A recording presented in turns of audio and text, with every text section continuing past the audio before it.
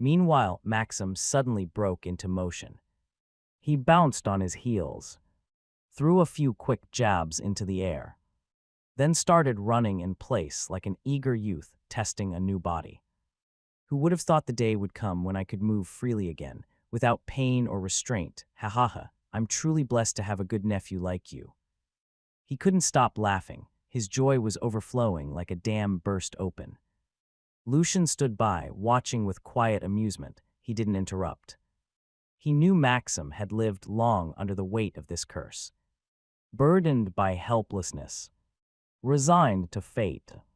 The sudden freedom must have felt like waking from a lifelong dream. Hope and ambition were burning bright again. Eventually, Maxim slowed down, but he was still grinning from ear to ear. "Nephew," he said, catching his breath, "I can't put into words how grateful I am, but since you've treated me like family, I'll do the same." He chuckled and added, "I'll give you a treasure in return, but we'll have to wait until my escorts arrive." Even in his excitement, his voice was full of sincerity. "Oh right," Lucian tilted his head. "Why did you come alone, Uncle Max, and where are your escorts?" Maxim let out a hearty laugh. "I rushed ahead. I was too excited to see how you were doing. I thought things might be overwhelming for you, but who would have guessed? You've matured so much in just 6 months." He spoke with genuine pride before continuing. His tone shifted to something more mischievous. "I was in Coalheart territory before this, stayed there for a while. Don't worry, nephew, I made life difficult for them." A glint of satisfaction appeared in his eyes. "They thought they could deceive me, those snakes, tried to report lower taxes than what they actually owed. But with my skill, I knew something was off the moment I reviewed the numbers, so I demanded more than usual and got it." He grinned. "Of course, that meant my escorts got tangled up with paperwork and logistics. They're still there finalizing things."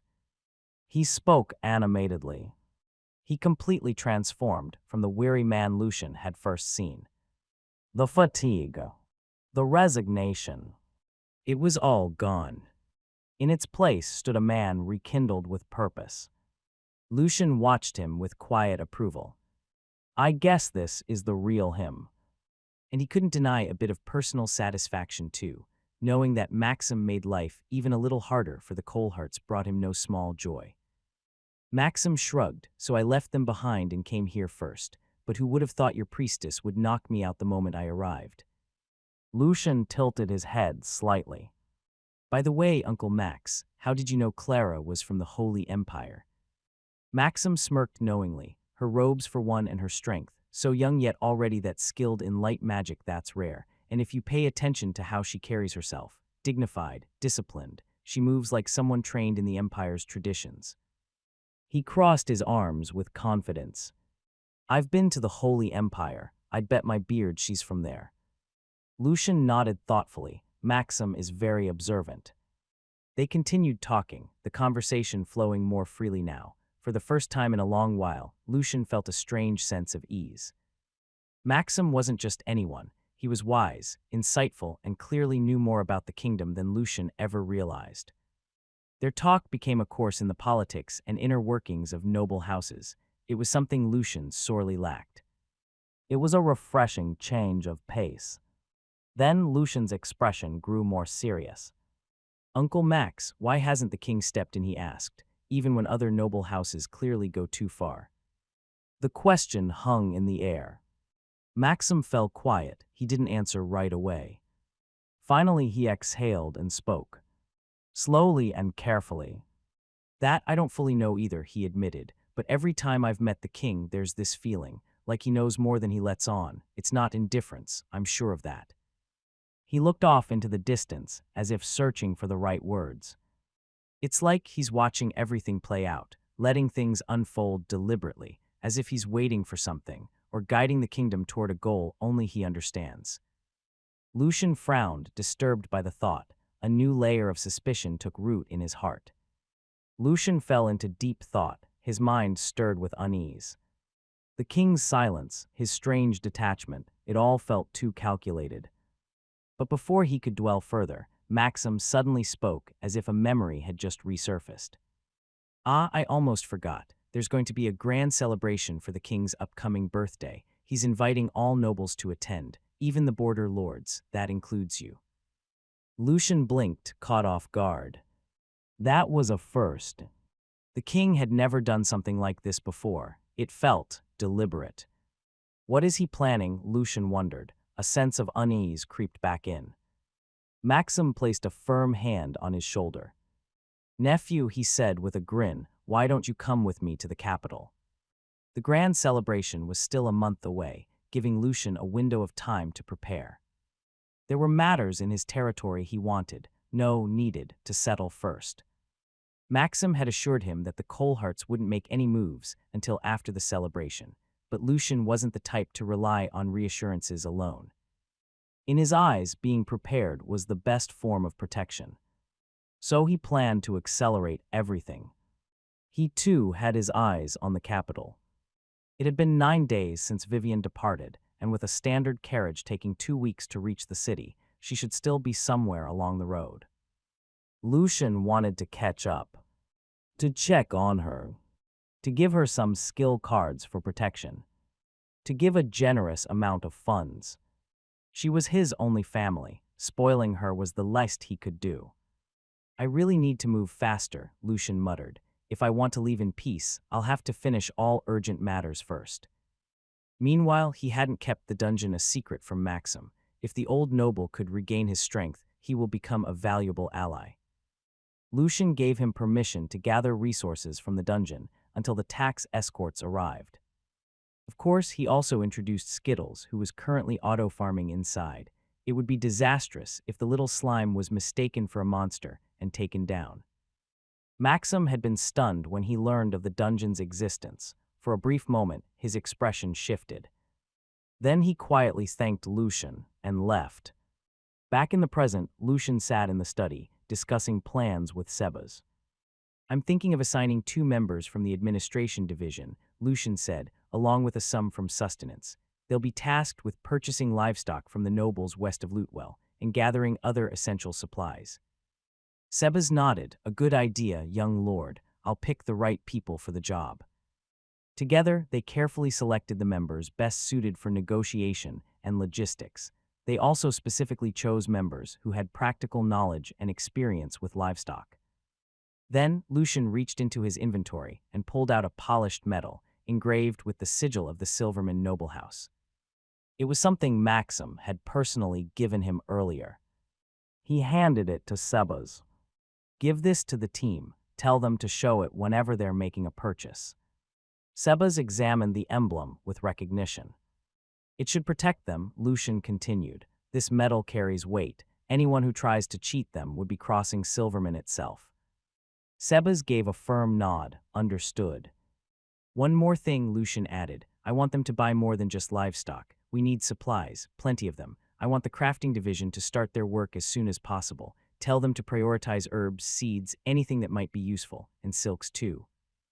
Silks, my lord, Sebas asked, as he began jotting notes in a small leather-bound notebook. Lucian smirked. Yes, I'm growing tired of wearing the same thing every day. Even if household magic keeps it clean, it feels wrong. Also, I'm growing every day. My clothes are getting smaller. Sure, household magic kept it spotless, but it still felt wrong. As someone from the modern world, having a lot of change of clothes was simply non-negotiable. Sebas chuckled softly. Very well, young lord. I'll prepare a detailed list for them. What Lucian had in mind went beyond just gathering supplies. He wanted to grow his own ingredients. He already had potion recipes unlocked through the craft feature. The only thing missing were the raw materials. If the members could learn the right skills in time, they might even be able to mass-produce potions. A stable supply would be invaluable, especially when things inevitably took a turn for the worse. He handed a pouch filled with gold coins to Sebas. 200 in total. His wealth had grown considerably thanks to Skittles' relentless killing spree in the dungeon. Even if Lucian wasn't present, the gold from each kill still found its way to him. Unfortunately, the experience points didn't. They all went to Skittles. But that was fine. It wouldn't hurt for the slime to level up. Sebas raised a brow, weighing the pouch in his hand. My lord, this is more than enough. Don't worry about it, Lucian replied. Buy as much as you can. We'll need every resource and supply we can get for the next stage of our plan. He leaned back slightly and muttered to himself. Money's useless if it just sits in my inventory. I still have a lot, Sai. Don't worry about it. Buy as many as you can with that money. We need a lot of resources and supplies for the next step of our plan. Sebas nodded, though he could but notice the urgency in Lucian's actions today. It was as if he were racing against something, unseen. Lucian, on the other hand, hadn't mentioned his plan to travel to the capital yet. A part of him felt that Sebas wouldn't approve. After careful deliberation, Lucian and Sebas finalized the assignments. 2 members from the administration division and 10 from the sustenance division, 12 members in total. They'll depart tomorrow morning, Lucian said, sealing the decision with a nod. Sebas closed his notebook. I'll inform them and prepare the supplies. Everything was falling into place. Now, all that was left was to send them off. The next morning, 12 members stood assembled in front of the manor. Their expressions was calm but resolute. They were ready, prepared for the long road ahead. Lucian personally handed out their travel supplies. Bundles of honey, nectar crystals, fresh carrots and radishes, more than enough to keep their energy up along the way. Their eyes lit up at the sight. When the members saw the bottles of golden honey, their eyes lit up with excitement. They still remembered the taste from the last feast. The richness, the sweetness, the rare luxury of it. It was a flavor they hadn't been able to forget. What had seemed like a tough mission now felt more like a fun adventure. Lucian smiled faintly. Do your best. You'll be rewarded generously when you return. With nods and grateful words, the group set off, on foot. Their last horse and carriage had been used to send Vivian to the academy, so Lucian instructed them to purchase replacements along the way. 10 strong horses and several sturdy carriages. He gave them an additional pouch containing 100 gold coins just for that purpose. As they disappeared down the road, Lucian let out a quiet sigh. His thoughts drifted to the past, to the loyal servants his father once sent on a similar mission to the Coalhearts. They never returned, slaughtered without resistance, without even the dignity of a fight. Their bodies were never recovered, but Lucian had already added their names to the family grave. Their memory lived on, even if their remains did not. He turned and slowly walked back into the manor, the weight of both past and future heavy on his shoulders. Soon after, Clara arrived at the manor. She was leading the full group of the spiritual division behind her. My lord, she said in her usual calm, all 20 members of the spiritual division have successfully learned the skill, first aid. Lucian nodded, clearly pleased. Good, one step closer. Little by little, his territory was beginning to take shape into the future he envisioned. Well done, he said. Good leadership, Clara. You made sure no one was left behind. Everyone, good job. Clara simply bowed. Her expression then shifted to the usual trance. At this point, Lucian was used to it. He didn't even question it anymore. He just ignored it. But then Lucian noticed something odd. The others wore that same trance-like expression. A chill crawled up his spine. He blinked. He rubbed his eyes, wondering if fatigue was playing tricks on him. When he looked again, they all seemed normal. Smiling faintly. Standing straight. Awaiting orders. What was that? He crossed his arms, eyes narrowing slightly. Am I just seeing things? Then his gaze returned to Clara. No, wait, is it really a good idea to make her the representative? What if she accidentally turns them into some kind of unhinged cult? He let out a quiet sigh, brushing the thought away. Ridiculous, he told himself. Probably. He shook his head and looked at the group. Good work, all of you. Now, what would you like as a reward? Clara stepped forward, still wearing that expression. My lord, we ask for no reward. We simply want to ease your burden. Another voice followed, soft and sincere. Yes, my lord, learning this skill is already a reward. Then another, meeting you like this is a reward too, my lord. The others chimed in with similar lines, one after another. The mood lightened, and laughter bubbled among them. Lucian blinked. They all call me my lord now. Guess they picked that up from Clara. Well, there were worse things than loyal followers. He gave a half smile, but he didn't see the red flags waving quietly behind the reverent stairs. "Sai, I insist," he said. "I have to be fair with everyone." Clara raised her hand slightly as if shy to speak. "If that's the case, my lord, may we have one of the cloud-like figures of yours?" Lucian frowned in confusion. Cloud-like. Then it clicked. Slime plushies. Of course.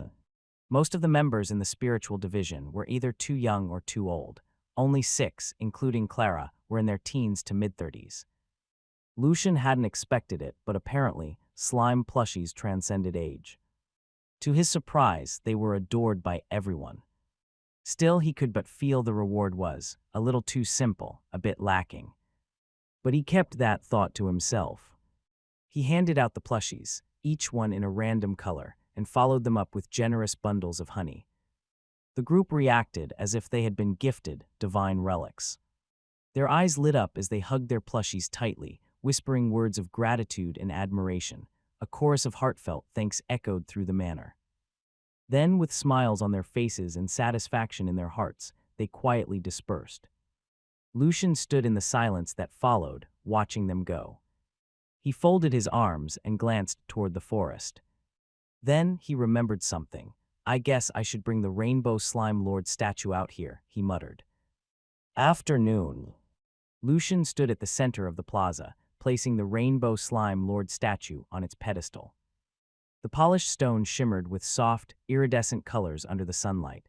It gave off a faint warmth that even he could feel. He stepped back to admire it. He already had plans to replicate the statue. One wouldn't be enough. He needed more of them, enough for their range of effect to reach every corner of Lootwell. With that thought, he turned and made his way back to the manor. But before he could reach the entrance, he spotted Lucas approaching him. He was holding a report in his hand. Lucian raised a brow. "What's the update?" Lucas saluted smartly. "My lord, it's been 2 days since training began, and we've got results." He handed over the report. "Several members of the defense division have broken through to the next tier, including myself." Lucian's eyes sharpened with interest. Already that was fast. Lucian stood outside the manor, waiting patiently under the warm afternoon sun. Moments later, they arrived. Lucas led the group, 12 members in total. Each one wore a look of excitement. Their eyes gleamed with pride. They fidgeted slightly, still riding the high of their breakthrough. As they came to a stop in front of Lucian, they stood tall and gave a respectful salute. Lucian silently activated Inspect. Lucas was now level 30. The others had reached level 10. He gave a small nod of approval. "Well done, everyone. I know how hard you've worked to reach this point," Lucian said. "As promised, I'll reward you. So tell me, what would you like?" The group froze. A few exchanged glances. No one spoke. Nervousness settled over them like a fog. The truth was, they didn't know what to ask for. Lucian had already given them so much. It felt wrong to ask for more. Just before the silence grew awkward, Lucas stepped forward. "We'll leave that decision to you, young lord," he said with a respectful bow. "We don't wish for anything more. We're already deeply grateful." The others nodded in quiet agreement. Lucian gave a small nod. Then with a gesture of his hand, he summoned Skillpdia. The book suddenly appeared like a flash of light, and a collective gasp rose from the group. Lucas's eyes lit up immediately. They gleamed with anticipation. He clearly knew what was coming. Lucian flipped through the pages, stopping at the monster skill section. And there it was. Slime Shot. Dozens of copies were available, all thanks to Skittles's tireless farming efforts. "Line up," Lucian said calmly. Without hesitation, Lucas stepped forward. So fast he almost knocked someone aside. Naturally, he claimed the first spot in the line. The others quickly fell in behind him. They exchanged looks. If Lucas, their normally gruff and no-nonsense leader, was this excited, then whatever Lucian was about to give them had to be special. They had never seen him like this before. Not serious. Not frowning. Just eager. It made their hearts pound with anticipation. Lucian chuckled at their reactions. He picked up a slime shot skill card from the book. Without needing a word, Lucas stepped forward and dropped to one knee. Lucian raised an eyebrow, then nodded in quiet approval. The truth was, Lucas was simply too tall for him to reach his forehead comfortably, but the fact that he knelt down without being told, it said a lot. Good, Lucian thought. He knows how to read the mood. Witty, too. It wasn't just practical, it was respectful. In that moment, the scene looked more like a lord bestowing honor upon a loyal vassal. Lucian pressed the card to Lucas's forehead. A soft glow flared, and the card vanished into his skin. Lucas's eyes widened, his whole body tensed in excitement, as though he were struggling to hold back a cheer. He was thrilled, and it showed. Then came the others' turn. Following Lucas's example, each one stepped forward and knelt respectfully. One by one, Lucian bestowed the slime shot skill. Their reactions varied. Some were stunned into silence. Others broke into wide grins or laughed with disbelief.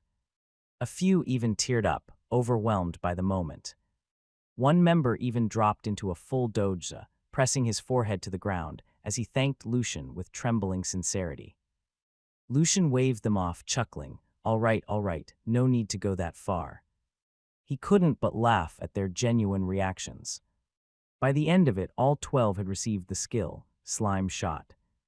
"Good," Lucian said, his voice firm but pleased. "I expect even better news from you soon. The skill I gave you is special. You've seen the statue I placed in the plaza. Right within its range, the skill's will double. Train both within and outside that area. Learn to adapt." The group bowed deeply and expressed their thanks once more before taking their leave. Energy and motivation practically radiated from them. By the end of the day, word had spread like wildfire.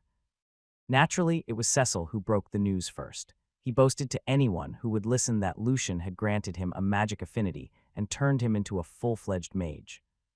When others learned that Lucian was also handing out skills, excitement swept through the entire territory. Everyone was fired up. They pushed themselves harder than ever before, training well into the night.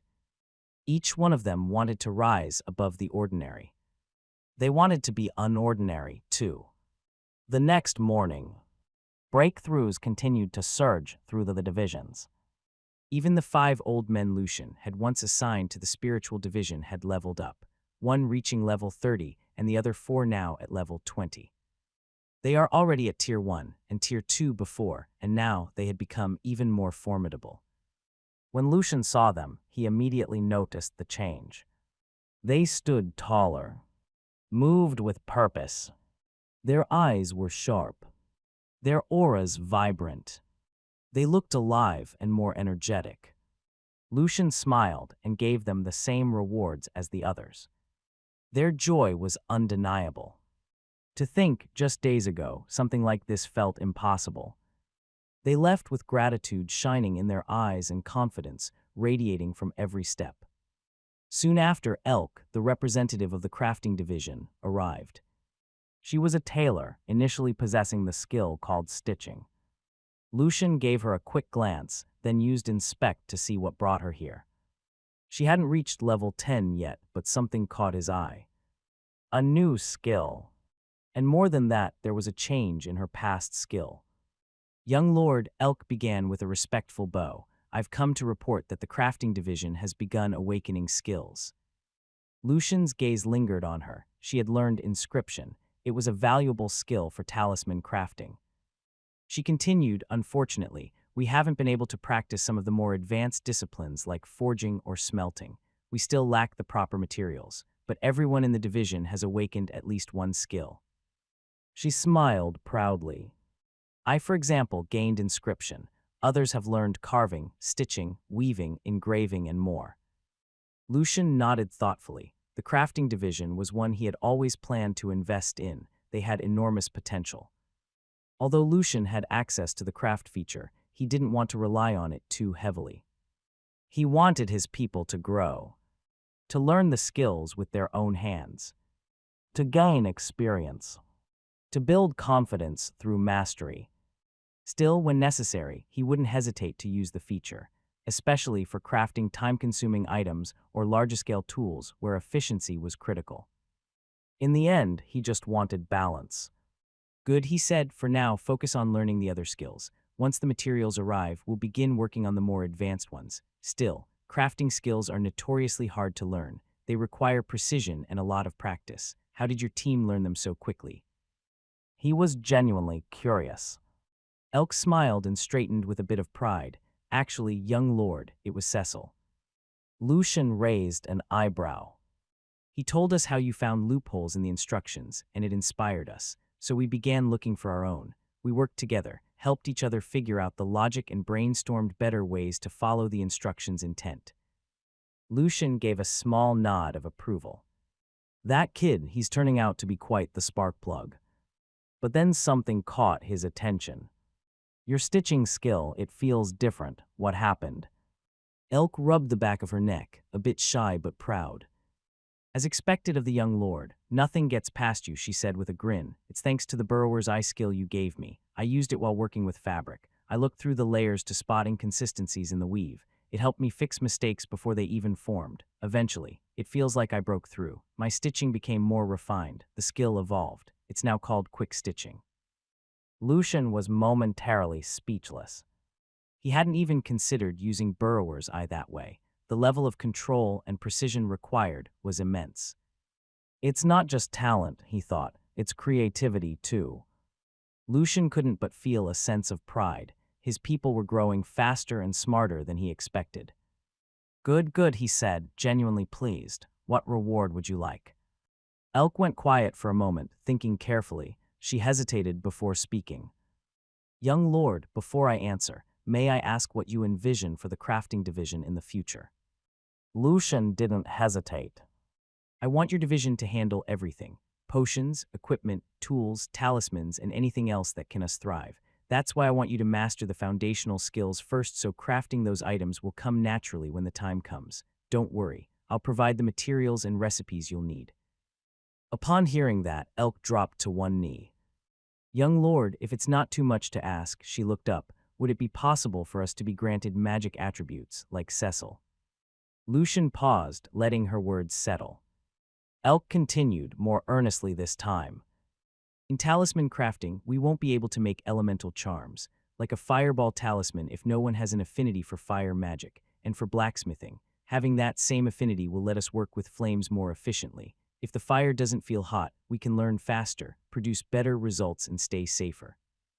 Lucian nodded slowly. He felt genuinely pleased, not just by Elk's request, but by the mindset behind it.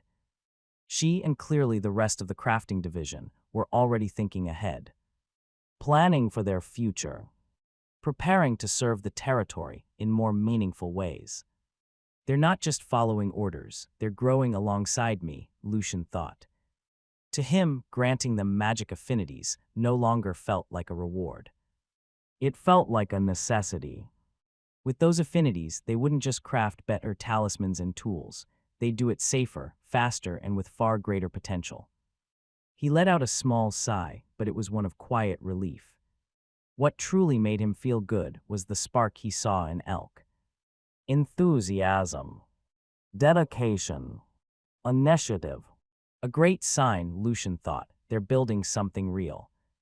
Without hesitation, he agreed. Lucian handed over 22 bottles of solar carrot juice, one for each member of the division. Alongside it, he gave honey and several pieces of nectar crystal as additional rewards.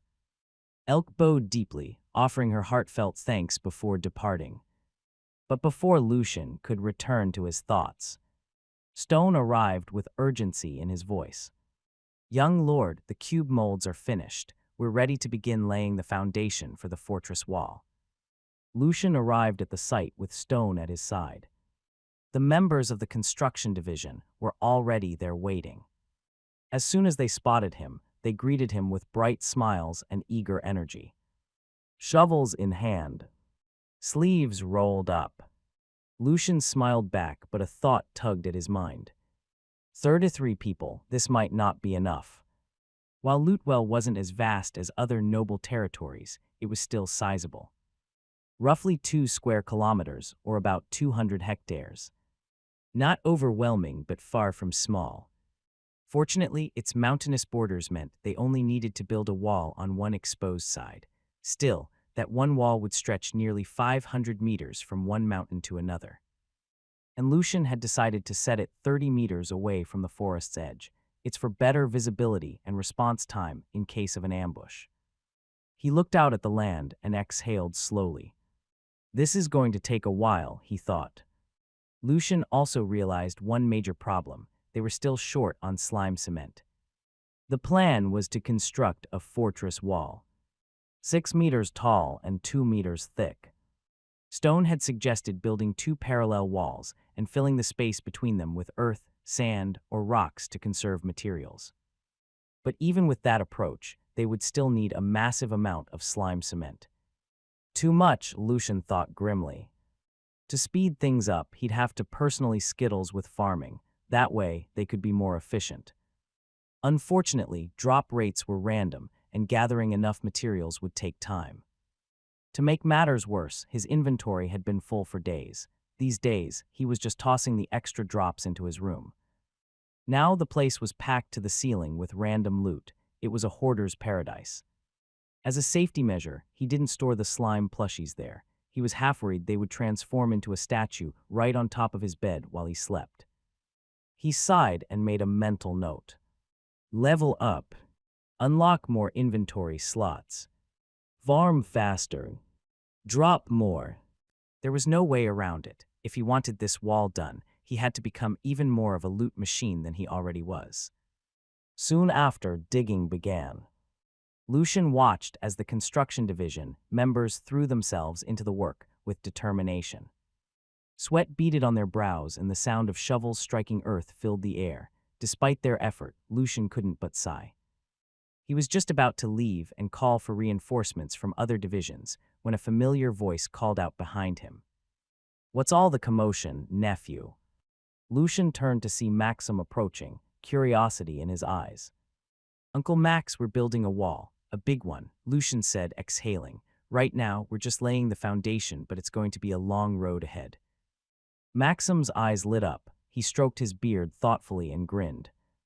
"This is a perfect time to lend a hand. I've recovered some of my strength. I can assist with the digging using wind magic." Lucian's expression brightened. Seriously, that would be a huge Uncle Max. Maxim gave a confident nod. "It's the least I can do. Just tell me how deep and how far, and I'll take care of the rest." Lucian quickly called out to the workers, instructing them to clear the area, just in case Maxim's magic went a little wild. After confirming the measurements with stone, Lucian turned back to Maxim. "We need the trench to be about 1 meter deep and 2 meters wide, running about 500 meters, from this end to the opposite side, right along the base of that mountain." Maxim stepped forward. His expression became calm and focused. He closed his eyes for a brief moment, calculating. "Perfect calculation." Then, without another word, he raised his hand. A short chant escaped his lips as he released a stream of mana into the air. "Wind magic. Wind cutter." A sudden gust sliced through the ground with a high-pitched whistle. Though it was just a basic spell, the execution was anything but ordinary. The air grew heavy with pressure. Dust and soil flew in clean lines. The earth parted as if cut by an invisible blade. The trench formed instantly. Precise. Clean. Perfectly straight. Lucian's eyes lit up in awe. Magic really is amazing. But it wasn't just the spell, it was the man behind it. Maxim's skill, perfect calculation, was clearly the reason behind such flawless control. Curious, Lucian used inspect. Lucian blinked, level 51 already. Maxim's recovery was progressing fast, too fast.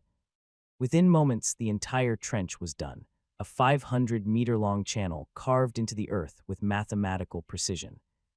The construction team burst into cheers. "Uncle Max, how did you even do that? Thank you, that was a huge," Lucian said, genuinely amazed. Maxim chuckled, clearly pleased. "Nephew, thanks to you, I've been regaining my strength. That mana core from the dungeon helped a lot, and your crystal purified my body so thoroughly, I didn't even hit any walls during my breakthrough. And with my skill, well, I dare say I'm better at magic than most." He said it proudly without arrogance, just confidence born from experience. Lucian was struck by his words. It seemed the essence of purity wasn't as simple as he first thought. "If that's true, I need to let everyone in the territory touch it. It might then break through too." Motivated, Lucian turned to stone and walked over to the side of the worksite. With a thud, he dropped over 700 sacks of slime cement onto the ground.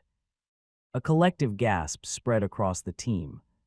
Even Maxim's eyes nearly popped out. What in the world? He shook his head slowly, clearly still trying to process the endless surprises his nephew kept pulling out of nowhere. Still, he didn't ask. He understood it was a skill. And with that, the team prepared to start laying down the slab base for the wall.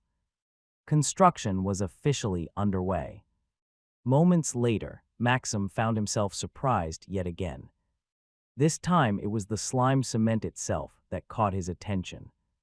He crouched down, ran his fingers across the material, and narrowed his eyes.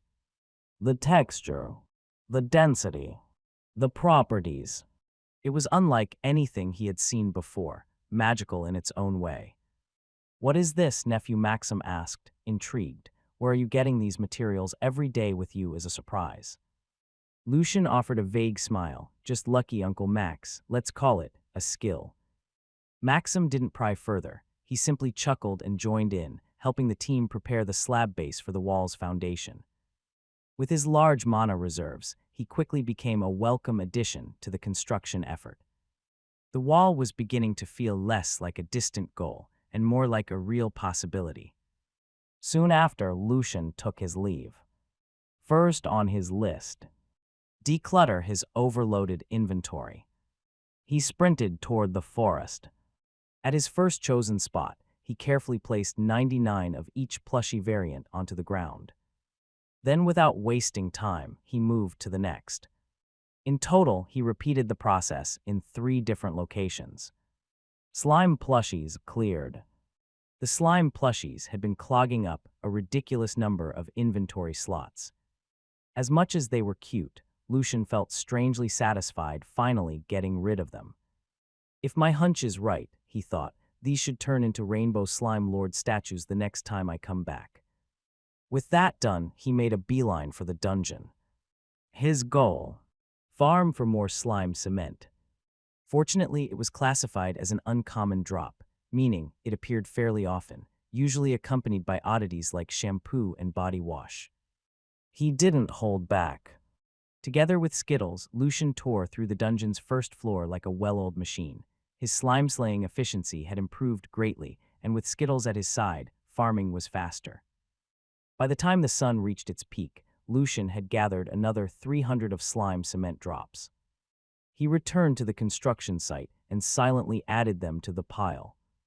The wall was far from finished, but progress was undeniable. After lunch, Lucian returned to his room and winced. Drops were scattered everywhere, cluttering every corner. It was time to do some cleaning. He started transferring items back into his inventory. Once things were manageable, he headed out to visit the other divisions. First stop, the crafting division. He handed over all his collected slime gel and slime residues.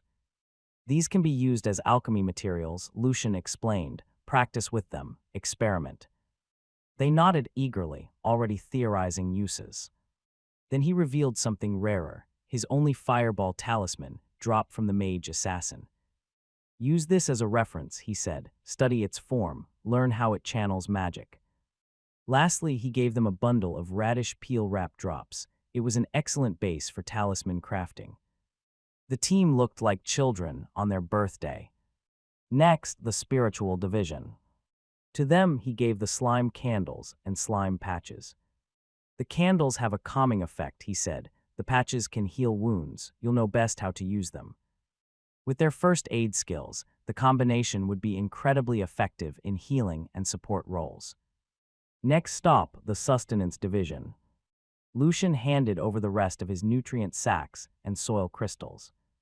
Before returning to the dungeon, Lucian made one last round. He handed out perfume drops. he gave each division representative a share to distribute among their members. Finally, with his inventory clear and his deliveries done, Lucian let out a long breath. He was free to farm again. Right now, he wasn't a noble, he wasn't a lord. He was a machine. A looting machine. His plan was simple. Farm until the inventory maxes out, deliver the materials, and repeat. As long as he kept at it, the slime cement would keep piling up, and it wouldn't be long before the wall was finished.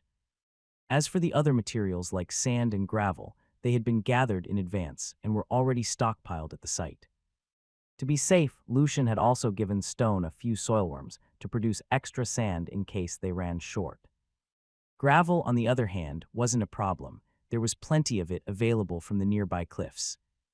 The day's work was already a success. The slab base for the wall is now complete.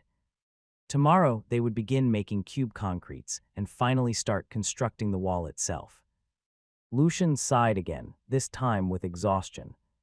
The good news Skittles could pull all-nighters. He'd keep farming while Lucian rested. Skittles was already close to level 20.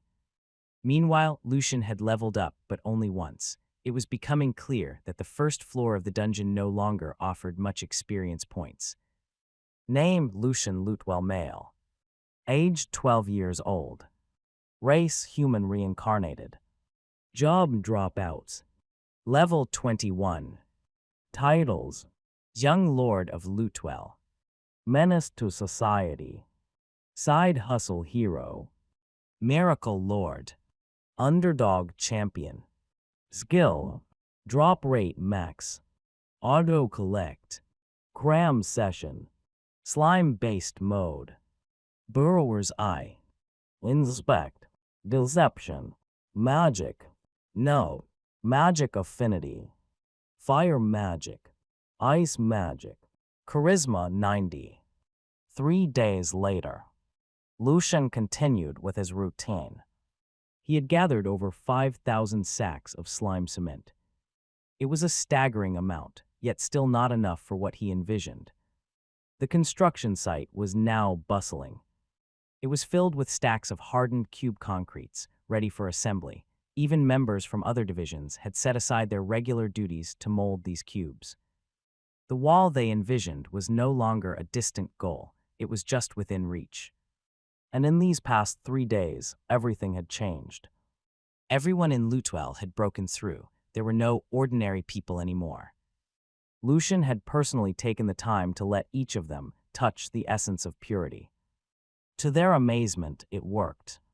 It helped them break through the invisible barrier that once separated the mundane from the awakened. The wall they feared. The one between ordinary and extraordinary. It simply ceased to exist.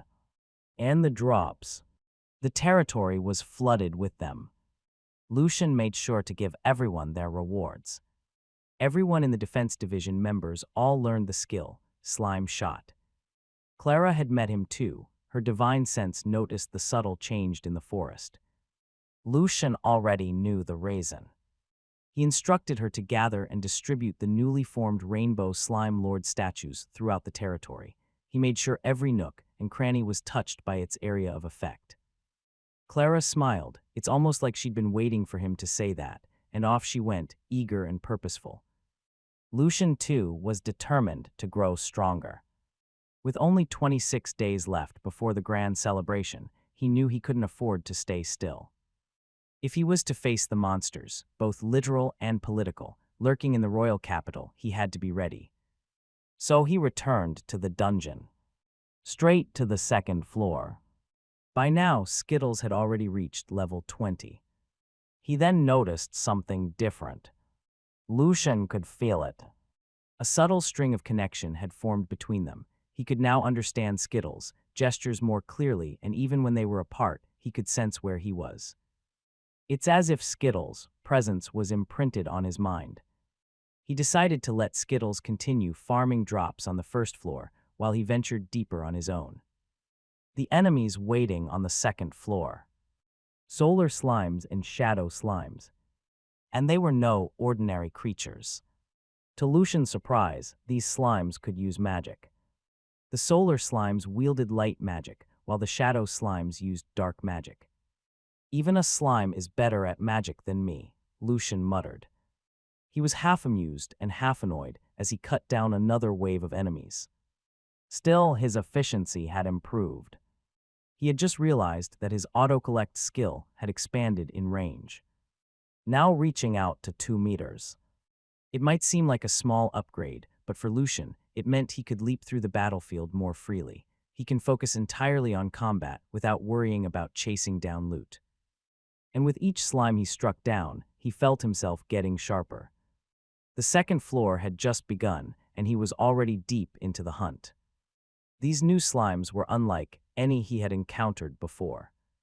The solar slimes were the most striking. Occasionally, a glowing halo would form above them. It would then suddenly burst outward, releasing a blinding flash of light magic.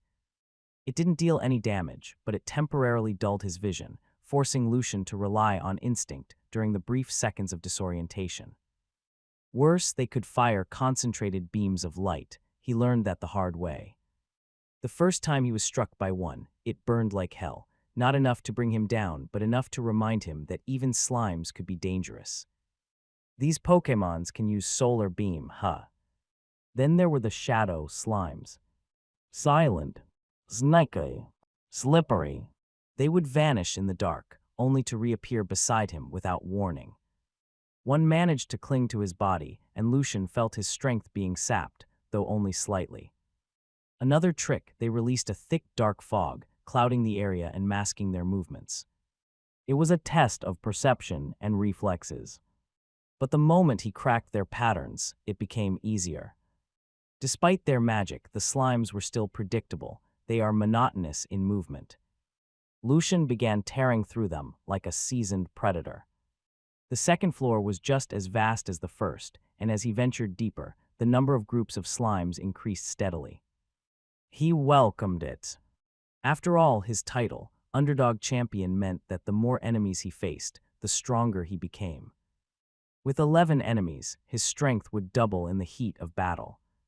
The slimes on this floor ranged from level 11 to 18, not weak but not strong enough to truly threaten him anymore. Lucian fought relentlessly, and before long, he'd leveled up several times.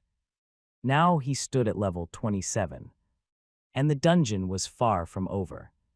Eventually, Lucian reached the boss room at the far end of the second floor.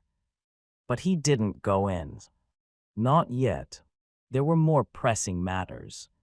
The wall construction was about to begin, and as much as he wanted to test his strength further, he knew he had to be there to oversee its start. For now, he took a moment to check his inventory. His eyes scanned the list of drops collected from his slime hunts, and a satisfied smile tugged at his lips. Solar slime drops. Common. Solar gel, a variant of slime gel, more potent for potion crafting. Light fragment increases chances of successfully casting light magic spells, consumable. Sunleaf herb, known for its healing properties, commonly used in recovery potions. Uncommon. Energy drink, temporarily boosts stamina and reduces fatigue. Chalk material for drawing magic circles that activate spell formations. Sun thread, a silky fiber imbued with light attribute. Rare. Light prism absorbs mana to stay lit indefinitely. Golden petal, a rare herb used to craft high-level elixirs that enhance understanding of light magic. Flash detonates in a burst of blinding light, stunning and disorienting enemies. Shadow slime drops. Common. Shadow gel, a dark counterpart to slime gel, ideal for dark-aligned concoctions. Shadow fragment increases chances of successfully casting dark magic spells, consumable. Darkroot herb, used in brewing sleep potions. Uncommon. Coffee, strong enough to negate sleep effects. Permanent marker, can be used to write runes for talisman creation. Night thread, a silky fiber imbued with dark attribute. Rare. Dark pearl consumes surrounding light, creating a subtle field of gloom. Black petal, a rare herb used to craft high-level elixirs that enhance understanding of dark magic. Smoke bomb creates a dense cloud of smoke, perfect for escapes or stealthy movement. Lucian's grin widened. Compared to the drops on the first floor, these were on a completely different level. And more importantly, many of these materials were perfect for the craftsman division. Unfortunately, no new skill cards had dropped. He frowned, but only slightly. He realized that these slimes weren't using skills. They were casting magic. Raw magic. The Lutwell dungeon was indeed no ordinary dungeon. Even Maxim had once admitted it. He used to think slimes were weak and pathetic creatures, but after seeing the slimes down here, he changed his mind. In fact, not even in the royal capital had Maxim heard of slimes like these. Magic-using slimes. Solar and shadow variants. Completely unheard of. And what troubled Maxim the most was that he didn't understand them. There were species here he couldn't identify. Species never recorded before. Creatures that had no business existing in a beginner dungeon. And the third floor. Even Maxim had been caught off guard when he reached it. He wouldn't say what he saw, but the look in his eyes said enough. It looked like Uncle Max suffered a little in the third floor, Lucian muttered. Lucian couldn't wait to see it for himself. If the solar and shadow slimes were already this formidable, what could possibly be waiting below? But first, there were more pressing matters. Lucian returned to the construction site. He hadn't forgotten to bring back more sacks of slime cement, freshly farmed by Skittles. He added them to the pile, ensuring they had more than enough for the next phase. Stone greeted him with good news. "We're ready, young lord," he said. "We have enough cube concretes to start on one side of the wall." Lucian nodded and stepped back to observe. He was eager to witness the beginning of what they had worked so hard to prepare. To his surprise, Maxim was there as well. And not just as a spectator, he was actually helping. Channeling mana to assist in the shaping of the concrete cubes, Maxim looked, oddly amused. Maybe even excited. Now that he had taken part in it, it seemed Maxim wanted to see it through to the end. The entire site buzzed with energy. Everyone was there. One by one, they began stacking the concrete cubes. No one stood idle, everyone helped. Stone took charge of positioning, calling out placements, adjusting angles, and making sure the base was solid. His eyes scanned every block with intensity, ensuring no flaw escaped his gaze. Even Maxim offered advice as they worked. His skill, perfect calculation, proved to be a tremendous asset. With precise readings on angles, pressure distribution, and structural alignment, he provided real-time corrections that helped optimize the layout. If you adjust that cube's placement by half a degree, you'll reduce structural tension by 12, Maxim casually remarked. Stone blinked. Stone then activated the skill, Burrower's Eye. His pupils glowed faintly as he assessed the structure's integrity in real time. Right, he muttered, quickly making the adjustment. That's actually spot on. With Burrower's Eye and perfect calculation working in tandem, the wall's construction was progressing faster and more precisely than anyone could have expected. Lucian watched it all, silently pleased. And then the magic began. Stone gave the signal, and the others started channeling mana into the wall. The cubes began to resonate. It glowed faintly, as if responding to the energy poured into them. And then, slowly, they fused. Block by block, the wall began to form. Not just stacked, but bonded together with strength. A new foundation. A new future. And it was only the beginning. As the day came to a close, the construction gradually halted. Everyone stepped back with their faces glowing with satisfaction. The wall wasn't finished yet, but the progress was undeniable, and it was beautiful. They could already envision it. A towering defense that would one day shield them from harm. Lucian saw it too. He imagined the defense division stationed along the ramparts, unleashing a relentless barrage of slime shots upon their enemies. The scene was almost too overwhelming. He couldn't but chuckle. That night, Lucian returned to his room and pulled out the magic book once more. He let out a long sigh. Magic, despite all its allure, it wasn't simple. But this time he had a plan. Though he already possessed a magic attribute, casting spells was a different beast entirely. Understanding them was one thing, wielding them was another. He had never used magic before, and it showed. Even the household magic remained out of his reach. Maybe he had grown too comfortable relying on the system. It made life easy, too easy. Hard work was a habit he hadn't exercised in a while. But tonight that would change. He was determined. Just one spell. That was enough. Sitting cross-legged on his bed, he summoned the magic book to float in front of him. Its faint glow pulsed softly, filling the room with a quiet energy. The more he stared at it, the more clearly he could feel energies stirring around him. He flipped to the fire magic section. Basic spells. The first spell listed. Fireball. Lucian smirked. Come on, what man wouldn't want to conjure a fireball with his bare hands? It wasn't about destruction, nor arson. It just looked so damn cool. Lucian sighed. Before, no matter how hard he tried, there was no progress. But now he was certain he could finally grasp the trick behind it. Because, Teng, you can only copy one skill at a time per day. Are you sure you want to copy perfect calculation?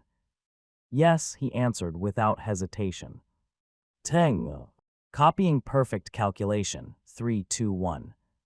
Skill perfect calculation has been successfully copied. He had activated his job skill, cram session, allowing him to temporarily borrow Maxim's skill. Perfect calculation. In that moment, the world changed. Lucian became a perfectionist. The bed's base was slightly off. He adjusted it without thinking. The curtain hung unevenly. He corrected it with precise alignment. Everything around him now stood out with razor-sharp clarity. With just a glance, he could see exact measurements. Angles, distances. He even felt like he could count the grains of rice in a kilogram by sight alone. But finally, with this borrowed Lucian finally spotted the core issue. Magic, as it was currently practiced, was tailored for users with mana vessels. Spells were designed to be channeled through those vessels, following paths ordinary mages were born with. But Lucian had none of that. What he did have was a divine energy core. And that's when it hit him. This was the difference. This was the reason nothing had worked before. Others didn't have a core like his, so perhaps that was the path, his path to using magic. And then, Lucian looked back at the magic book. The descriptions were clear. To cast magic, one needed the correct attribute, to channel mana through their vessels, and to will the spell into existence. But Lucian's method had to be different. He had no mana vessels, so he closed his eyes and reached inward, towards his core. Fire. He felt it, warmth blooming from deep within. A pulsing heat that radiated from his divine energy core. I see now, he muttered. No wonder an attribute is required. Without it, you'd never be able to feel this. You wouldn't even know where to begin. He flipped through the magic book again, paying close attention to the subtle hints buried in the text. Fire is not gentle. It requires control. Without a clear image, mana can't take proper shape. So Lucian did exactly that. He pictured it vividly. From deep within his divine energy core, Lucian coaxed it. He drew out the fire he now felt pulsing through him. The heat surged. It was intense, overwhelming, but it didn't burn him. The fire was hot. The fire was him. He was fire. His eyes flared with a fiery glow. In his mind, he shaped a concentrated sphere. Tight, controlled, pure. Then slowly he pulled it forth. He guided it from his core, through his body until it reached his hands. And he willed it to flow. His hand rose steady. The air around him stirred. Divine energy gathered, responding to his will. It spun and twisted, shaping itself as Lucian envisioned it. He compressed it slowly and carefully. His breathing slowed, his focus sharpened. Any mistake and it would detonate in his hands. That was the nature of fire magic. Beautiful but volatile, creation balanced on the edge of destruction. And finally, it appeared. A sphere of fire formed. It hovered just above his outstretched hand. The room lit up instantly, bathed in warm, flickering light. But something was different. The flame wasn't red. It was gold. Fire born from divine energy. Radiant. Pure. Unlike anything he'd ever seen. Lucian stood speechless. He was simply mesmerized. Then his eyes lit up with childlike wonder. A grin spread across his face. He felt like a kid again, experiencing magic for the very first time. Lucian burst out of his room and dashed straight toward Seba's. Sensing the urgency, Sebas opened the door just in time. Sebas, listen, I can finally use magic. Lucian's eyes sparkled with excitement. His usual calm had vanished, replaced by childlike glee. Even Sebas's poker face cracked. He looked more thrilled than Lucian himself. Is that true, young lord? He asked, needing to hear it again. Come outside, I'll show you. Sebas didn't hesitate. Let's go to the plaza, young lord, he said, already turning to lead the way. Then unexpectedly, Sebas took off running, leaving Lucian behind. It was completely unlike him. Instead of heading straight to the plaza, he rushed excitedly from house to house, knocking on doors, calling out like a town crier. This wasn't the usual composed and stoic Sebas. Everyone gather around. The young lord has awakened his magic. He'll be demonstrating it at the plaza. Come witness this milestone. His voice rang with pride. Excitement swept through the homes like wildfire. People poured out into the streets. Eager, curious. By the time Lucian reached the plaza, he was already wondering where Sebas had gone, until he looked up and saw the crowd approaching. Hundreds of people, and at the front, leading them like a proud herald, was Sebas. The crowd stopped just a short distance away, forming a respectful semicircle around Lucian. Sebas stepped forward, then bowed. Young lord, it is our honor to witness your magic awakening. The crowd echoed him with voices full of admiration and anticipation. Lucian felt a wave of embarrassment. He had only meant to show Sebas, he just couldn't contain his excitement. But now, thanks to Sebas, the entire subjects had gathered, all eyes were on him. So much for keeping it low-key. Well, I guess I'll have to put on a good show, he muttered with a small smile. He didn't back down. Magic had always been his dream. A lifelong wish. And now that it was real, sharing it with people who mattered to him felt right. He rubbed his nose like a shy child trying to act cool. Then he took a deep breath and focused. The first time had been difficult, but now the process was smoother. The second time around, it felt almost natural. Especially with perfect calculation guiding him. He made a few small adjustments in his mind. And then in his palm. It formed. Fireball.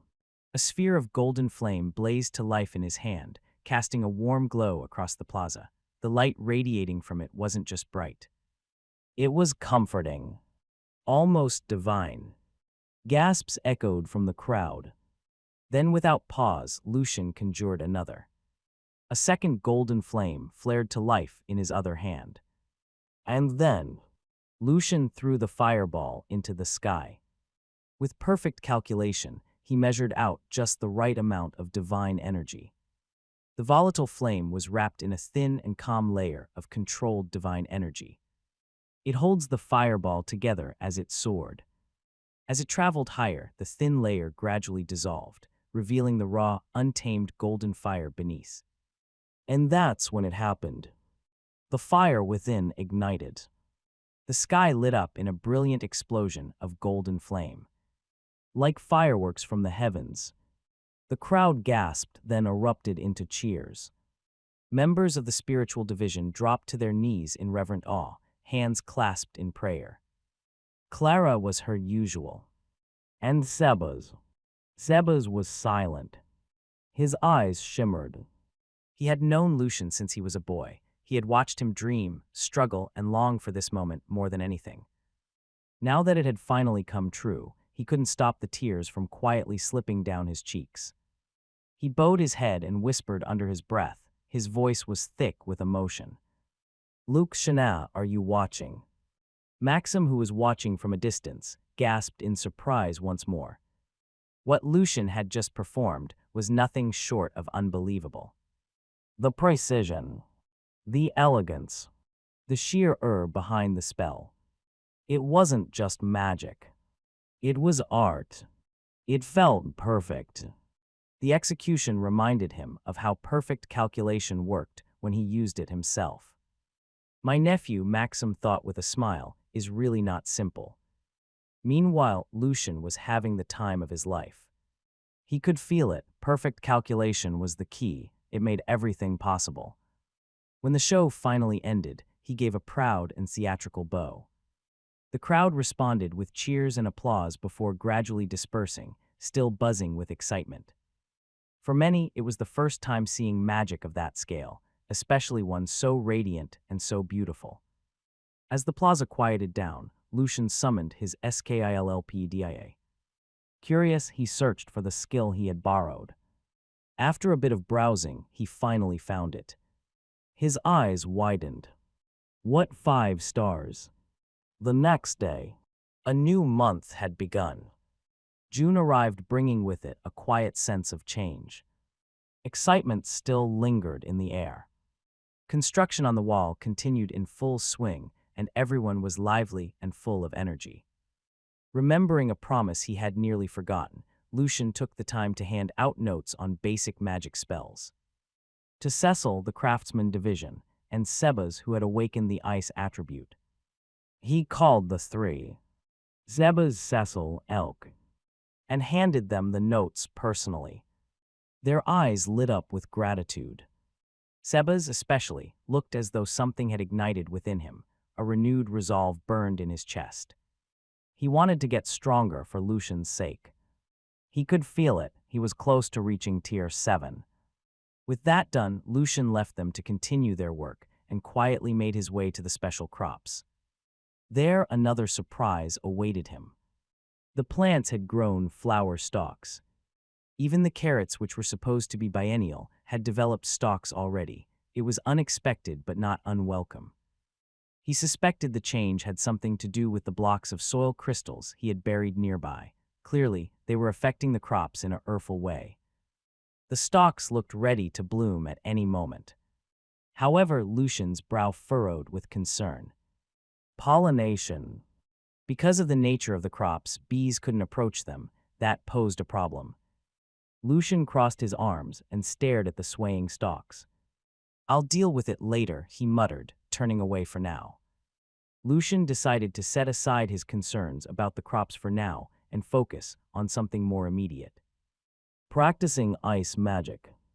He had come to enjoy the process of casting spells.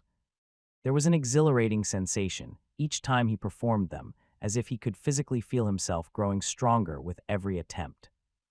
Even though perfect calculation had faded, it no longer mattered. He had gained enough control over his divine energy to continue progressing.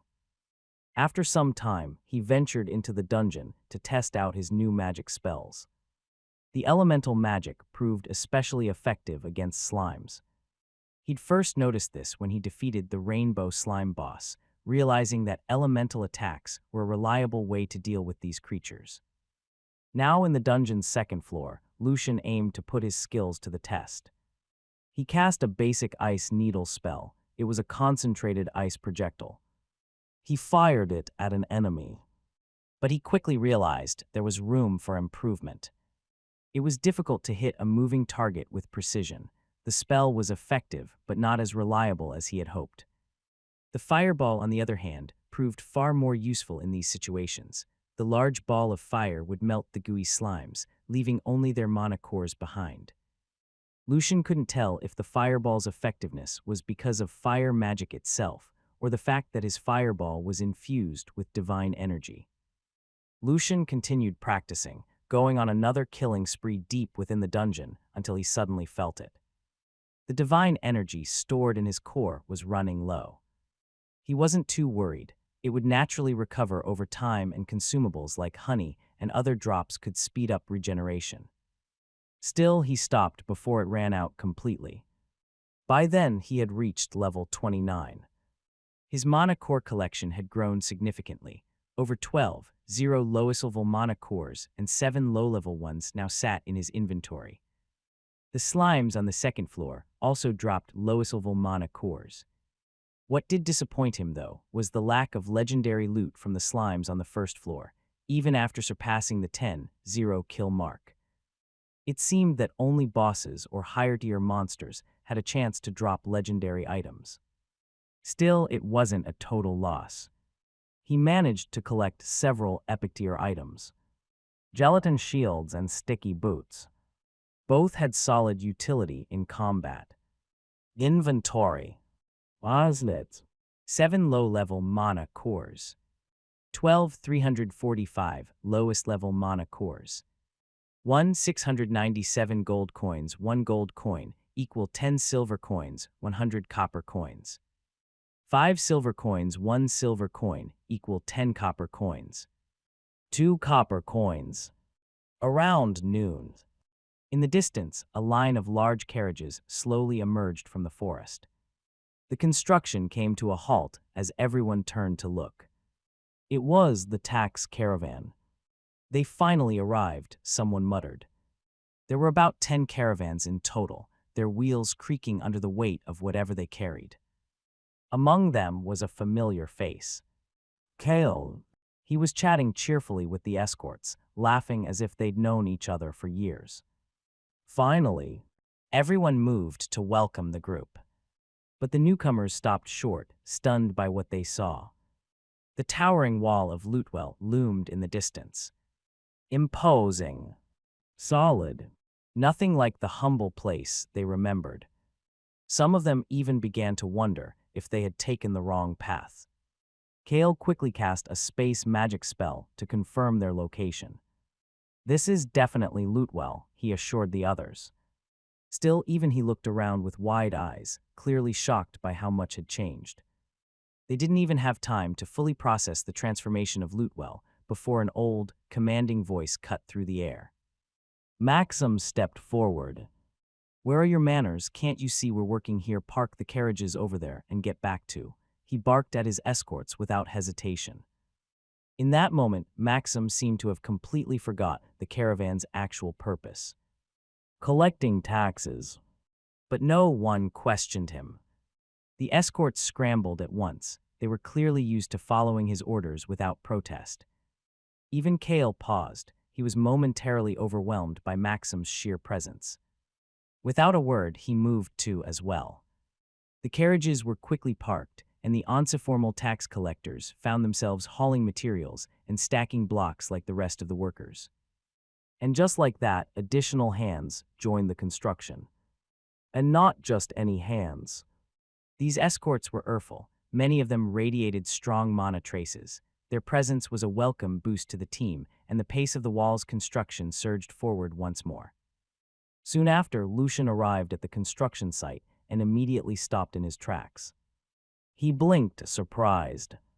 Familiar faces. Maxim's personal escorts, the noble guards meant for protection, were working alongside his subjects.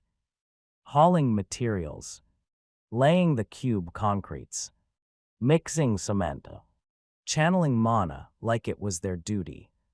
Even Kale was there, lifting cubes and stacking them with the others. Lucian couldn't but laugh. He quickly pieced together what must have happened. It looks like the wall will be finished sooner than we thought, he muttered with a grin. Right now, the team was focused on molding the main entrance. They were using special molds to shape the more intricate curved sections. The design was clean, sturdy, and surprisingly elegant. Exactly to Lucian's taste.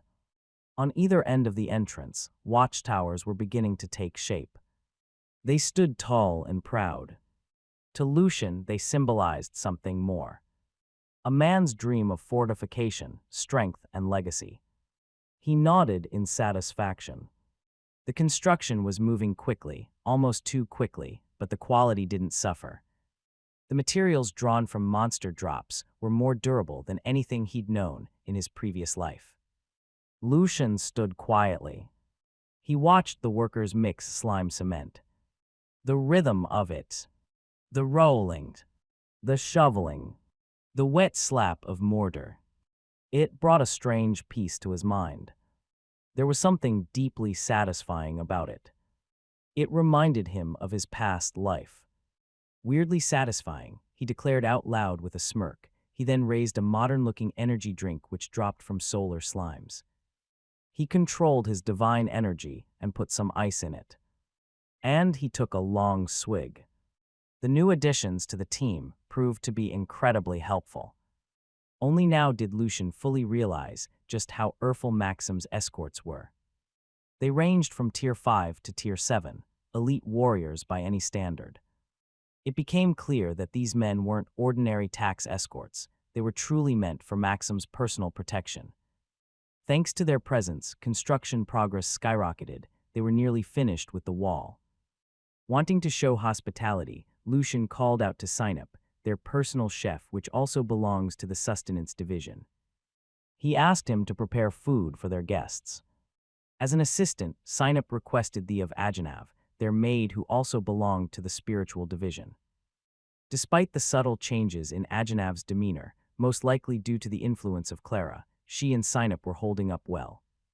Without hesitation, the two set off to prepare a proper meal. With that taken care of, Lucian turned to Maxim. "Uncle Max, the tax is due," he said. "Since the caravan is already here, I'd like to hand it over." Maxim nodded, then called out to his escorts. "Bring the caravans inside." Lucian, along with Sebas and Cecil, led Maxim and his escorts toward the storage house. As they walked, Maxim spoke casually. "Nephew, there's no need to rush the tax. I could easily report to the king that you faced a disaster. You'd be exempted." Lucian smiled. "Don't worry about it, Uncle Max. We've already set the tax aside." Maxim nodded in approval, though a glimmer of curiosity flickered in his eyes. When they arrived and the storage house doors opened, even Maxim's usual composure cracked. Inside were massive crops. Humongous carrots and radishes. They were unlike anything they had ever seen. This Maxim blinked, then he laughed heartily. "Nephew, how many more times are you going to surprise me? Good, I've done the math, perfect amount as usual. You and your father really know how to divide, it's perfect." With just one look, Maxim knew everything was in order. Perfect calculation had clearly played a role here. His escorts, however, were still frozen in disbelief. The crops were so large that even with 10 caravans, it wasn't clear if everything would fit. Still, they didn't complain. It was only right that caravans were brought instead of just carriages. Taxes from border territories were rarely in the form of coins. They typically came in the form of crops and ores, making space and preservation far more important than security. They got to work immediately, carefully loading the massive vegetables onto the wagons. Lucian glanced at the wagons being filled one by one. Each caravan was reinforced with anti-decay magic to preserve the crops during transport. It must have cost a fortune, Lucian thought, silently impressed by the level of preparation. The next day, another group emerged from the forest trail. A line of carriages creaked forward, heavy with essential supplies. Livestock plodded alongside, their hooves crunched softly against the soil. It was the group Lucian had sent out, now returning with goods purchased from the territories west of Lutewell. But as the forest began to thin, they saw it. Something towering. Something unfamiliar. A massive fortress wall rose in the distance. It casted a long shadow over the land. Solid. Imposing. Almost unreal. The entire convoy slowed to a halt. "Wait, are you sure this is Lutewell?" a voice asked, filled with disbelief. It didn't come from Lucian's people. The speaker was a newcomer. Aldrin Hornvale. the young heir to the barony of Hornville, one of the territories west of Lutewell. Another voice followed, just as stunned. I can't believe it. What kind of resources would it take to build something like that? This time it was Ronith Needleheart, heir to the Needleheart family just south of Hornvale. They stared in silence. Their eyes were fixed on the wall that seemed to hum with quiet Lutewell was no longer what they thought it was. The Lutewell team had set out with a simple goal: to purchase supplies. Nothing more. But fate had a different plan. At that same time, the lords of Hornville and Needleheart were holding a private meeting. The two barons were as close as brothers. Bordering lands, shared roads, and years of mutual trust had tied their territories together. Their conversation was interrupted by a servant who entered with unexpected news. Subjects from Lutewell are making large purchases, the servant said, and they're paying with gold, hundreds of coins. Lutewell with that kind of wealth. Their expressions froze immediately. They had believed Lutewell was no more. After all, some of Lutewell's former subjects had already sought refuge in their lands. They brought tales of their downfall. The barons were not blind. They knew a conspiracy had struck Lutewell. But like many border lords, they had felt earless to act. And with the recent wave of nobles being toppled and territories forcefully taken, they feared their turn would come soon. In their minds, Lutewell had simply been another casualty, a fallen banner in a growing list. So the idea that Lutewell's people were out there boldly trading and spending gold by the handful felt impossible. But seeing is believing. Curious and admittedly skeptical, the two barons rode out to meet the Lutewell delegation themselves. If what the servant said was true, they wanted to witness it firsthand and perhaps lend a hand. When they arrived, they were speechless. Because the Lutewell team didn't just tell them what they needed, they showed them. A list was handed over, and it was staggering. Livestock carriages, silks, tools, seeds, essentials of every kind, more than enough to restock a territory. But that wasn't the most shocking part. Then came the payment. Gold, real gold. Laid out plainly, without hesitation, hundreds of gleaming coins. It was undeniable, Lutewell hadn't fallen. It had risen. The sight of it stirred something in them. Even though the two barons were close, practically brothers, the promise of such a deal was too tempting. For a brief moment, competition flared between them. Each was eager to win the favor of Lutewell's trade. That kind of wealth could do wonders for their own people. Still, reason prevailed. They settled fairly. 50-50. Baron Needleheart quickly dispatched his servants to gather the supplies from his territory, and Baron Hornville did the same. The Lutewell team barely needed to lift a finger, as they simply need to wait for the goods to be delivered. They were grateful they could return to the manor earlier than planned. What surprised them even more was the lord's attitude. The two barons were grounded and respectful. Not once did they speak down to the Lutewell team despite their status. It was clear that they were thinking not just of status or pride, but of their people and survival. During the wait, the barons, still curious, asked about Lutewell. And so the team told them everything, truthfully, though it sounded like a fable. Magic, betrayal, revival, a new baron rising from the ashes. It was a tale full of impossible turns. The barons listened quietly. But in the end, they couldn't bring themselves to believe it. It just sounded too ridiculous. The Lutewell team was asked to rest while the supplies were being prepared. Baron Hornville personally arranged accommodations for them. Finally able to relax, the team retired for the night. They had been walking nonstop for over 2 days, pushing themselves to reach Hornville territory as quickly as possible. Not once did they stop to rest. Thanks to the drops Lucian had given them, they remained alert and energetic throughout the journey. But once they lay down, the exhaustion hit. Sleep came instantly. The next day, everything had changed. True to their word, the two barons had kept their promise. The supplies were ready. Tens of carriages, healthy livestock, sacks of seeds, bolts of thread, crates of fine silks. One by one, the goods were loaded onto the waiting carriages. The administration team carefully recorded every item, ensuring nothing was overlooked. Meanwhile, the sustenance team inspected the livestock and seeds to verify their health and quality. Everything was perfect. The only thing left was to return to Lutewell and report the good news. But just before departure, a final surprise came. The two barons sent their sons to personally accompany the convoy, along with a few trusted guards. Both heirs were in their 20s. Young, sharp, already carrying the air of future leaders. They explained that they were sent on behalf of their fathers to discuss matters of business with the Baron of Lutewell. And so, with everything in place, they set off together. Two noble heirs, their guards, and the proud team of Lutewell. And now, back to the present. The group was approaching the wall. Each step forward made them feel smaller. The towering structure loomed ahead, radiating an aura of strength. It looked like it had withstood the test of time. Scarred by imaginary wars. Shaped by silent defiance. The Lutewell team couldn't hide their pride.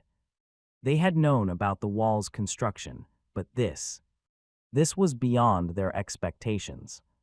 Still, they kept their expressions calm. "Ha, we told you we weren't lying. Our lord is great." One puffed his chest out and grinned wide. They had been away on an important mission and missed the final phase of construction. And though a part of them wished they'd seen it finished with their own eyes, they didn't regret it. Lucian had needed them elsewhere. Even so, seeing the heirs' stunned expressions made everything worth it. They exchanged knowing glances, barely holding back their smirks. "The wall did what our words couldn't," one whispered, gave them a good slap of truth. Another chuckled, "Can't really them. If I heard the story we told, I wouldn't believe it either." The two heirs said nothing, but their silence spoke volumes. Their awe was genuine. Everyone burst into laughter. The two heirs could only smile in embarrassment, scratching their heads. Despite their noble status, they didn't act arrogant or entitled. After days of traveling together, they had grown more comfortable with the Lutewell team. They are more like companions than strangers now. There was an easy camaraderie between them. Not long after, Lucas appeared at the gate. His sharp eyes scanned the group, quickly recognizing the familiar faces and noting the new ones. A member of the administration team stepped down from one of the carriages and leaned close to whisper something in Lucas's ear. He gave a small nod, then turned to the group. "Come this way." And once again, they moved. But the moment they passed through the massive entrance of the wall, something changed. The air was different. It was subtle but unmistakable. Calm, peaceful, almost sacred. A gentle pressure, like being wrapped in warmth and safety, settled over them. The two heirs instinctively glanced back at the wall. It was more than just stone and mortar. It was beautiful. The towering wall, the watchtower overhead, the grand open gate. It felt less like an entrance to a fortress and more like a threshold to something greater. Something they couldn't quite explain. Even the inside held surprises. As they made their way through the wide streets, the group finally arrived at the plaza. There, the defense division was in the middle of training. The two heirs slowed to a stop, captivated. The soldiers moved in perfect sync. Fluid, precise, disciplined. Every motion was sharp yet graceful. It's like a well-rehearsed dance. With each step, traces of mana shimmered briefly in the air before fading like mist. It was mesmerizing. No wasted movements, no hesitation. This wasn't the kind of training they were used to seeing. This was something else entirely. Eventually, Lucas turned to the group. "Park the carriages over there," he said, pointing to a wide open area near the plaza, clearly designated for arriving convoys. Once everything was in place, he gestured for them to follow. "Come, the Baron is waiting." Lucian had already been informed of the group's return. The two heirs were currently waiting in the guest room, but before meeting them, Lucian listened to the full report from both the administration team and the sustenance team.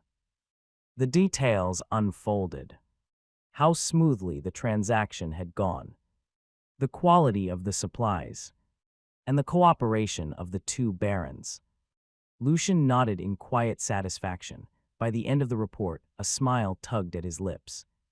Before dismissing his team, he didn't forget the essentials.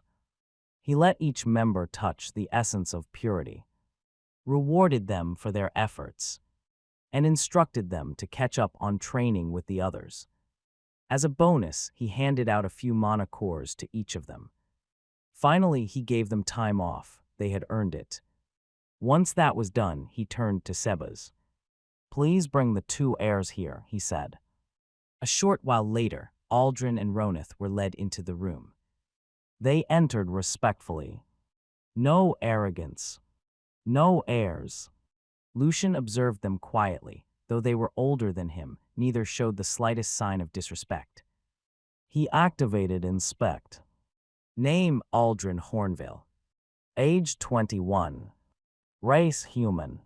Job scribe. Level 33. Title: Hornville heir. Skills: Etiquette, Magic, Earth Magic Basic, Magic Affinity, Earth Magic, Favorability 40. Status: Excited Genuine. Name: Ronith Needleheart. Age 21. Race human. Job warrior. Level 31.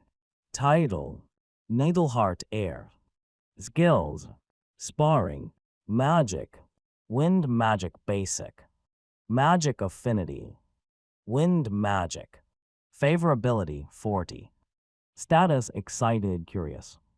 Not bad, Lucian thought. Lucian gave a slight nod, signaling for them to speak. Aldrin was the first to step forward. "Baron of Lutewell," he began. His tone was formal but sincere. "My father, Baron Hornville, wishes to form an alliance with you." Ronith followed smoothly. "Yes, Baron. My father, Baron Needleheart, has asked the same." Lucian's gaze narrowed slightly. He didn't respond right away. Why now, he wondered. There had been no talk of alliances before. Lutewell had been left to its own fate, while bordering lords watched from the shadows. As if sensing his thoughts, Aldrin continued. "To be honest, many border nobles have been falling these past few years, quietly, one by one." He paused, then said what needed to be said. "And now we've started to see a pattern." "Coalheart," Ronith said, his voice low. "We believe they're behind it, and we don't know when our turn will come. We've felt helpless for a long time."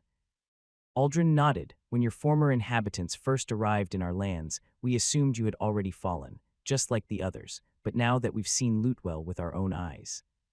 He looked directly at Lucian. "We want to know how you did it, how you stood back up. We want to learn the secret to growing stronger." Lucian remained silent, studying them carefully. Then Ronith spoke again. "As a sign of goodwill," he said, "we've brought a gift from our fathers." Lucian's expression changed ever so slightly. His interest stirred. A faint glimmer lit up in his eyes. "So, the enemy of my enemy wants to be a friend," he thought. "Interesting." Before Aldrin and Ronith departed for Lutewell, their fathers gave them a simple but weighty instructions. "See it with your own eyes," they were told. "Lutewell may hold the key to our survival. Judge fairly, be genuine, and never underestimate anyone." So they did. Along the way, the members of the Lutewell convoy shared tales of Lucian. At first, they sounded absurd, almost like folklore. But evidence accompanied every story, and slowly, disbelief gave way to awe. Then came the wall. Massive, imposing, impossible to ignore. That was when it hit them. Lucian was no ordinary young baron. And when they finally met him, the stories did not disappoint. He wasn't just some noble child playing politics. He carried himself with poise, with dignity. He was charismatic. His presence alone demanded attention. Without speaking a word, he overwhelmed them. Still, as heirs of their own noble houses, Aldrin and Ronith knew they had to uphold their own dignity. Even if deep down they already understood, Lucian was someone far beyond their expectations. Back in the present, Aldrin and Ronith led Lucian to the carriages parked near the plaza.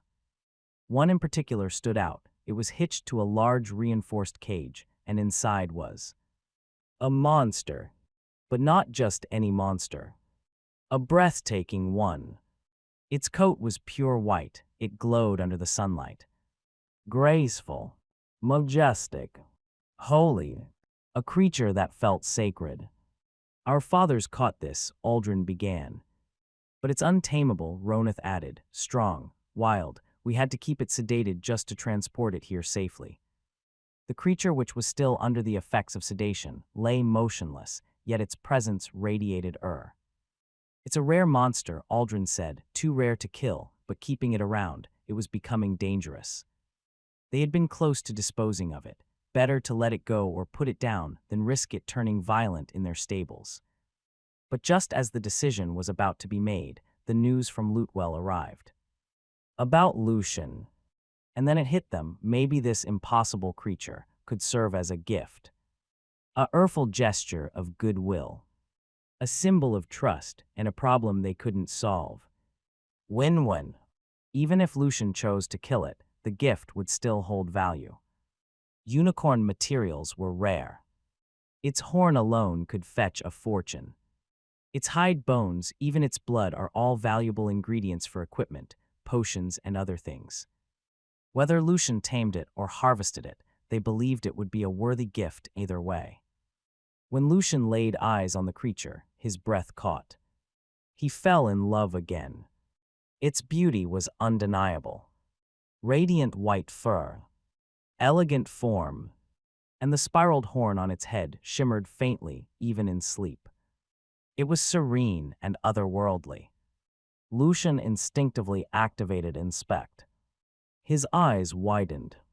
A unicorn. The moment hit him like a spell. The unicorn was beautiful. No, cool. Its entire presence exuded grace and quiet strength. He felt an immediate pull, a strange yet familiar connection. Though sedated, the unicorn stirred as Lucian stepped closer. Its eyes slowly opened. Their gazes locked. It didn't snarl. It didn't flinch. It watched him calmly. Lucian's voice was soft but firm. Can you release it? The two heirs hesitated. Baron, with all due respect, it was extremely aggressive, Aldrin said carefully. Yes, Baron, we're not exaggerating. It's dangerous. We could get hurt, Ronith added. Lucian didn't answer. His gaze remained fixed on the unicorn. And still, it watched him without hostility. He slowly extended his hand. Aldrin and Ronith flinched, instinctively about to stop him, but the unicorn lowered its head gently. It pressed its muzzle into Lucian's hand. Not with violence, but trust. It didn't lash out. It didn't resist. It looked comfortable. The heirs were speechless. The beast that wouldn't let anyone near, it was now calmly nuzzling the hand of a young baron they had just met. Something about Lucian had reached it, and neither of them could understand how.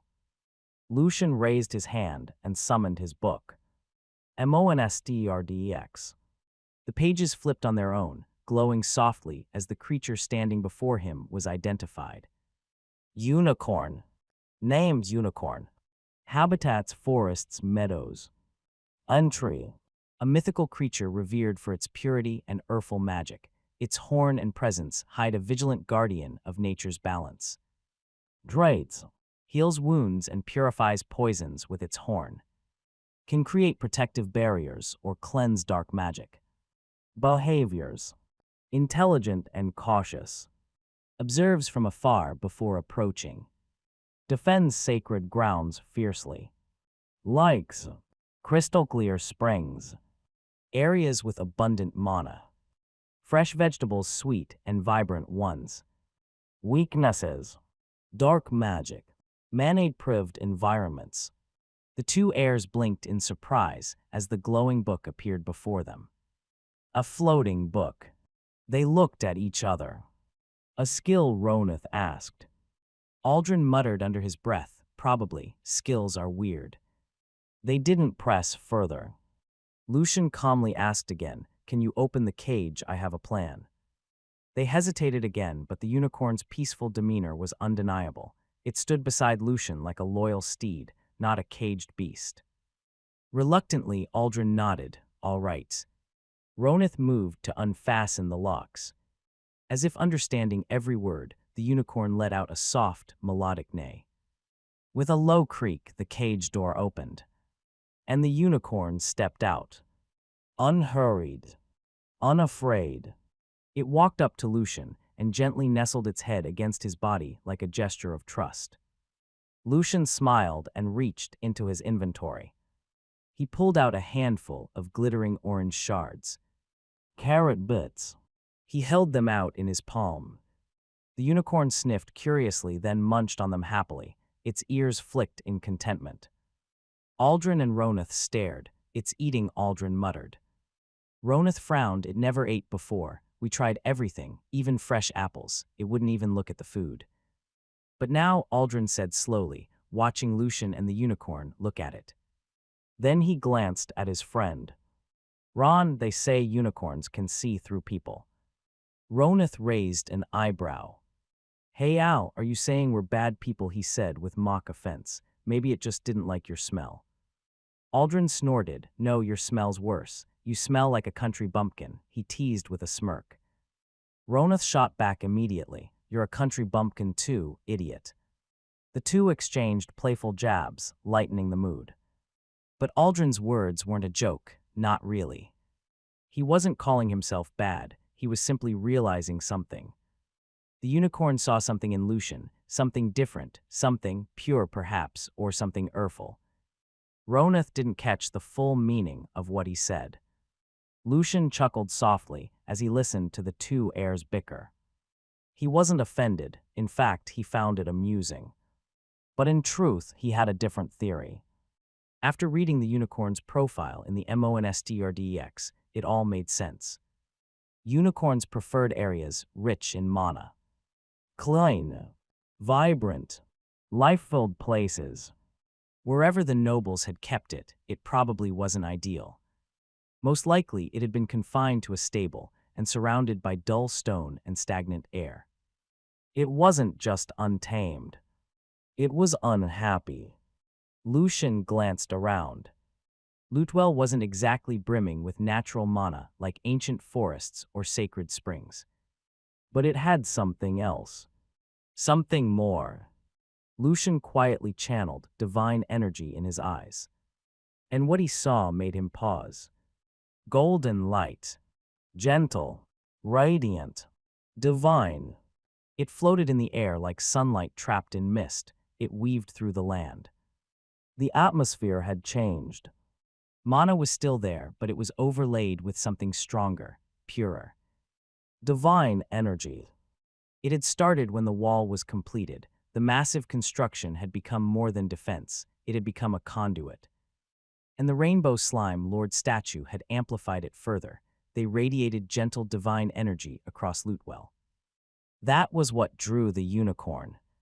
It wasn't just the land, it was the energy. Even the carrot bits he fed it, they were drop items, infused with divine energy themselves. Lucian smiled. No wonder the unicorn responded. Suddenly, a familiar chime echoed in Lucian's mind. Teng, the unicorn wants to follow you. Accept decline. Lucian's eyes lit up. His lips curled into a grin. I'm really a freaking tamer now, hell yes, I accept. Another prompt followed. Please assign a name to the creature. He placed a hand on his chin. The majestic white creature watched him patiently. Its mane gently swayed in the breeze. Then it came to him. With a confident nod, he said, Sparkles, you are now Sparkles. Teng. Sparkles is now registered in manhwarecaps. Sparkles can now be stored and summoned via manhwarecaps. Lucian laughed in delight, almost childlike in his joy. Not only had he formed a bond with a rare creature, but he'd also confirmed something far more important. He could tame wild monsters, naturally, without needing a monster card. The monsterdex was far more versatile than he'd thought. And Sparkles was just the beginning. Barons Hornvale and Needleheart hadn't just supported Lutewell with supplies. They had given Lucian something far more valuable. Because of this gift, Lucian had made a major discovery. And Sparkles wasn't just a majestic companion. It was another ally, another pair of hooves for farming drops, another weapon for the future. Sure, the unicorn was only tier 2 or level 20 for now. But it could grow. Lucian turned to the two heirs and gave a nod of approval. I'm truly pleased by your gift, he said. Aldrin and Ronath, right, I'm seriously considering the alliance. Both of their faces brightened instantly. Baron, you can just call me Al, Aldrin said, a bit more casually now. Same here, Baron, just Ron's fine, Ronath added with a grin. Lucian nodded. Good, in that case I won't be polite about it, he said. As a gesture of thanks, I'll build a road connecting our territories. Aldrin and Ronath blinked. Lucian continued, as you know, it takes nearly 2 days by carriage just to get here. Even without rest, we could barely shorten it to a day. The terrain is rough, the path is unforgiving. They listened in silence, their eyes locked on him. So the first step is to fix that. We'll chart the most direct route and lay down proper roads. If all goes well, travel will become smoother, trade will be faster and safer. Lucian paused, then added casually. Shouldn't take more than a week. That made both heirs freeze. A week? To build a road that long across that kind of terrain. Impossible, utterly impossible. They almost opened their mouths to argue, but stopped. Their thoughts returned to the walls of Lutewell. Those towering defenses, it was said to have been built in just a week. They hadn't believed it at first. But now, saying Lucian, experiencing his presence, witnessing the unicorn, suddenly it didn't sound so far-fetched. They didn't speak, not out of doubt, but out of awe. Hope. Their minds drifted back to the journey that brought them here. The endless bumps, the tiring delays, the livestock they had to stop for again and again, supplies jostling in uneven carriages, the exhausting travel that felt more like punishment than diplomacy. But with a road, there would be no more hassle, no more delay. Trade with Lutewell would flourish. An alliance wouldn't just be beneficial, it would be revolutionary. The two heirs looked at each other. Their eyes gleamed with something new. Excitement and vision. Later that day, Maxim sought Lucian out. His steps were light, but his expression was curious. Maxim crossed his arms and smirked. I heard what happened, nephew. You tamed a unicorn, he said, almost incredulous. First that ridiculous slime, now this. Are you secretly a genius tamer and just pretending to be a bear? Lucian chuckled. Nah, I think the monster's just like me. Maxim gave him a sideways glance. Dangerous charm then. He stepped closer, his tone shifted just slightly, more sincere now. Anyway, with that in mind, I didn't forget. I came to deliver what I promised you. Lucian tilted his head. Maxim nodded, the gift, a proper one, my thanks for healing me. Uncle Max, don't be too formal, Lucian said with a grin. Didn't you already give me the medal with your family's insignia? That alone is a huge favor. Maxim looked at Lucian. A thoughtful expression was on his face. In his hands, he held something wrapped in a red cloth. He seemed almost hesitant. It's like he was preparing to reveal a surprise. Then with a small shake of his head, he spoke. A mere medal is nothing, he said at last. Nephew, I'm not that petty. Even this gift, I don't think it's enough to express what I truly want to give you. Lucian fell silent. He hadn't expected Maxim to take it so seriously. Maxim then presented the gift. Without another word, Maxim stepped forward and gently placed the object in front of him. He pulled away the red cloth, revealing a bird cage. It was beautifully crafted. An intricate piece of work made with care. Inside there were two birds. Two pure white birds. Lucian lined in.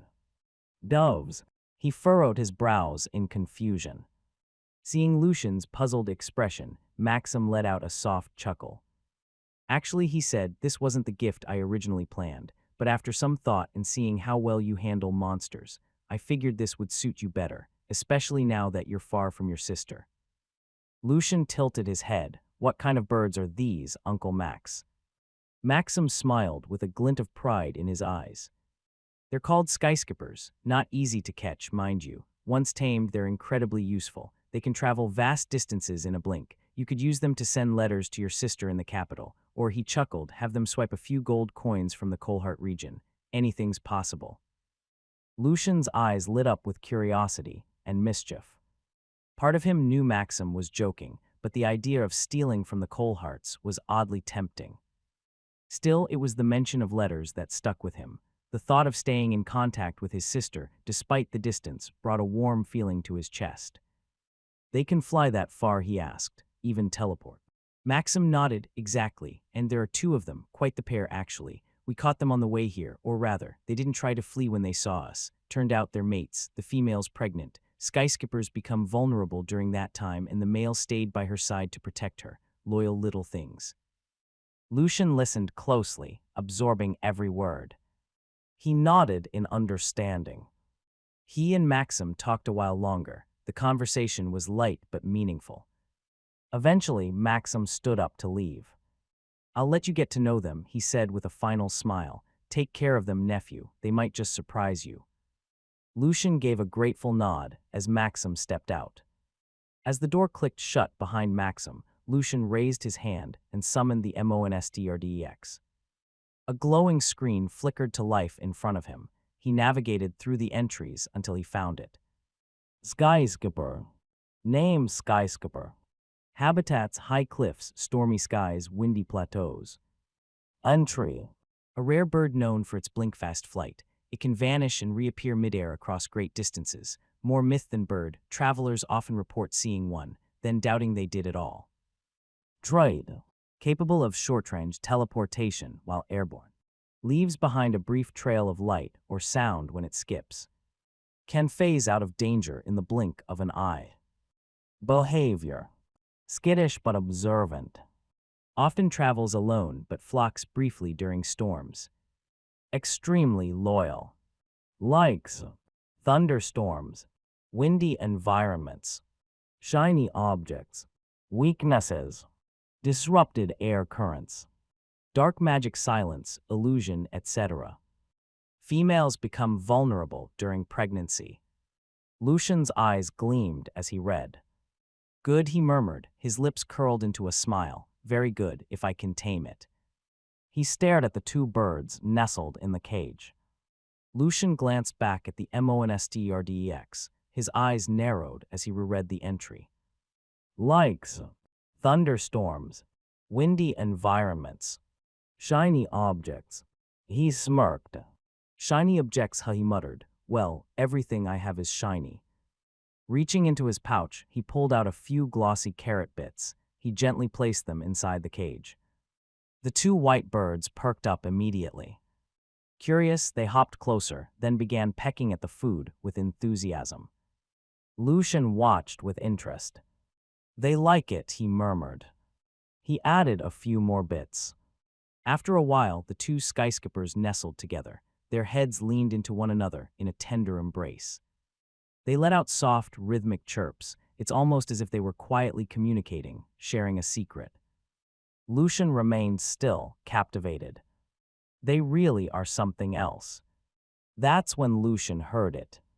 Teng. The skyskippers want to follow you. Accept decline. A slow grin spread across his face. Accept. Another prompt immediately followed. Please assign names to the creatures. Lucian tapped his chin in thought. The two birds stared at him with gentle curiosity. They chirped softly, as if patiently waiting for their names. Then inspiration struck. He snapped his fingers. The male will be Peek, the female Abu. Together, you're Peek-a-Boo. Teng. Peek and Abu are now registered in MONSTRDEX. Peek and Abu can now be stored and summoned via MONSTRDEX.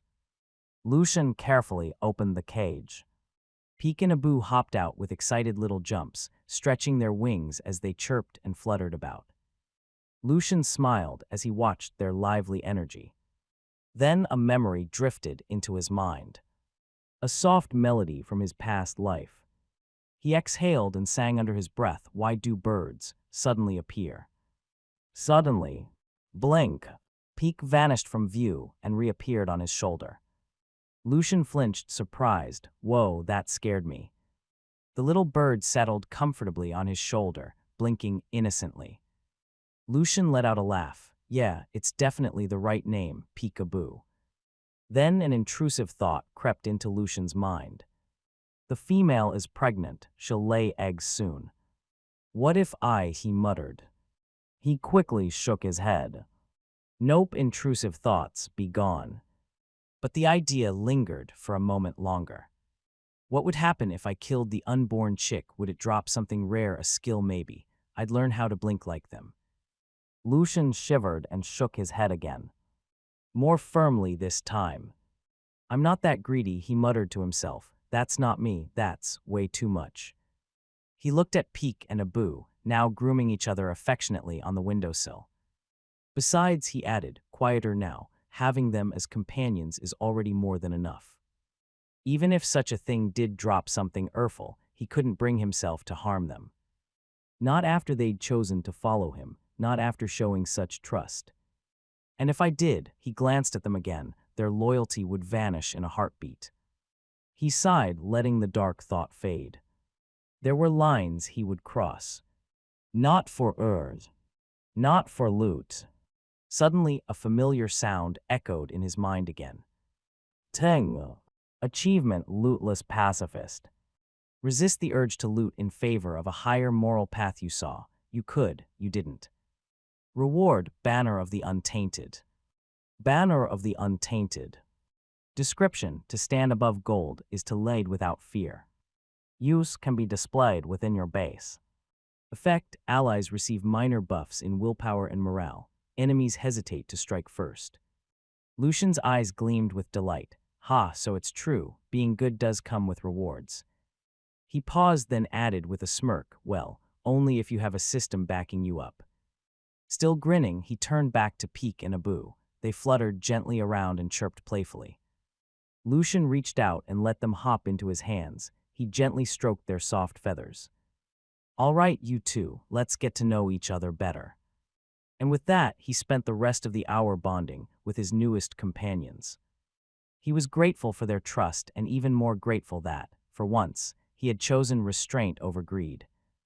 The next day, Aldrin and Ronith were preparing to leave the territory to return to their families and seek confirmation regarding the road construction proposal. Just before their departure, Lucian approached them with a lingering question on his mind. Before you go, he said, why did you give Sparkles to me instead of selling it yourselves, a creature that rare could have fetched a fortune? It wasn't just idle curiosity. Lucian genuinely didn't understand. As border lords, every coin mattered. Selling a rare monster like Sparkles could have gone a long way toward improving their territories. Aldrin and Ronith exchanged a glance. Aldrin spoke first. Baron, truth is, we don't have the right connections. If we tried selling it, we'd just get taken advantage of, scammed most likely. Ronith nodded, or worse, it could have sparked a blood feud. Some people would kill over something like that. Lucian's expression sobered. He understood. It was one of the harsh realities for minor nobles on the frontier. Without influence or reliable allies, even wealth could be dangerous. Having strong connections, he muttered, really does change everything. It was true in this world, and in his past one. Aldrin then added, also your subjects showed us the medal bearing the tax collector's insignia. We figured, if Sparkles was with you, it'd be of much greater use than if we tried to handle it ourselves, since you have connections with the tax collector's family. Ronith nodded in agreement. Yes, in the end, it's a win-win for everyone. They had chosen honesty, and it wasn't just strategy. They realized something about Lucian. He valued sincerity over scheming. And well, it didn't hurt to stay on good terms with someone who could tame a unicorn. Lucian gave a quiet nod, finally understanding their reasoning. A small smile tugged at the corner of his lips. So they're the type to put their territories before personal gain. Baron Hornville and Baron Needleheart. It would be wise to form an alliance with nobles like them. Without hesitation, Lucian extended his hand. The two young heirs shook it firmly. Their guards watched silently from the nearby carriage. Lucian stood at the gate, flanked by members of the Lutewell team who had come to Hornville territory. They bid goodbye to the young heirs who had become their friends during their travel. Together, they watched as the carriage pulled away, with its wheels crunching over the uneven path. With just 23 days left before the grand celebration, Lucian decided to dedicate more time to getting stronger. But first, he made sure everything in the territory was running smoothly. He instructed the sustenance division to begin planting the new crops and to tend to the livestock. Report immediately if anything unusual happens, he told them. He also set aside a batch of seeds, which he intended to plant in the garden. Drawing from his breed skill, Lucian shared a few new breeding ideas for the livestock. They were just some small improvements that could make a big difference in the long run.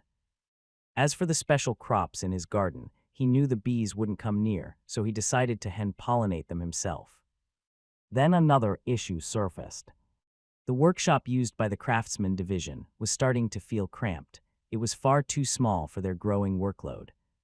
Fortunately, the construction division responded swiftly and had already begun renovations.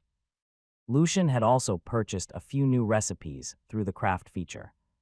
He planned to hand them over to the craftsman division. They are not just blueprints to follow, but as references they could study and hopefully improve. Out of curiosity, he decided to try crafting one of the simpler items. Health potion. To his surprise, the process was seamless. As soon as he selected the recipe and confirmed the action, the necessary ingredients were automatically deducted from his inventory. A progress bar appeared, but within 5 seconds, the potion was already complete. What stunned him most wasn't the speed, it was the quality. It was flawless. It seemed the system didn't just craft efficiently, it produced top-tier items by default. All that was left now was to wait for the workshop renovations to finish, then pass the recipes to the craftsman division. He also began to consider what kind of reward or gift to offer them. Perhaps a Urfel new furnace, crafted through craft, or maybe an upgraded set of tools and equipment, also custom-made through the system. As he stood there, Lucian couldn't but feel proud. His territory was evolving at a remarkable pace. Every day, his people were learning new skills, improving in ways most nobles could only dream of. In fact, Lucian was beginning to believe that his subjects were already outperforming professionals with decades of experience. All thanks to the of skills. Lucian then called for Kale, and soon they were seated in his study. Kale looked exhausted, but there was a certain lightness in his expression. It's the look of someone who had accomplished something meaningful. Lucian raised an eyebrow. Rough day. Kale chuckled, rubbing the back of his neck. You could say that, young master. After the construction ended, your people swarmed me. They bought almost everything I had in stock. I barely had time to breathe. He leaned back into the chair with a sigh. They kept coming hour after hour asking for regional specialties, gifts, tools, you name it. I just restocked and it's all gone again. Despite the fatigue, there was warmth in his voice. What really surprised me, Kale added, is how much the barony has changed. So many things are new, yet the people, they're still the same. He smiled faintly. They treat me like family. It's a good feeling. Lucian nodded. Then he updated Kale on everything that had happened in his absence, the things he missed while he was away. Soon their conversation shifted to more serious matters, specifically Kale's delivery of the head. To make the trip faster, Kale had used space magic, leaped multiple times, traversing distances in a matter of moments. He reached the Coalheart territory, dropped the severed head at the front of their estate, and vanished before anyone could react. Afterward, he traveled across nearby border territories to sell various goods and regional specialties, making quick trades and avoiding unnecessary attention. He didn't linger. Instead, he moved west, toward the large city beyond Colhart to purchase the items Lucian had requested. Kale pointed to the pile of items on the floor. Lying neatly in front of them were more than 20 spatial bags. Lucian raised a brow. He had given Kale over 1,000 gold coins for this errand, fully aware that it would be costly. I picked the ones with the highest capacity, Kale explained. Each one cost 50 gold coins. Honestly, the space magicians who craft these are charging way too much. It's robbery. Lucian chuckled and nodded. Still, it's perfect timing. My drops are starting to overflow, he thought. As they continued chatting, Kale mentioned something else. I ran into the tax caravan on my way back to Lootwell, he said. I recognized them. They're the usual team assigned to the border routes. I used to see them all the time. Lucian and Kale spoke for a while longer, discussing the caravan, the barony, and the changes happening across the territory. Before Kale took his leave, Lucian handed him a small bundle. Some honeys, nectar crystals, and finally, something special. The Iron Will necklace. A rare drop from the Colhart assassins, way back in Chapter 14. It boosts courage and confidence. It's perfect for Kale. Kale looked at the necklace, then carefully placed it around his neck. The moment it touched his skin, he paused. A strange but ireful sensation washed over him, like a spark lighting deep inside. As if nothing was out of reach anymore. As if he could do anything. Confidence bloomed. Without another word, Kale said thanks and bid goodbye. He then turned and hurried off. After Kale left, Lucian turned his attention to the spatial bags. He began testing them by transferring some of his loot. 110, 100, and so on. Item after item vanished into the bag without issue. Lucian nodded with satisfaction. Unlike his inventory, which could only store 99 of the same item per slot, the spatial bags operated on internal space. If it fit, it stored. Then came the real test. He tried placing a spatial bag itself into his inventory. The moment of truth. Success. The bag occupied just one slot, and to his delight, he discovered that even spatial bags could stack, up to 99 per slot. Lucian couldn't but grin. I'll never run out of storage again. And while spatial bags didn't stop time, his inventory did, which meant anything inside a bag placed within the inventory would also be preserved. Another glitch in the system, and one that worked completely in his favor.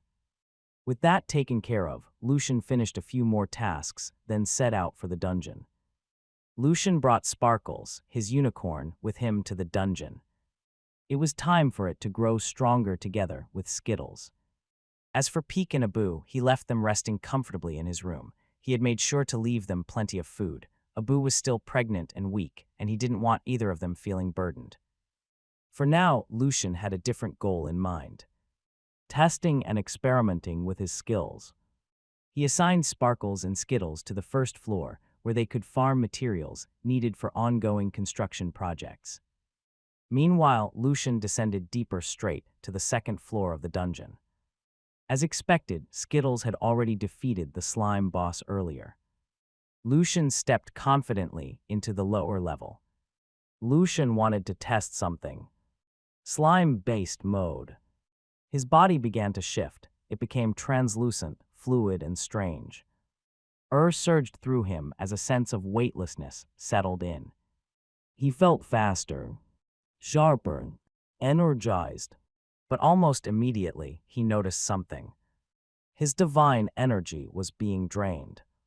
So that's why I was bedridden last time, he muttered. I barely had divine energy back then, just the small boost from the honey and nectar crystals I'd consumed. And when that ran out, what did it start burning through my life force? A chill ran down his spine. He also realized something else. Ever since acquiring divine energy, most of his other skills had become much easier to use, with almost no strain. Are skills directly tied to divine energy? He seriously pondered. Lucian took a deep breath and steadied himself. He pushed those thoughts aside for now. Still in slime beast mode, he launched into a killing spree. He tearing through the second floor's slimes with brutal efficiency. As expected, his divine energy steadily declined the longer he stayed transformed. But this time, he understood his limits. With his current reserve, he estimated he could maintain slime beast mode for about 15 minutes without suffering side effects. Lucian wanted to test something else. He reached out mentally, calling for Skittles. He had been able to do this for a while now. All it took was closing his eyes and focusing on their connection. With enough concentration, he could send commands from a distance. This time, he called Skittles for a specific reason. To test one of his slime skills. Slime merge. The effect was immediate.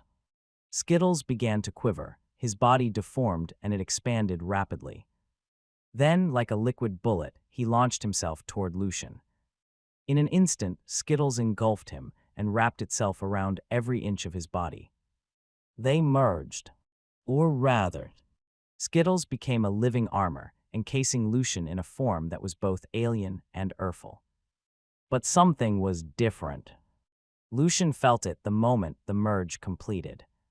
His body became lighter and more fluid, yet at the same time, he felt invincible. And then it happened. Knowledge surged into his mind. Instinctive understanding. He could now use Skittles' skills. Lucian decided to try it out. Merged with Skittles, he gained access to a unique arsenal.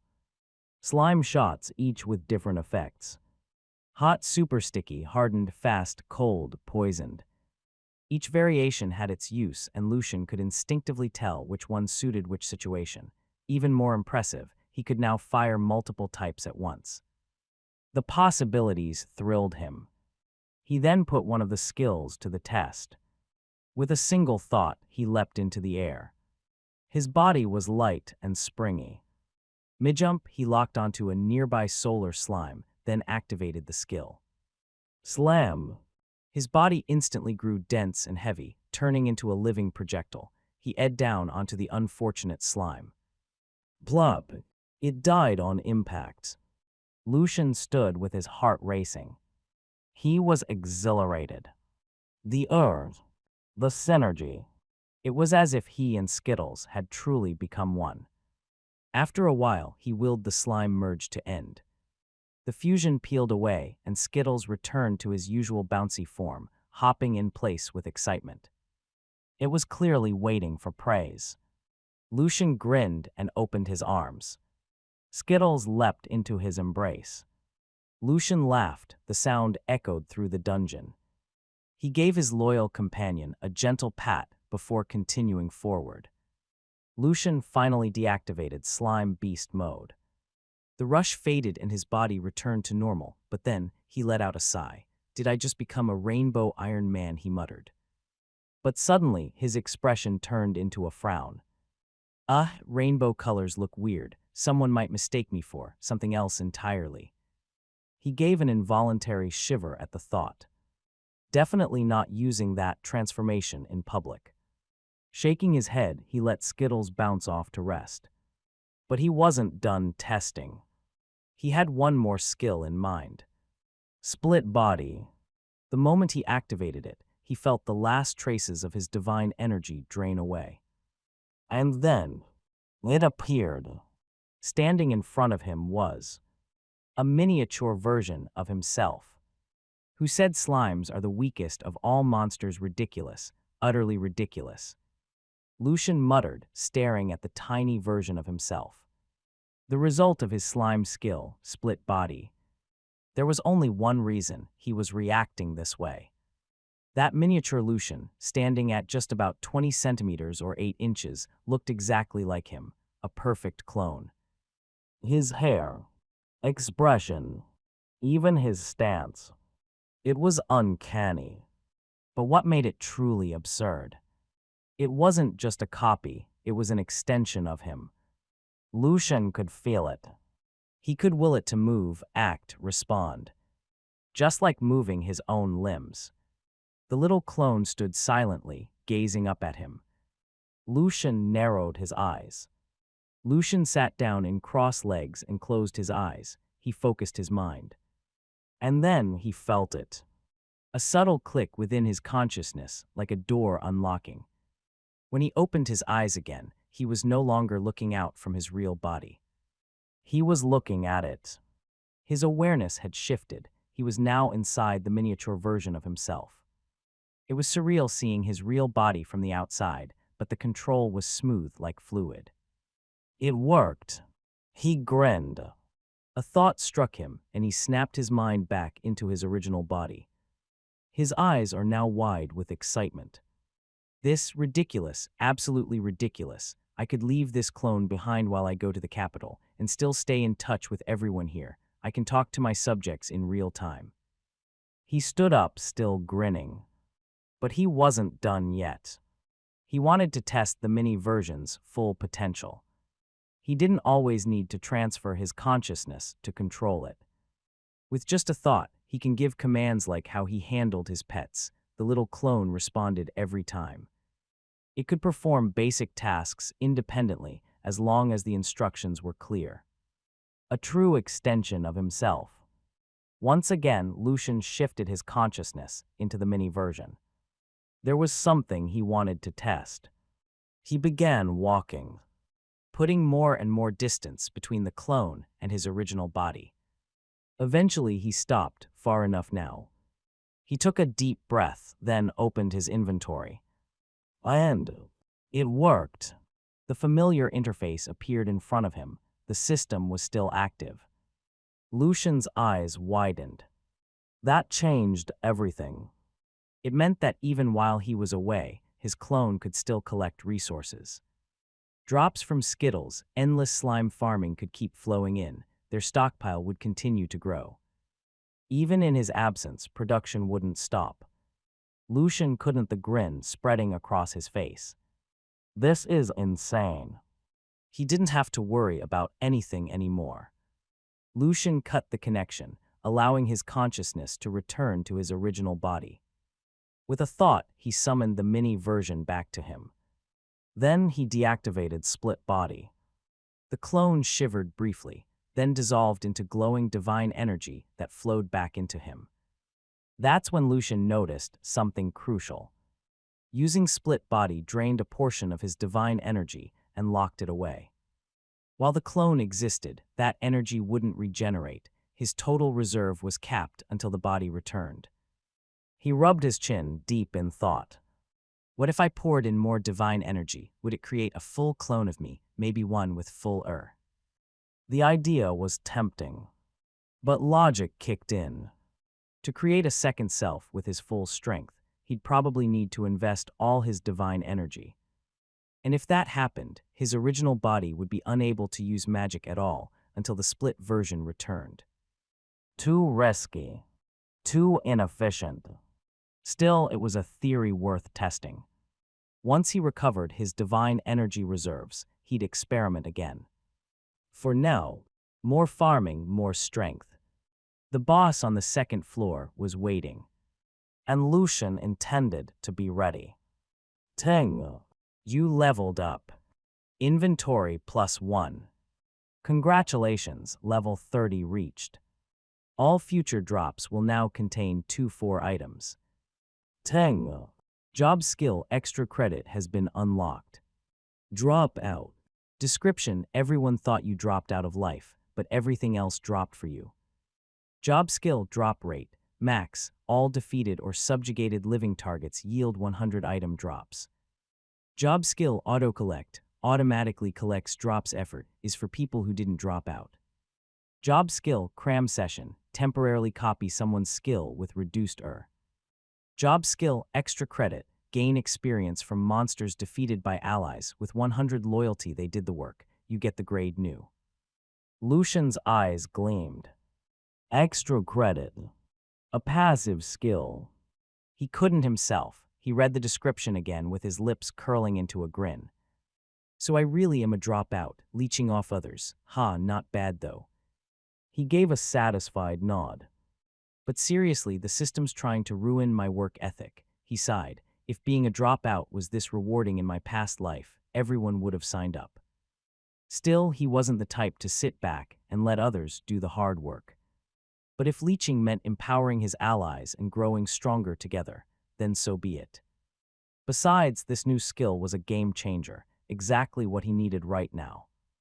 Lucian flicked his fingers, summoning Skillpdia with a casual gesture. And just as he expected, a soft smile touched his lips as a familiar sound echoed in the air. Teng, updating Skillpdia. A glowing progress bar hovered midair, slowly filling. Lucian watched with his arms crossed, trying to act patient. But the excitement bubbling inside him was hard to contain. This was a familiar sight, yet it never gets old. And finally, update finished. Skillpdia v3 now accessible. Without hesitation, Lucian flipped through the pages. There it was. The 3-star skills were finally unlocked. A grin tugged at his lips. This changes everything. Now he could grant stronger and more versatile skills to his people. Better skills that would push them to the next level. His territory wouldn't just grow, it would thrive. There was one more surprise waiting for Lucian. The solar slime he had defeated had dropped something special. An epic drop. Solar Core Crystal. Ever since the Flame Heart Crystal granted him fire magic affinity, he had wondered if other element had its own version. And now here it was. Solar Core Crystal. Type consumable. Rarity epic. Description: a crystallized core that holds the essence of light magic, crushed to use.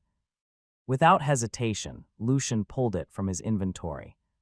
The crystal shimmered in his palm like it held a caged star. Light swirled inside it, glowing brighter the longer he stared. It felt alive, restless, as if trying to break free. Without a second thought, Lucian crushed it in his hand. A blinding light burst outward. It spiraled around his hand, then surged straight into his forehead, disappearing into him. Teng, you have gained an affinity in light magic. Lucian exhaled slowly. He felt lighter, as if the world had sharpened just a little. His senses felt clearer and brighter. It's almost like a veil had been lifted from his entire being. Lucian raised his hand and summoned the magic book. Teng, updating magic book. Another glowing progress bar appeared in the air. He watched it patiently, but his anticipation was building as the light crawled across the bar. And finally, update finished. New category, light magic now accessible. Lucian opened the book himself, flipping through the newly added pages with excitement. Dozens of spells revealed themselves. Even the basic light magic spells looked formidable. Each one shimmered on the page with structured complexity and quiet He paused to read through the introduction. Support magic. That was the heart of the light element, less destructive, more strategic. Healing, barriers, buffs, blinding bursts, tools to control the battlefield in a different way. And yet it was no less Urful. There were Urful offensive spells too, but they were fewer, clearly outnumbered by the support-type magic that light specialized in. Lucian closed the book gently. He stood. A glint shone in his eyes. I think I'm ready to slay the second floor's boss. And with that, he moved forward. Of course, Lucian didn't come alone. He brought Skittles with him.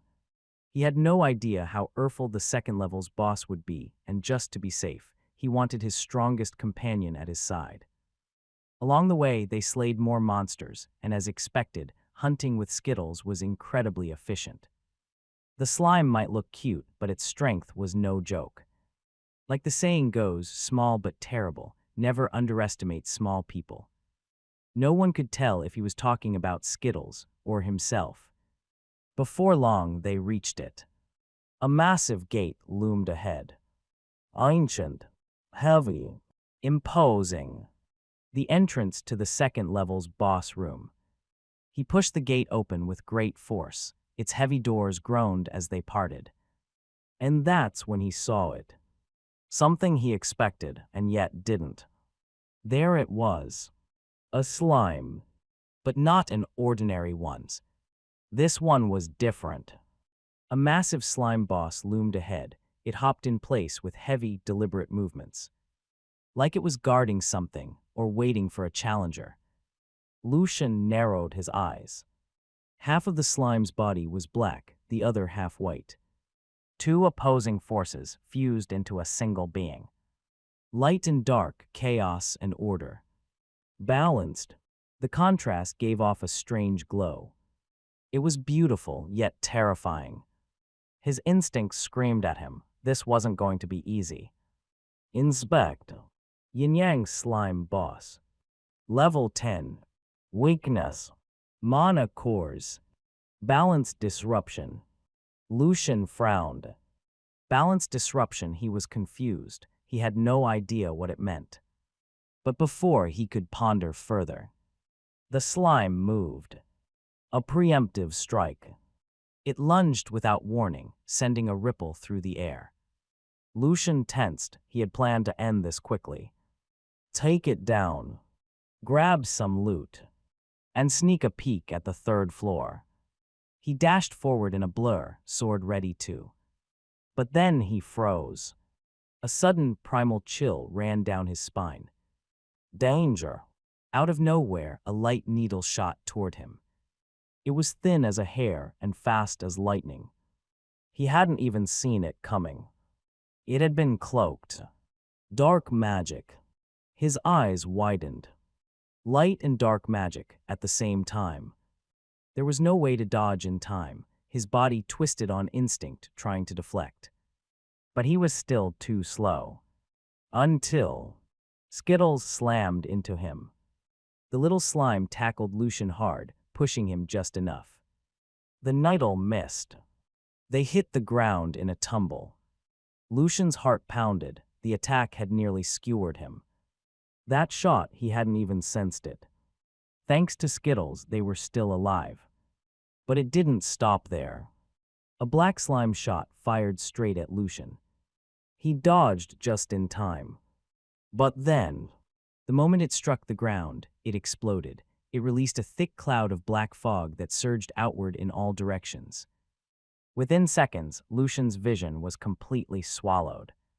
He couldn't say, "Damn it." He quickly activated Burrower's Eye. But nothing. It wasn't a wall or a surface he could read through. Thinking fast, he channeled divine energy into his eyes. It worked. The dark haze parted under his enhanced sight, revealing what lay beyond. And what he saw made his blood run cold.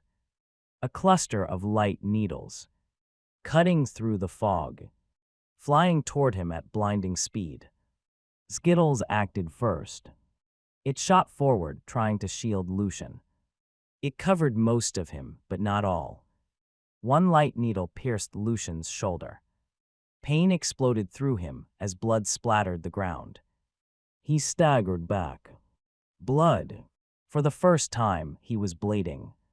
His expression darkened. Now he understood. This wasn't just a slime.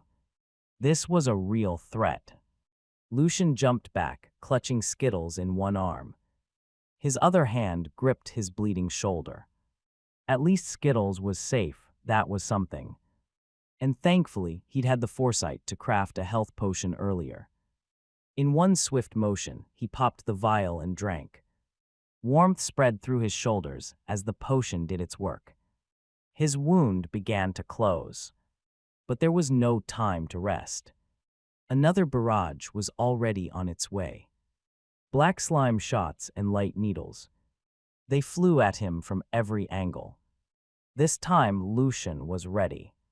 He moved with precision, dodging each attack. Eyes sharp, senses sharper.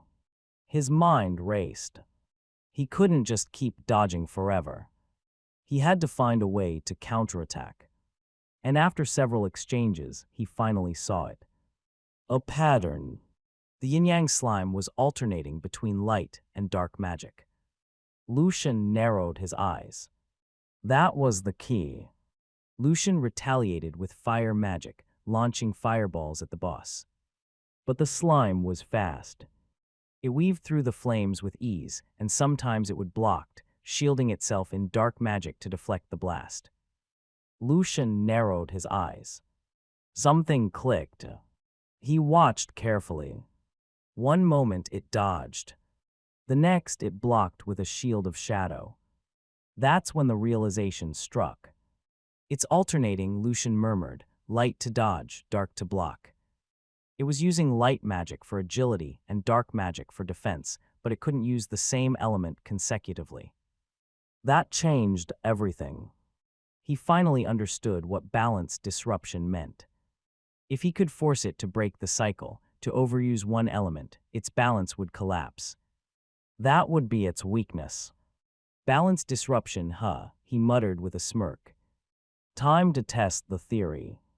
He gave a quick order. Skittles, stay back. Fire a full barrage of slime shots. Don't let up. The little slime obeyed, launching sticky globs from a distance. Meanwhile, Lucian sprinted in from the opposite side, throwing fireballs with pinpoint timing. A pincer attack. The boss reacted fast, leaping backward to escape the crossfire. But Lucian wasn't done. He timed another fireball just right. One that the boss couldn't dodge. It raised its defense, blocking with dark magic. Exactly as expected. Lucian grinned. The pattern was in motion. Now all he had to do was break it. Moments later, Lucian was on the move again. Closing in fast. He drew Iron Bite from his inventory and edged forward with precision. But the boss was quick. It twisted away, dodging with a burst of light-infused speed. Lucian didn't flinch. He had anticipated that. Right on cue, a barrage of slime shots came flying in from Skittles at the rear. Lucian added pressure, flanking with a volley of fireballs from the side. Now the slime boss was cornered. It could only block in one direction with its dark magic shield, which meant it had two options. Take a hit or dodge. It chose to dodge. Lucian's grin widened. Got you. Exactly as planned. It had just used light magic again, without alternating to dark. That meant only one thing. Balance disruption. The rhythm was broken. Lucian could feel it. The balance between light and dark was fracturing. And the boss was about to snap. Lucian immediately sensed the shift. The boss quivered, its body trembled violently. It began to shake, so aggressively that Lucian braced himself. Was it going to explode? He instinctively leapt back. His muscles were tensed and his eyes were locked on the slime. And then, it split. In a flash, the massive form broke apart into 4 smaller slimes. 2 white, 2 black. They moved with surprising aggression, but they were noticeably slower than before. Then something stranger happened. 1 white slime and 1 black slime stepped back and began to float. First the white, then the black. Slowly, deliberately, they aligned. Perfectly.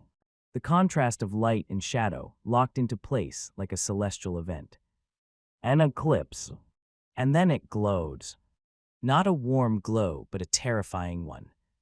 Full of pressure and unknown Lucian's instinct screamed. Danger. Fuck, what is that? He had no idea what kind of attack was coming, but he knew it was going to be bad. He didn't hesitate anymore. Slime-based mode. His trump card activated. Lucian estimated he had about 2 minutes, just enough divine energy to make this count. He immediately turned his focus to the 2 floating slimes forming the eclipse. He had to stop them before they finished whatever terrifying thing they were building up to. But then, the other 2 slimes blocked his path. Damn it. Lucian gritted his teeth. He quickly signaled Skittles, me deal with them. But even with Skittles, the two proved to be a massive obstacle. The black slime extended writhing dark tendrils across the floor, snaring Lucian's feet and slowing his movements. At the same time, the white slime attacked from a distance, launching light thorns that rained down like spears. They attacked in rhythm, switching between suppression and assault. Perfect coordination. Skittles responded with a volley of slime shots, drawing the enemy's attention. Lucian narrowed his eyes, carefully watching the timing. There! He launched a fireball, catching both slimes mid-pattern. The blast disoriented them. Now he shouted. He pointed at the black slime. Skittles used body slam.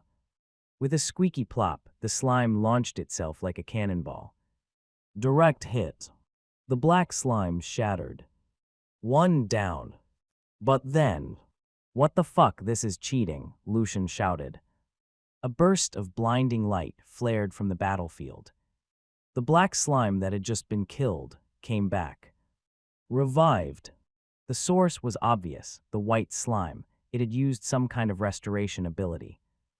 But Lucian saw the cost.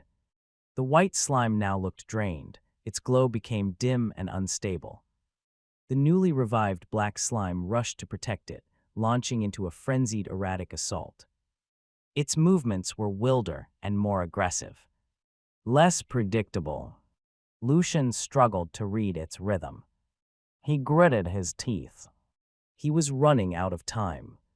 And worse, the slimes forming the eclipse. He could feel their energy reaching a critical point.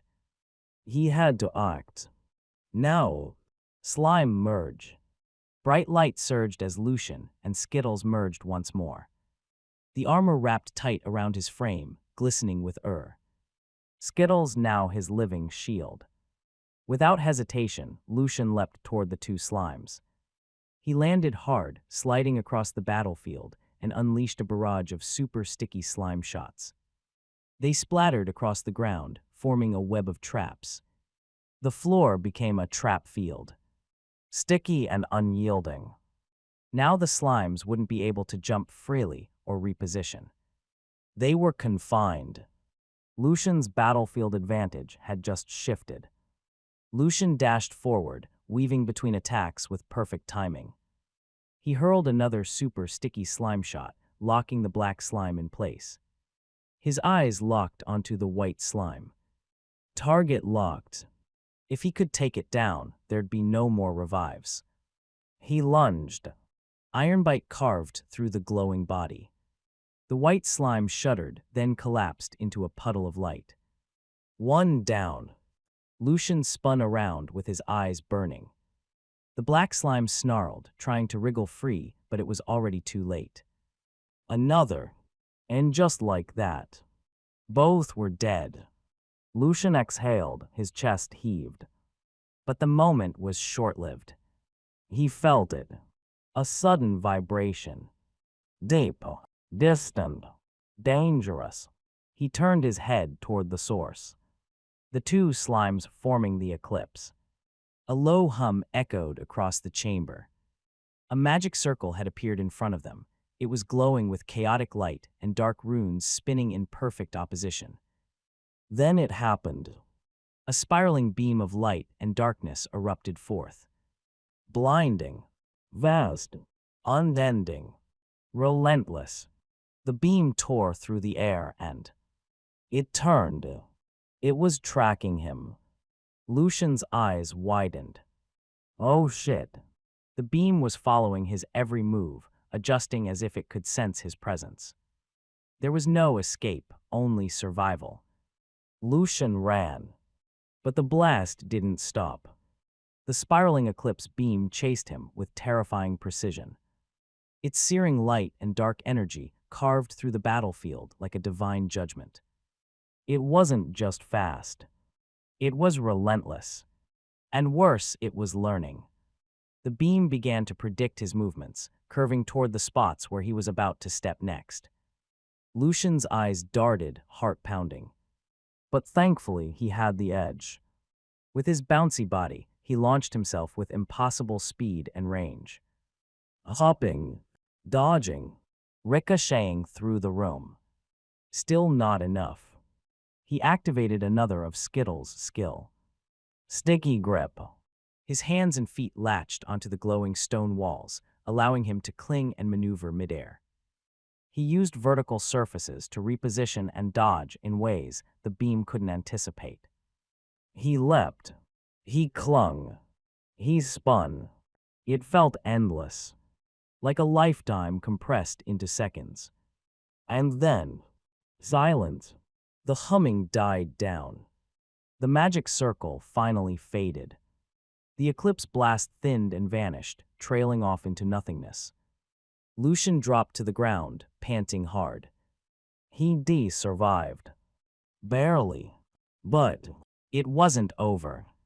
Lucian's breath caught as he turned his gaze back to the center of the room. His eyes widened. The two slimes, the ones that had formed the eclipse, were merging again. This time it wasn't just a combination. It was a transformation. The two entities fused into a single, flawless orb. A perfect yin-yang. White and black, light and dark. It swirled together in a smooth, rotating pattern as it floated silently in the air. But what made it feel alive were the cores. They had shifted, embedded into the symbol itself. Each core now sat in the opposite half. A white core glowing in the black swirl, and a black core nestled in the white. They had become the seeds, the eyes of the yin-yang. Something about the spin made his skin crawl. He felt the tension building in the air again like the calm before a storm. Then his voice came out in a half-breath. Oh fuck, I didn't sign up for this. The yin-yang slime hovered in midair. Its form was slowly rotating with an eerie calm. Lucian gulped as he watched it. So that's why it's called the yin-yang slime, he thought. Suddenly, the rotation accelerated. The air shimmered and a glowing yin-yang pattern formed before the slime.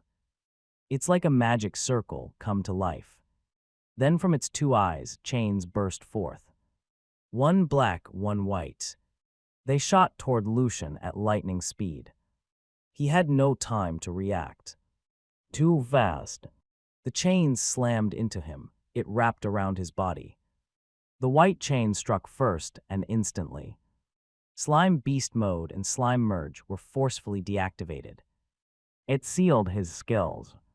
Skittles collapsed to the ground with a soft plop, visibly weakened. Then the black chain followed. Lucian felt it immediately. His energy was being drained. His stamina was also slipping away like water through his fingers. A groan escaped his lips. The pain reminded him of the time he was cursed, only this was milder. But the helplessness, it was the same. Skittles began to panic, hopping frantically and ramming into the chains, but no matter how hard it tried, it couldn't free him. Lucian gritted his teeth, the cold grip of despair tightening around him. Then he felt it, a subtle tug deep within his chest. His divine energy core. The divine energy at the center of his being stirred to life as if responding to his struggle. It was trying to him. Lucian focused, teeth clenched, forcing himself to ignore the pain. He closed his eyes and reached inward, calling upon the divine energy that pulsed within him. Then he willed it hard. A surge of radiant burst forth from his core. Golden light exploded from his body in all directions, burning through the bindings. The chains evaporated like mist in sunlight. The yin-yang magic circle cracked, then shattered. But then he noticed something. Above him, shadows blanketed the ceiling. It was thick and heavy like storm clouds gathering overhead. They swallowed every corner of the chamber. Then it happened. From the darkness, beams of light rained down. It's like needles from the heavens. Lucian froze. There was nowhere to run. No cover. No way out. He grabbed Skittles and scanned the area in a panic. His mind was racing. On instinct, he channeled divine energy into his eyes. And that's when he saw it. Some of the falling light needles wasn't real. They shimmered faintly. Illusions. Without hesitation, Lucian jumped, landing in one of the safe zones. Safe. But the relief was brief. The safe zones shifted, changing every second. He had to keep moving, dodging, leaping, surviving, zone to zone, second to second. He ran through the deadly rain. But he wasn't perfect. A few real light needles struck him. Once, twice, more. His body began to bleed. Wounds opened up as he pushed forward. Step by agonizing step. Still, he kept going. Then Lucian saw it. There was a pattern. The safe zones were steadily guiding him closer and closer to the yin-yang slime. His eyes lit up with realization. This is my chance. Adrenaline surged through his veins. His legs screamed. His wounds burned. But he forced himself forward, step by step, zone by zone, until finally, it was within range. With the last of his divine energy, he summoned everything he had left into his palm. A massive fireball roared to life. He hurled it with a scream. It soared across the chamber and struck the yin-yang slime dead center. The gooey form hissed and sizzled, then collapsed into a puddle. The white mana core tumbled out, separating from the body. Only the black mana core remained, still surrounded by scraps of white slime. But then Lucian's heart dropped. Before his eyes, the slime began to regenerate. Slowly, steadily, the white core floated upward. It was drawn back toward the black goo, trying to rejoin it. Lucian clenched his fists as his body collapsed on the floor. No, despair crept in. He was out of strength, out of tricks. I can't win this, not like this, not yet. But then, something unexpected happened. Skittles jumped, higher than ever before. It launched itself like a tiny missile straight at the floating white core. Smack! The core was knocked out of the air and hit the ground with a thud. In one smooth motion, Skittles absorbed it into its slime storage with a triumphant wiggle. For a moment, silence. Then the black core shivered. The remaining slime around it began to dissolve, melting away like ice under the sun. And just like that, it was over. The yin-yang slime was dead. Only the black mana core remained, lying motionless on the floor. Lucian blinked in disbelief. Teng, you killed the yin-yang slime boss. You gained 4 gold coins. Then, he laughed. A loud, exhausted, almost delirious laugh. I can't believe it. You're the MVP now, Skittles. Come here, let Daddy give you a kiss. He scooped up his first pet and hugged it tight, spinning around in victory. Skittles jiggled happily in his arms. They did it. Together. But then, his knees buckled. The strength in his body vanished all at once. The battle was over. The adrenaline had burned out. Now all that remained was exhaustion. Lucian dropped to one knee, breathing heavily. His limbs trembled with fatigue. The only thing keeping him going was the glimmer on the ground. Drops. He let out a deep sigh, shoulders slumping. What a damn long battle. These drops better be worth it. His eyes scanned the floor. A golden cube with 3 stars inside. And beside it, a shining golden card. Critical, he muttered, max drop. He reached for the cube first, hands trembling slightly, but his anticipation kept him steady. Click.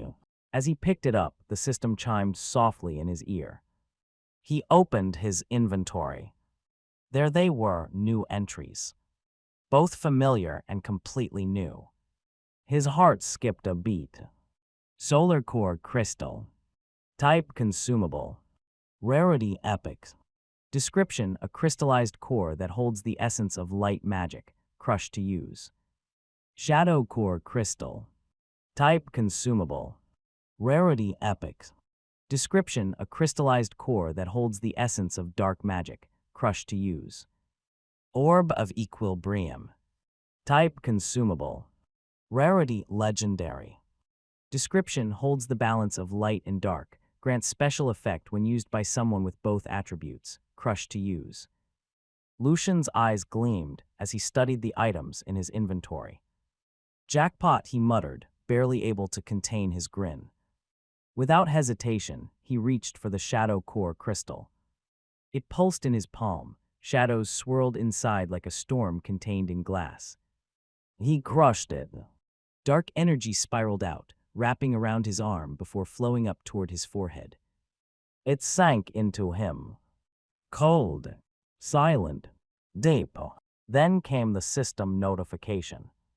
Ting, you have gained an affinity in dark magic. A rush of pulsed through his veins.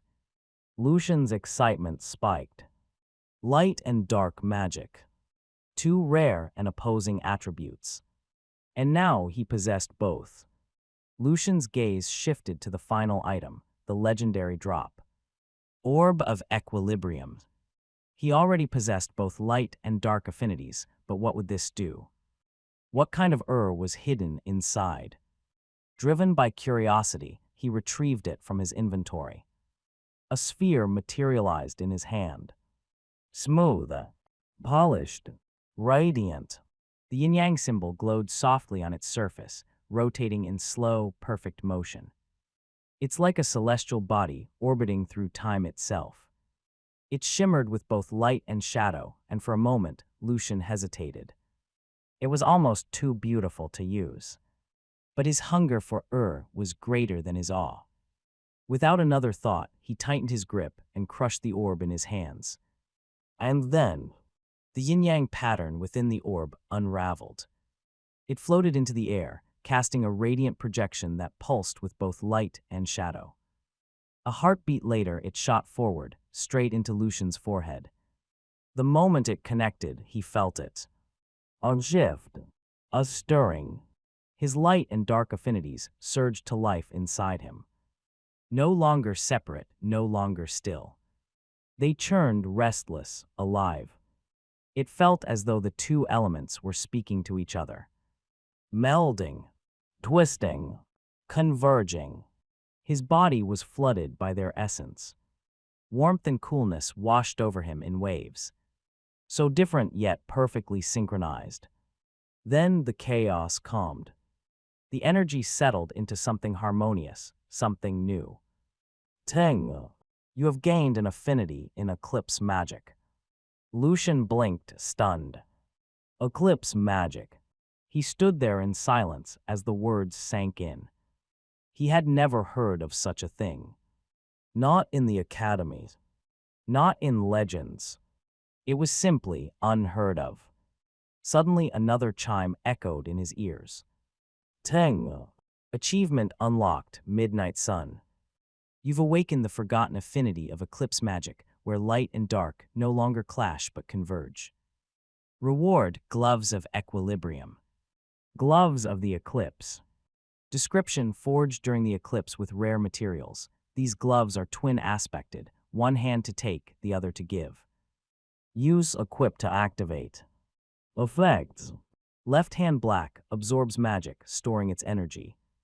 Right hand white, releases stored energy.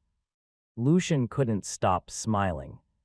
All the pain, all the struggle, every desperate step in that fight. It had all led to this. His reward. He raised a hand and summoned his magic book.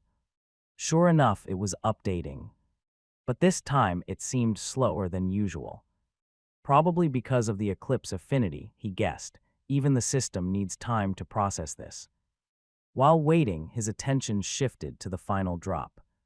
The golden card. He picked it up with a gleam in his eye. Just as he hoped. And then a wide grin stretched across his face. Wow, Yin Yang Slime, another Pokémon, gotta catch 'em all. Lucian glanced at the magic book. It was still updating, much slower than usual. With a sigh, he decided to unsummon it for now. No point in watching the loading bar crawl. He also chose to delay summoning the yin-yang slime. He wanted to greet it properly later. For now, its monster card was safely stored in the monster decks. Lucian managed to recover just a little. He opened the craft feature and quickly created 3 health potions. One wasn't enough. He drank 2 and poured the last over his wounds to cleanse them. The pain faded. The wounds closed, but his clothes completely torn to shreds. He let out a sigh. That was too close. He glanced at Skittles, thankful he'd brought the slime along. The last battle had been far more dangerous than expected. Pushing himself up, Lucian looked toward the stairs leading to the 3rd level. His chest tightened. His heart thumped. Whatever's down there, I won't be reckless again. He turned to Skittles. Stay here and farm for now. I'm just going to take a quick peek. Should be safe if I don't go too far. And with that, he descended. Each step down the stone staircase felt heavier than the last. The moment he crossed the threshold, something shifted. The air grew thick, pressing, oppressive. The atmosphere had changed, and not in a good way. Just as Lucian's foot hovered over the final step, right before touching the floor of the 3rd level, he felt it. Something was wrong. His body suddenly slowed. Everything felt like it was happening in slow motion. His foot remained suspended midair, descending inch by inch as if the laws of gravity had hesitated. Panic surged through him. What the hell is happening? It was like his entire body was being dragged into a sluggish dream. Movement became a struggle. Breathing heavy. Then he saw them. In the distance, standing like silent sentinels were 2 slimes. Both were semi-transparent, but deeply unnatural. One looked like it held the night sky within. Its body is like a swirling galaxy, dark and endless. The other shimmered gold. Its interior is a restless cascade of glimmering dust. It shifted constantly like a living hourglass frozen in time. Lucian's eyes narrowed. The gold one was casting something. He could feel it. That must be what's slowing me down. He swallowed hard. This wasn't just another floor. This was a warning. Lucian made the smart call. He turned to retreat, no shame in surviving. But just as he was receding his foot, the other slime moved. The one that looked like a swirling night sky. It was distant one moment, and then right in front of him the next. Lucian's eyes widened in shock. What? It was like teleportation, or maybe it indeed was. Before he could even brace himself. Wham! The galaxy slime slammed into his gut with brutal force. Go! Air burst from his lungs as his body was launched through the air. The impact sent him flying. So far, in fact, he edged back into the boss chamber of the 2nd level.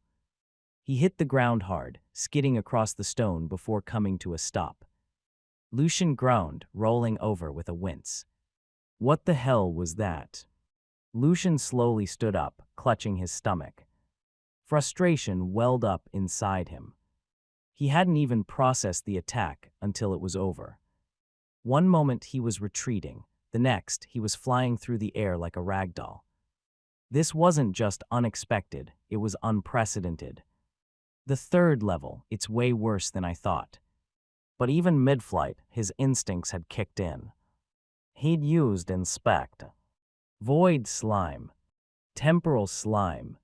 Just reading the names sent a chill down his spine. Void temporal. Space and time magic. Of course, that explains everything. What the hell kind of slimes are those? Lucian muttered, still catching his breath. Space magic is bad enough, but time magic, that's on a whole other level. He scowled. I don't even know anyone who can use time magic. As much as he wanted to be excited about the potential loot, another part of him simmered with irritation. I couldn't even step onto the floor, not even 1 second before getting bodied. He clenched his fists. I get it now. Uncle Max never mentioned the third floor because the same thing probably happened to him. Somehow that made him feel a little better. It wasn't that he was weak. It was just that the enemies here were absurdly awful. Too awful. Lucian let out a long sigh as he began climbing back to the surface. Who the hell designed these slimes anyway, he grumbled. Sadistic bastards. They could have at least made the third floor playable. Lucian made his way toward Elk's house and knocked on the door. With the base of the craftsman division still under construction, he figured she was working from home, continuing the task he had given her. Sure enough, the door creaked open, and there she was. Elk blinked in surprise. She had dark bags under her eyes, clearly exhausted. But when she saw who it was, her expression lit up with genuine joy. "Young lord, it's you," her eyes widened. "Oh no, what happened to your clothes?" Without waiting, she reached forward, gently checking him over. Her hands brushed across his arms and sides as she looked for injuries.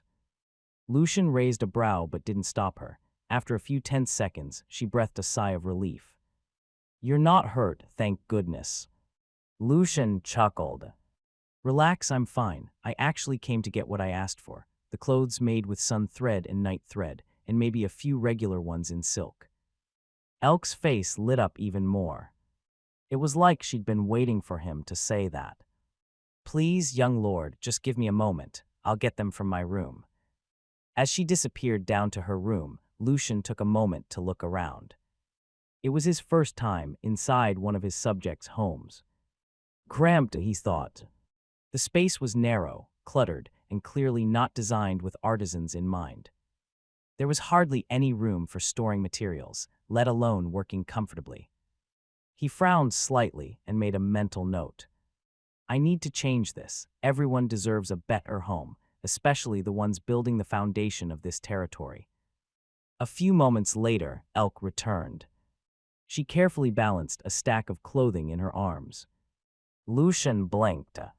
She was carrying over 10 garments. Lucian flinched.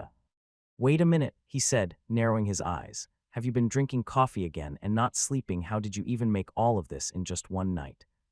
His tone was laced with concern. He'd only asked for the clothes yesterday. The coffee he gave her was meant as a reward, not rocket fuel. But Elk just smiled with her eyes gleaming with unrepentant pride. "Fufufu tilde young lord, that coffee was amazing. I've never worked so efficiently in my life." She struck a little pose, like they say, sleep is for the weak. Lucian sighed. This workaholic. It was good that she was passionate. Admirable evens. But if she kept this up without resting, she might collapse one day, and that was the last thing he wanted. Productivity might cease, and it could even lead to something serious, like death, like him. "I don't know who said that," Lucian muttered, "but please rest too." She giggled and began handing him the clothes one by one. The first was made of sun thread. Lucian paused. The fabric shone with a pristine, pure white glow. It's like light was made solid. The design was intricate, elegant, almost ceremonial in appearance. It looked holy. "Elk, this is beautiful," he murmured. "Young Lord," Elk said, "I really like this material. It was easy to work with, and it gave me so much inspiration for future designs. The same goes for this one made with night thread, though unfortunately I ran out of both." She handed him another piece, this time in stark contrast to the glowing white. It was black, deep, smooth, elegant, yet it glowed faintly under the sunlight, like the fabric held a sky full of stars just beneath the surface. Lucian nodded, quietly impressed. The craftsmanship was incredible. He couldn't but admire it. His eyes glowed with approval. Elk really was the best tailor in the territory. She continued, handing him the rest. 5 complete sets of clothing, each with matching pants. Every design was distinct. 3 sets were crafted with sun thread and night thread. The remaining 2 were made with fine silks. Simple but elegant. Lucian smiled, clearly pleased. This is excellent work, truly, he said. Now tell me, Elk, what reward would you like this time? Elk beamed, her eyes lit up once again. Young Lord, Elk began, I won't be polite this time. I want to create more clothes using sun thread and night thread. Lucian didn't reply right away. He had already planned to give her more materials anyway, so to him, it didn't really count as a reward. But Elk wasn't finished. And also, she hesitated, then smiled sheepishly. Coffee, please. No. Lucian's reply was immediate and instinctive. Elk's face fell into a crestfallen pout. Lucian sighed. All right, fine, he relented, but only if you promise to rest. You'll worry everyone if you keep pushing yourself until you get sick. Elk's expression softened. She took a deep breath and nodded, returning to her usual composed self. I apologize for my behavior, young lord. I got too excited, but I promise I'll rest properly. Lucian nodded and handed over the requested materials, along with some coffee drops. With a respectful bow, Elk bid him goodbye, and Lucian stepped out. Before heading off to his next task, he paused to change into one of the new outfits. He opted for something modest, the clothes made in silk. The feel of it was light, comfortable, expertly made. As expected from the best tailor in his territory. Soon enough, Lucian found Stone near the construction site. Young Lord, Stone greeted. The renovation for the Craftsman Division's base is almost complete. Good, Lucian replied with a nod. Actually, I came to ask for something else. Anything, young lord. Stone pulled out his notebook, ready. I want you to design another blueprint, Lucian began. This time for everyone's homes. Make them bigger, comfortable. Our territory has more than enough space to support that. Stone nodded, scribbling notes as Lucian continued. Also, I want a proper layout. Well-structured roads, wide paths, sturdy structures. Everything should be connected and easy to navigate. Let's make this place orderly, something the people can feel proud of. As Lucian spoke, Stone's eyes began to gleam with a quiet fire. It was clear. He was already imagining it. Maybe he had even hoped for this request to come one day. Lucian smiled faintly. I'll leave it to you, Stone. Stone gave a firm nod. As you will, young lord. Lucian turned and walked away. Not far off, he spotted someone waiting for him. Clara, standing quietly in the distance. My lord. Clara greeted him with a small bow. Lucian gave a nod. What's up, Clara? She hesitated. Actually, I came to ask for permission. Lucian raised a brow. For what exactly? Well, my lord, would it be all right if we rebuilt our base of operations? Too, we'd like it to resemble a church. Lucian fell into silence. Religion, that was never his strong suit. Does it make people good? He wasn't sure. To him, goodness was relative. One man's virtue was another man's vice. But if there was one thing he truly hated, it was hypocrisy. Those who sinned freely then turned around and begged for forgiveness as if that wiped the slate clean. People who planned their wrongdoing, thinking they could just repent later. That kind of blind faith disgusted him. He didn't want his people becoming like that. Lucian studied Clara quietly. Then sighed. She's not like that, he thought. Clara wasn't the type to commit sins under the guise of faith. If anything, she saw the world through a strange lens, colored by her divine sense. She once told him that evil had a malicious color she couldn't bear to look at. Eccentric, absolutely, but not dangerous. Despite her quirks, she'd never harmed anyone in the territory. She was strange, intense, but sincere. And religion did have one undeniable strength. Hope, a driving force. When people are at their lowest, they cling to it. To faith, to belief. It becomes fuel when everything else runs dry. Lucian exhaled and made his decision. All right, talk to Stone. Tell him what you need. Clara's face lit up, her grin wide and radiant. Her eyes practically sparkled. Thank you, my lord. I won't betray your trust. She spun around and took off, skipping towards Stone with the energy of a child who'd just been granted their biggest wish. Lucian watched her go, shaking his head. He doesn't know what she means, but he brushed the thought aside. Suddenly, a familiar sound rang in his ears. Teng. Conditions met. You have fulfilled Clara's lifelong wish. Clara's loyalty has reached 100. Lucian blinked, startled. Oh, then it clicked. So that's why most people's loyalty caps at 99. I have to fulfill their wishes, their dreams, to push it to 100. He rubbed his chin, frowning. That's going to be tricky. First off, he didn't know what most of their wishes even were, and second, it'd be awkward to ask them outright. Hey, what's your lifelong dream? Yeah, no, not happening.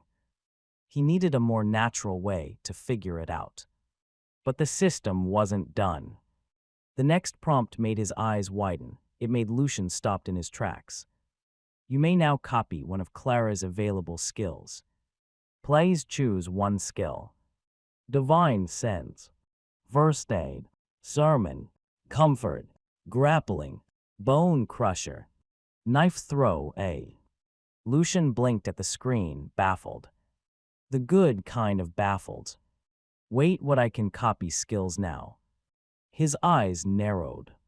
So this happens when someone hits 100 loyalty. I can straight up copy one of their skills. He stared at the list again, more puzzled this time. Hold on, Grappling, Bone Crusher, Knife Throw. When the hell did Clara learn these things?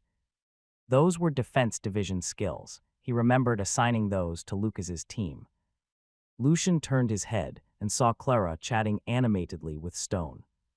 Cheerful as ever. A chill ran down his spine. What the hell is she preparing for? He rubbed his arms as goosebumps formed. Scary, definitely scary. Lucian shook his head, trying to brush off the unease. He had to choose one skill. And honestly, there was only one real option. Divine Sense. But just as he hovered over the selection, he hesitated. What if it comes with the side effects? He remembered how Clara described it. Seeing the world through colors tied to morality and intent, to him, that sounded more like a curse than a gift. Like being overwhelmed by meaning.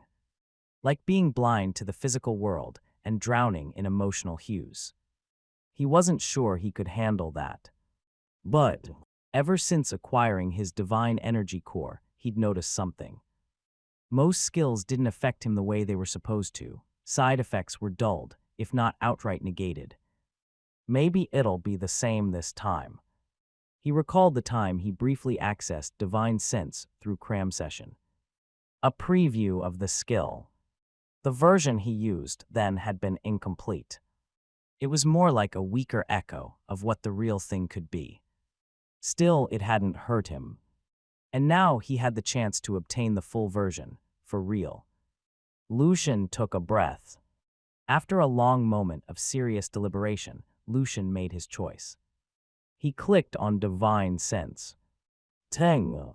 You can only choose one. Are you sure you want to select Divine Sense? Yes, no. Yes. A flat answer. Skill Divine Sense obtained. And just like that, the world shifted. The skill etched itself into his very core.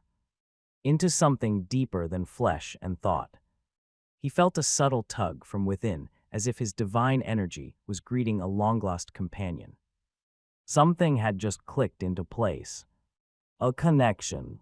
Lucian's eyes widened as the changes took hold. This version of Divine Sense, it was different. It was complete. And more importantly, it was his. Fully under his control. Divine Sense was supposed to be a passive skill. But for Lucian now, it worked differently. He could control it at will, turn it on or off as easily as blinking, like an active skill yet not quite. It responded to his thoughts, not triggers. Is it because of my divine energy core, he wondered. Whatever the reason, there were no side effects, no disorienting surge, no sensory overload. Just seamless activation and perfect clarity. With a simple thought, the skill responded. And then he saw it. The colors, more vivid and precise than what he'd experienced through cram session. Not chaotic or blinding, but structured. He glanced around. Each person nearby shimmered with a distinct glow, auras of peace, kindness, loyalty. So this is what Clara sees. Lucian stood quietly for a moment, taking it all in. It wasn't just perception, it was insight. Lucian nodded to himself, already feeling the changes. His senses had sharpened, his awareness expanded beyond the physical, and his connection to his divine energy core. Zameless. He no longer needed to close his eyes to access it. No need for deep focus or meditation. No effort required to channel divine energy into his eyes just to see auras or essence. Now all it took was a thought. A simple will, and it obeyed. Lucian grinned. I've gotten stronger again, and I didn't even see it coming. But then a thought surfaced. Wait, Sebas also has 100 loyalty. So why hadn't the system offered him Sebas's skills? Does it only work when loyalty reaches 100, and not if it started that way, he muttered with a sigh. Damn, that probably means I can't copy any more of Skittles' slime skills either. Still, it wasn't a total loss. At the very least, he could keep racking up experience points from them thanks to his job skill, extra credit. Small wins, he thought with a shrug. He let out a soft sigh as he made his way toward the garden. There were new seeds to plant, and he was genuinely excited to see what would sprout. Maybe some new variants of special crops. Hehe, he chuckled to himself. The possibilities were endless, and Lucian was always eager for surprises. After finishing up in the garden, Lucian went looking for Maxim. He had a simple question in mind. He wanted to ask when they were expected to leave for the capital. No need to rush, nephew, he said with a calm smile. You still have time to settle things here. Come, I'll show you something. Curious, Lucian followed him. They walked past the usual bustle until they reached the large tax caravans stationed at the edge of the plaza. Maxim led him toward one and motioned for him to step inside. Lucian ducked in and paused. He saw something inside. At first glance, it looked like a small carriage. But something was off. It didn't have wheels. Not a single one. Maxim stepped beside him with his eyes gleaming. Behold its magnificence, he said, voice filled with pride. This is our wind chariot. Maxim then gestured to one corner. Lucian only noticed it now. A metal cage nestled in the rear compartment. Inside, a creature stirred. A wyverns. Maxim nodded as if reading his mind. This one's been tamed by our family. The wyvern and this chariot are both my personal lifeline. If things ever go south, I escape with them. He spoke with unmistakable pride, as if revealing a family heirloom. Lucian was stunned. A monster-powered flying carriage, this was far beyond what he expected. Maxim stepped beside the wind chariot and pressed a hidden mechanism along its frame. With a soft click and a low hum, the entire structure began to rise. Slow, steady. It floated off the ground, lifting into the air like it weighed nothing at all. Lucian was speechless for a moment, staring at the floating chariot in awe. Then he leaned closer, curiosity burning in his eyes. Uncle Max, does that mean? He didn't even finish the question when Maxim grinned and cut in. You guessed it, nephew. We'll be flying through the air using the wind chariot, with the of our wyvern, of course. And the best part, it'll only take 1 to 3 days to reach the capital, depending on the wind. He said it with no small amount of pride. Lucian's eyes lit up. It was different from what he had imagined, but in the best way possible. He turned his gaze back to the chariot. He realized that the wyvern wasn't just for pulling, it would guide the chariot midair. A living navigator. He circled the floating carriage, taking mental notes. It's small, maybe fits 5 at most. Lucian fell silent. Once I unlock the recipe for the airship, the system should be able to make something better, something that doesn't even need a wyvern.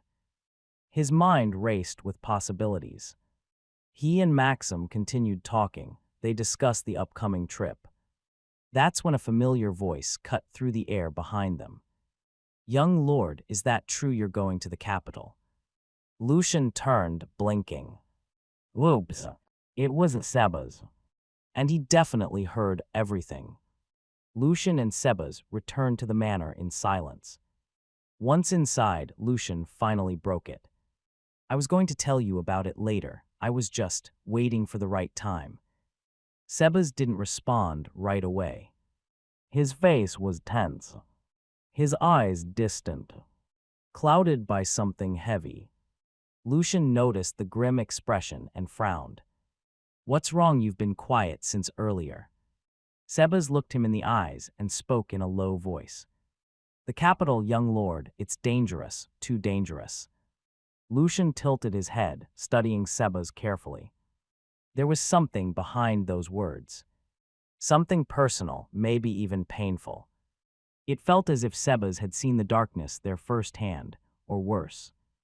"You don't need to worry," Lucian said, trying to reassure him. "The Silverman family will be with me. Surely Uncle Max won't leave me alone." But Sebas didn't look comforted. His hesitation only grew. Then after a long pause, he spoke again. "May I come with you, young lord?" Lucian was caught off guard. He paused, letting the question hang in the air. Finally, he shook his head.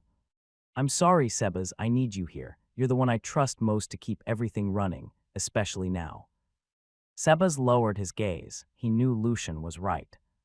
More than that, he feared his presence in the capital would do more harm than good.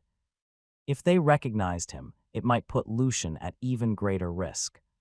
Still, he looked at Lucian again, this time with pleading eyes. "Then please promise me something. Don't show your books. Don't use your cheats openly in the capital. If anyone sees them, it could be catastrophic." Lucian froze. "Cheats." His eyes narrowed. That word cheat, it wasn't something Sebas should know. It was a term from his past life. He studied Sebas as suspicion creeped in. "You know about that term." Sebas kept his expression calm. "I know enough, and I know it's dangerous." Lucian frowned, then leaned back with a sigh. "Well, I had no plans to flaunt anything anyway. I'm not like those flashy nobles who beg for attention. Better to keep things hidden, but Sebas." He looked at him again, more seriously this time. "You've got a story, don't you?" Sebas stiffened. Lucian waited, but Sebas eventually straightened his back and replied with a soft smile. "I'll tell you one day, young lord, when you've grown a little more." "I'm already plenty grown," Lucian grumbled. "To me, you're still small." The tension broke. Lucian rolled his eyes while Sebas kept his dignified air, though a rare and playful smile curved his lips. The two began to bicker lightly. Lucian trying to pry the truth from him, Sebas refusing with stubborn grace. Eventually, Lucian gave up with a dramatic sigh. "You're impossible, like a walking iron wall." Sebas chuckled. "Thank you, young lord." Lucian let out a sigh, then glanced at Sebas. "By the way, why were you looking for me earlier?"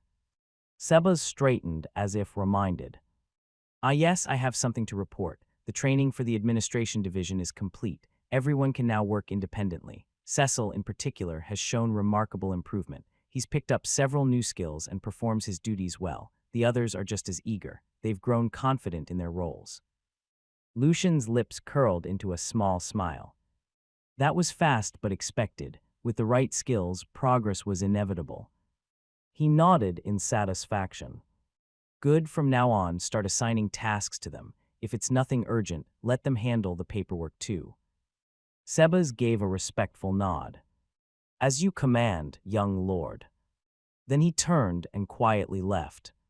Now that he was alone, Lucian raised his hand and summoned the magic book once more. The air shimmered and the familiar tome materialized in front of him, but just like before, a progress bar floated above its cover.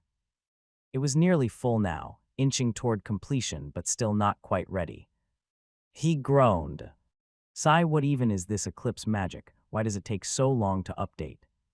Frustrated but curious, he shifted his focus. All right then, let's check something else. He summoned the monstrdx in a gentle flash. The pages fluttered on their own, obeying his intent until they settled on the new monster card. Name: Yin Yang Slime.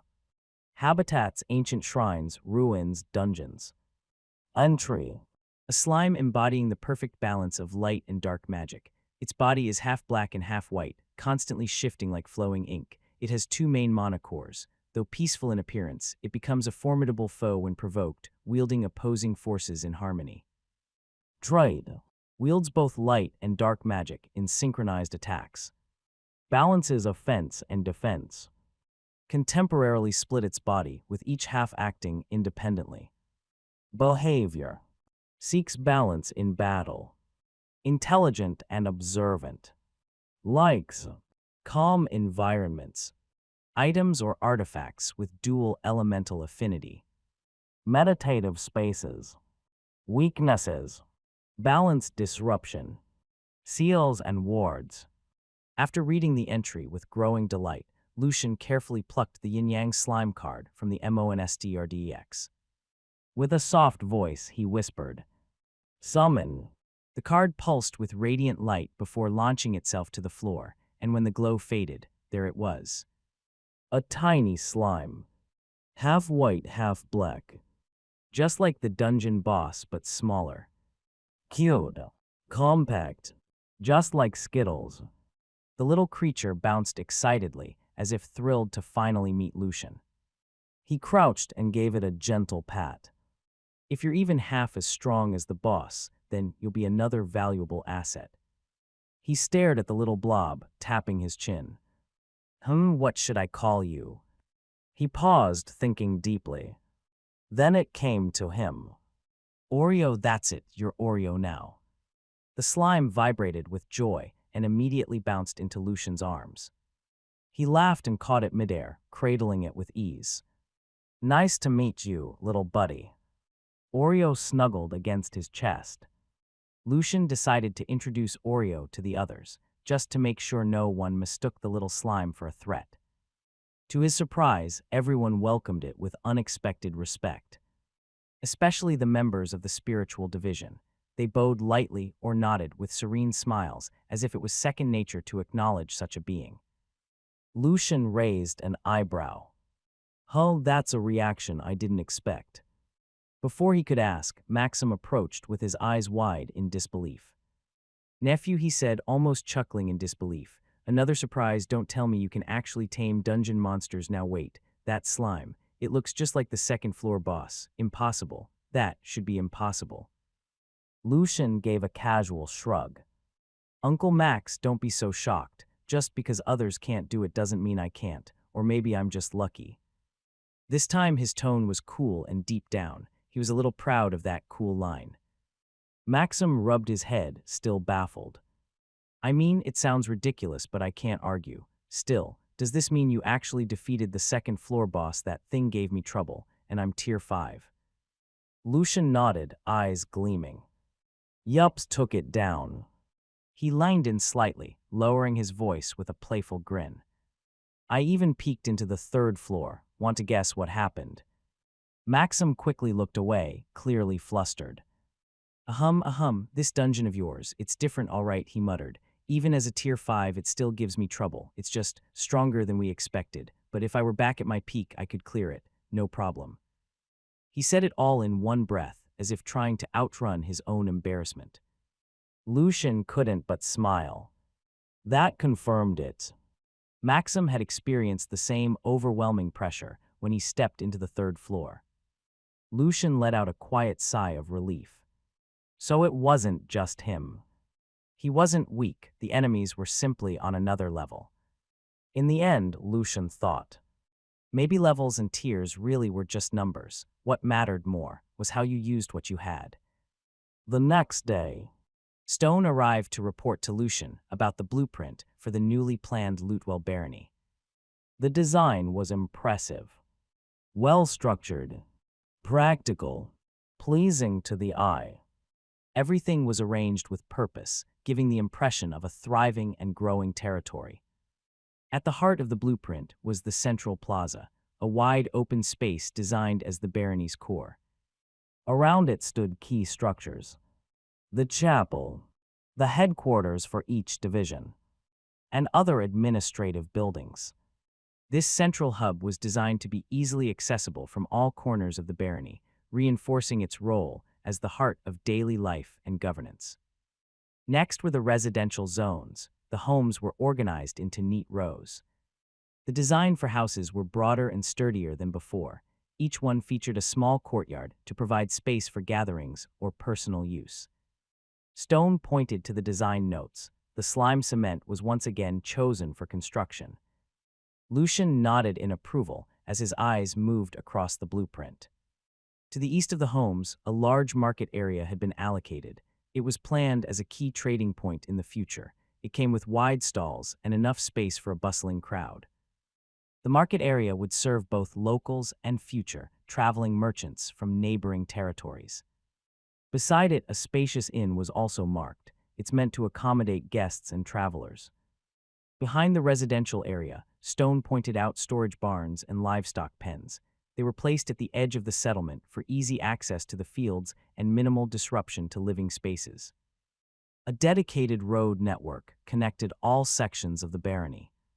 The plaza, the market, the homes, the barns, and the outer farmlands. Roads were drawn to be straight and wide, lined with ditches for proper drainage and easier travel during rains. Reserved spaces for future expansion were scattered throughout, allowing room for growth without compromising the order of the current design. Finally, Stone turned Lucian's attention to the southern section, where the Lord's Manor was located. Unlike the modest structure it once was, the new design resembled a small castle. Fortified, elegant, symbolic of the barony's rise. Lucian studied the design and raised an eyebrow. He was visibly pleased. "I like it very much," he said softly. But then his expression shifted. His eyes lingered on the image of the Lord's Manor, now redesigned into a small fortress. "But let's hold off on that part. Don't start with the manor yet." Stone looked up. "Understood, young lord. May I ask why?" Lucian didn't answer right away. He turned his gaze around. The structure still stood tall, weathered by years but still sturdy.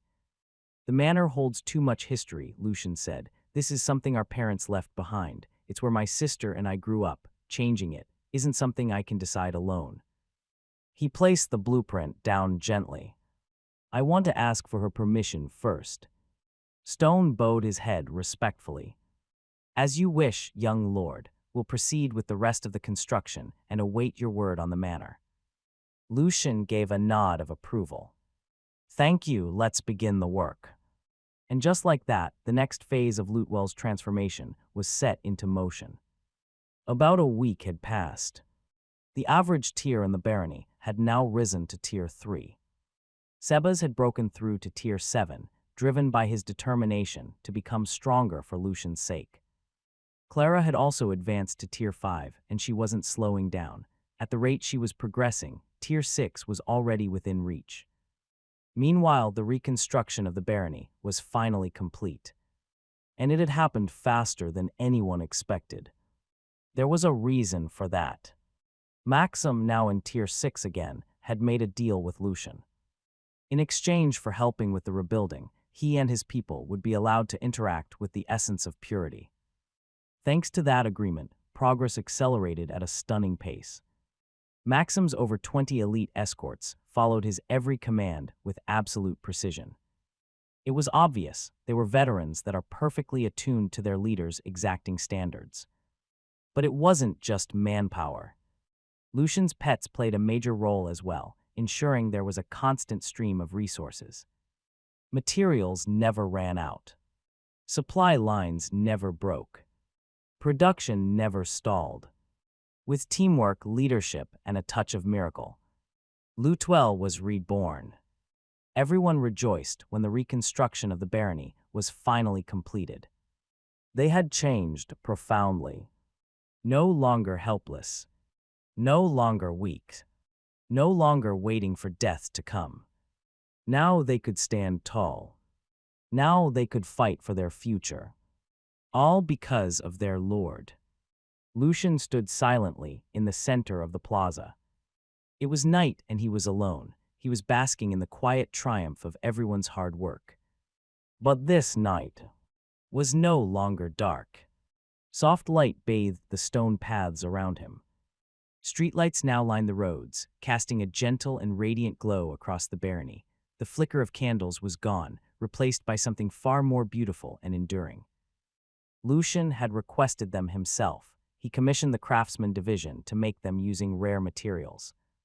Light prism, dropped by solar slimes. It was capable of glowing indefinitely as long as mana flowed through it. Dark pearl, dropped by shadow slimes. It was a crystal that absorbed light completely. He had asked the craftsman to create a mechanism that combined the two. The result: streetlights that would shine through the night and automatically turn off at dawn. When evening fell, the light prism would glow. But as morning came, the dark pearl would rise to cover it, cutting the light. A system so simple, yet so elegant. And more than that, it was fueled not with mana, but with divine energy in the atmosphere. The result was breathtaking. The entire barony shimmered with a warm glow, as if touched by the gods themselves. Lutuel no longer looked like a broken land.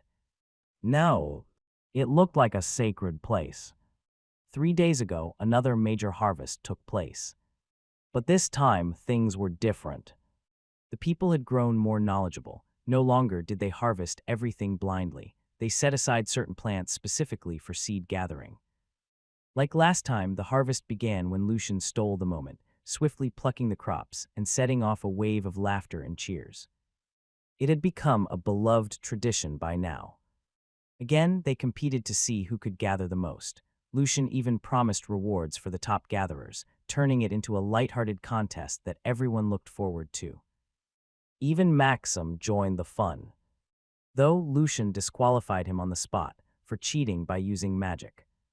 The harvest itself was bountiful and large. Lucian received a number of drops, similar to those from the carrots and radishes before. He also obtained something he'd been waiting for: the seeds from the solar carrots and winter radishes. Unfortunately, the moment he collected them, the parent crops withered. Still, it was a worthy exchange. What surprised Lucian most was the quantity. Over 100 seeds each from the solar carrots and winter radishes. While he knew that ordinary crops could yield more, the special crop were far more valuable. With that many special seeds, Lucian realized something awful. He could give everyone in the territory a magic affinity. And there was more. Some of the new crops had dropped entirely different types of special seeds. Gale beans, aqua melon, granite gourd, berries. Each name hinted at its elemental nature, and Lucian could already imagine their magical properties. To avoid conflicts between the plants' elemental traits, he immediately began expanding the garden, assigning them space based on their affinities. He was excited. Earlier that week, Lucian also noticed something peculiar. Unlike monsters summoned through monster cards, the wild creatures he tamed didn't start with full loyalty. Sparkles, Peak, and Abu each had their loyalty now capped at 99. At first, it surprised him. Monster card summons always began at full trust. But then he smiled. This was better. Because when they reached 100 loyalty, Lucian could copy one of their skills. That gave him a reason to nurture the bond himself. He was especially excited about one particular skill unlocked when Sparkles reached level 30. Name: Sparkles. Age: 3. Race: Unicorn. Job: Tamed Monster. Level 30. Title: Lucian's Pet. Skills: Skywalk. Magic: Light Magic Intermediate. Lightning Magic Basic. Magic Affinity. Lig Magic. Lightning Magic. Loyalty: 99. Status: Excited. Curious, Lucian decided to test it out. He climbed onto Sparkle's back. The unicorn neighed, then took a step into the air. It wasn't flying. It wasn't floating. It was walking. Gracefully. Effortlessly. Each step shimmered like light rippling through glass. People who saw it paused in awe, their eyes wide with wonder. Then came the chuckles and the grins. They were watching Lucian ride like some airborne knight from an old legend. No one even questioned it anymore. Miracles had become normal. And if Lucian was their lord, then to them, miracles were just part of daily life. Another surprise arrived when Skittles returned from the second level of the dungeon. It brought out something unexpected. Glowing cards. Lucian took it. These cards were different. Spell cards. Specifically, it held basic light and dark spells. At first, he was confused. Monsters had never dropped spell cards before.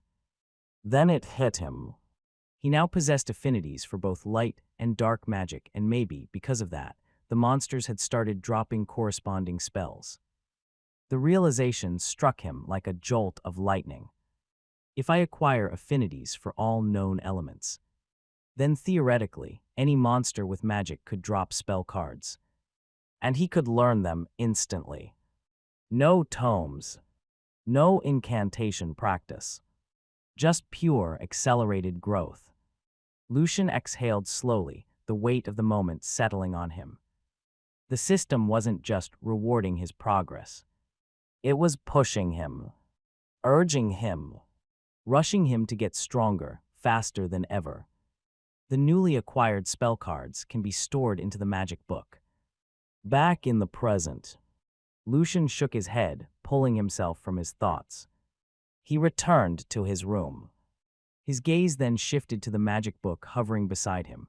With a thought, it opened, and the pages fluttered until they settled on a specific section. Eclipse Magic. He began to read. Eclipse magic holds the calm of light and the rage of darkness. It can either bring salvation or ruin. The words echoed with weight.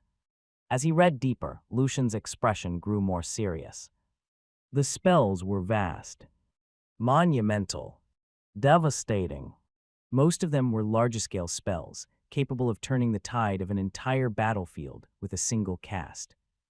But there was a catch. They required immense mana, and they demanded both light and dark affinities to function. Lucian let out a slow sigh. The was undeniable, but the cost was high. Each spell was complex and difficult to learn, and even harder to practice. And at present, his divine energy reserves were too low to train with the more advanced ones. It's not just it's responsibility, he murmured to himself. Still, Lucian didn't want to walk away empty-handed. He wanted to learn at least one spell, something useful. He flipped through the pages with purpose, until one spell caught his eye. His breath hitched. Eclipse Chain. It was the same spell the yin-yang slime boss had used. It left a lasting impression to Lucian. But as he read the spell's structure, his enthusiasm was tempered by its complexity. It wasn't something he could brute force his way through. It required precision, timing, understanding. Without hesitation, he decided to copy Maxim's skill, perfect calculation through cram session. If I can't overpower it, I'll outthink it. With perfect calculation enhancing his mental processing and analysis, Lucian sat down and began dissecting the logic behind the Eclipse Chain. He couldn't but grin. If he mastered it, it could become another trump card in his growing arsenal. And soon, he would make it his. The next day, a knock echoed on Lucian's door. It was Seba's. Lucian stood up, rubbing his tired eyes with dark circles clearly visible beneath them. He had spent most of the night buried in the mechanics of Eclipse Chain. The spell was incredibly complex, but with perfect calculation, he had finally begun to grasp its structure. He was close to mastering it. But for now, he set it aside with a sigh and turned toward the door. Sebas bowed slightly as Lucian opened it. Young Lord, Sebas said with a calm tone, The heirs of Hornville and Needleheart have arrived, and they bring a positive response. In the plaza, Aldrin and Ronith stood frozen, mouths agape, eyes wide in disbelief. It's as if the world had shifted beneath their feet. It had only been a week since their last visit to the Lootwell territory. But now it looked like an entirely different place. It had changed. No, changed wasn't the right word. It had transformed. The architecture was striking. Bold structures built from sharp angles and clean cubes, with little softness in sight. And yet it somehow worked. The design was unusual and almost alien, but there was a strange elegance to it. Beautiful in its own way. The two heirs slowly turned in place, with their eyes wide and mouths still hanging open. "Ron, am I dreaming?" Aldrin murmured, not looking away. "I think I'm dreaming too, Al." Without warning, Ronith smacked Aldrin across the arm. "Ow, what the hell's?" "You felt that? Guess I'm not dreaming," Ronith said, still dazed. "That's not how it works, idiot." Their argument sputtered out as quickly as it began, swallowed by the awe around them. They took in the sights once more, silent this time. And without saying it aloud, the same thought passed through both of their minds. Must be nice living here. Soon Lucian arrived. "You too, I take it the Barons approved my proposal?" he asked as he approached. But then his eyes shifted and narrowed. Behind Aldrin and Ronith stood a crowd, dozens, no, hundreds of people. Laborers by the look of them. Aldrin stepped forward, offering a sheepish smile. "Ah, yes, Baron, we brought some for the construction. It wouldn't sit right with us to let you handle everything on your own." Ronith nodded. "Each of us brought 50 men, that's 100 in total. It'd be great to finish the road sooner, speed up trade and strengthen ties between our lands." Lucian gave them a brief, approving nod. "It was indeed a great." "Come," he said, "let's talk in the study." After some time, Lucian unrolled a large blueprint on the table. "This is the nearest path we identified," he said. Aldrin and Ronith leaned over the map, only for their expressions to freeze. They exchanged a glance, then hesitated. Baron," Aldrin began carefully, "there's a large river cutting through this path." Ronith added, "Yes, it's technically the shortest route, but that river's been a problem for generations. Many have tried to build bridges across it, but they all failed. It's just too wide, too unpredictable." Lucian fell silent. Of course, he already knew that. He had flown over the region with Sparkles using Skywalk to survey the terrain from above. That's when he discovered the truth. It wasn't that Hornville was far, it only seemed far. The real reason the journey took nearly 2 days was the long and winding detour through the mountains. That path had become the default route, but it was treacherous and long. Unreliable at best. In truth, Lootwell and Hornville were much closer, if not for that river. But Lucian wasn't discouraged. He found it fascinating. Others had seen the river as an insurmountable barrier, but to him, it was just another challenge. And with the slime cement, no river, no matter how wide, could stop them. Lucian looked at Aldrin and Ronith with a piercing gaze. The two heirs swallowed without realizing it. Then Lucian spoke calmly, yet with a quiet intensity. "There's only one reason they failed, because I wasn't born at that time yet. If they gave up, that's their story, not mine." Silence. Aldrin and Ronith were stunned. On paper, what Lucian said was absurd. Arrogant even. And yet it sounded convincing. They looked at each other, then slowly nodded. Lootwell's transformation was all the proof they needed. If anyone could pull off the impossible, it was Lucian. The three continued their discussion for a while, talking about when to start construction, what to expect, and what support Lucian might need. The atmosphere was relaxed, even casual at times. But then Ronith asked a question that made Lucian's brow twitch. "By the way, Baron, your former subjects, those who left Lootwell, word have reached them about the changes here. Are you willing to take them back?"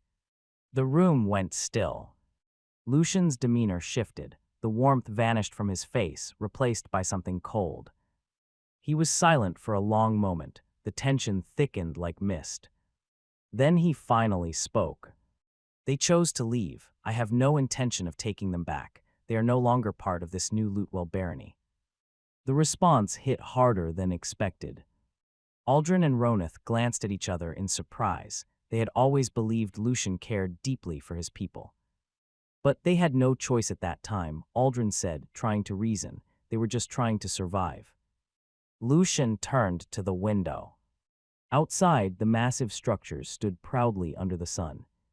They are monuments of sacrifice, discipline, and relentless work, proof of those who stayed. He turned back, eyes sharp as steel.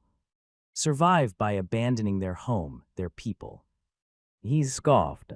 "I have no place here for those who run when things get hard. Let them survive elsewhere, but not here. This barony was built by those who stayed, those who endured." His voice grew colder. "And please don't speak of this again. If anyone breaks my trust, I will cut them off, immediately, no matter who it is." For a brief moment, his gaze bore into them, unyielding and almost inhuman. Aldrin and Ronith gulped. It felt like Lucian was staring straight through them. He was serious. Dead serious. In that moment, both heirs understood. The former people of Lutewell didn't just lose a home. They lost a future. And Lucian would never look back. Lucian let out a quiet sigh and shifted the conversation. "We'll coordinate with Stone. We'll begin as soon as possible. The newcomers need to be briefed too." With that, the tension in the room finally lifted. The two heirs nodded, silently grateful for the change in tone. Not long after Stone arrived, Lucian gave him instructions regarding the roadwork and the new laborers. Once everything was settled, Stone left with Aldrin and Ronith to begin preparations. Lucian remained behind, alone once more. Lucian sat quietly, lost in thought. He didn't regret his decision, not one bit. Cutting people off came easy to him now, especially those who had once called Lutewell home and chose to abandon it. He didn't need anyone capable of betrayal, not in the territory he was building. Still, a shadow of the past tried to creep in, but he quickly shook his head. "No, they're not part of Lutewell, and no longer my concern." He turned his focus back to the present. "I need to figure out how to get Uncle Max's again," he muttered. "Did you call for me?" Lucian blinked, startled by the sudden voice. It was Maxim, standing just outside the door with his usual grin. Lucian quickly opened it. "Ha, nephew, I calculated that it was about time you'd call for me," Maxim chuckled. "You need again, right? How about the same deal as last time except this time? I'd like to apply it for my family in the capital. That all right with you?" Lucian's eyes lit up.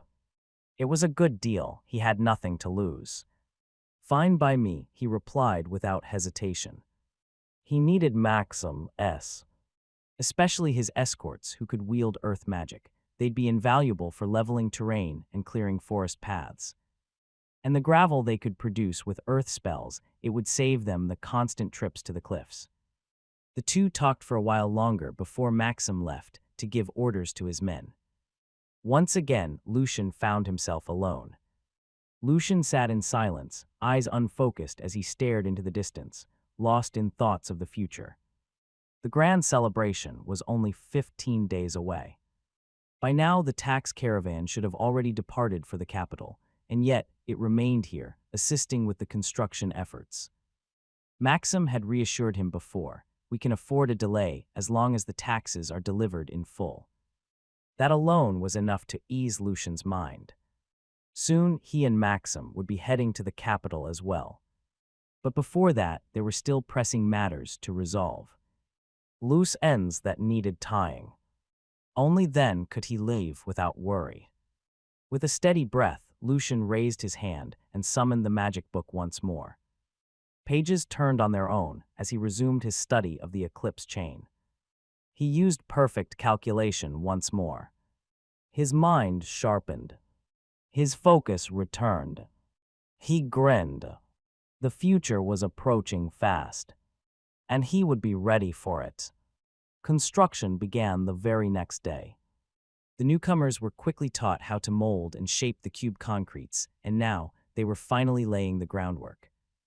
With Maxims and the support of his Earth Mage escorts, the trees along the planned road were swiftly cleared. It was hard to believe how fast things were progressing.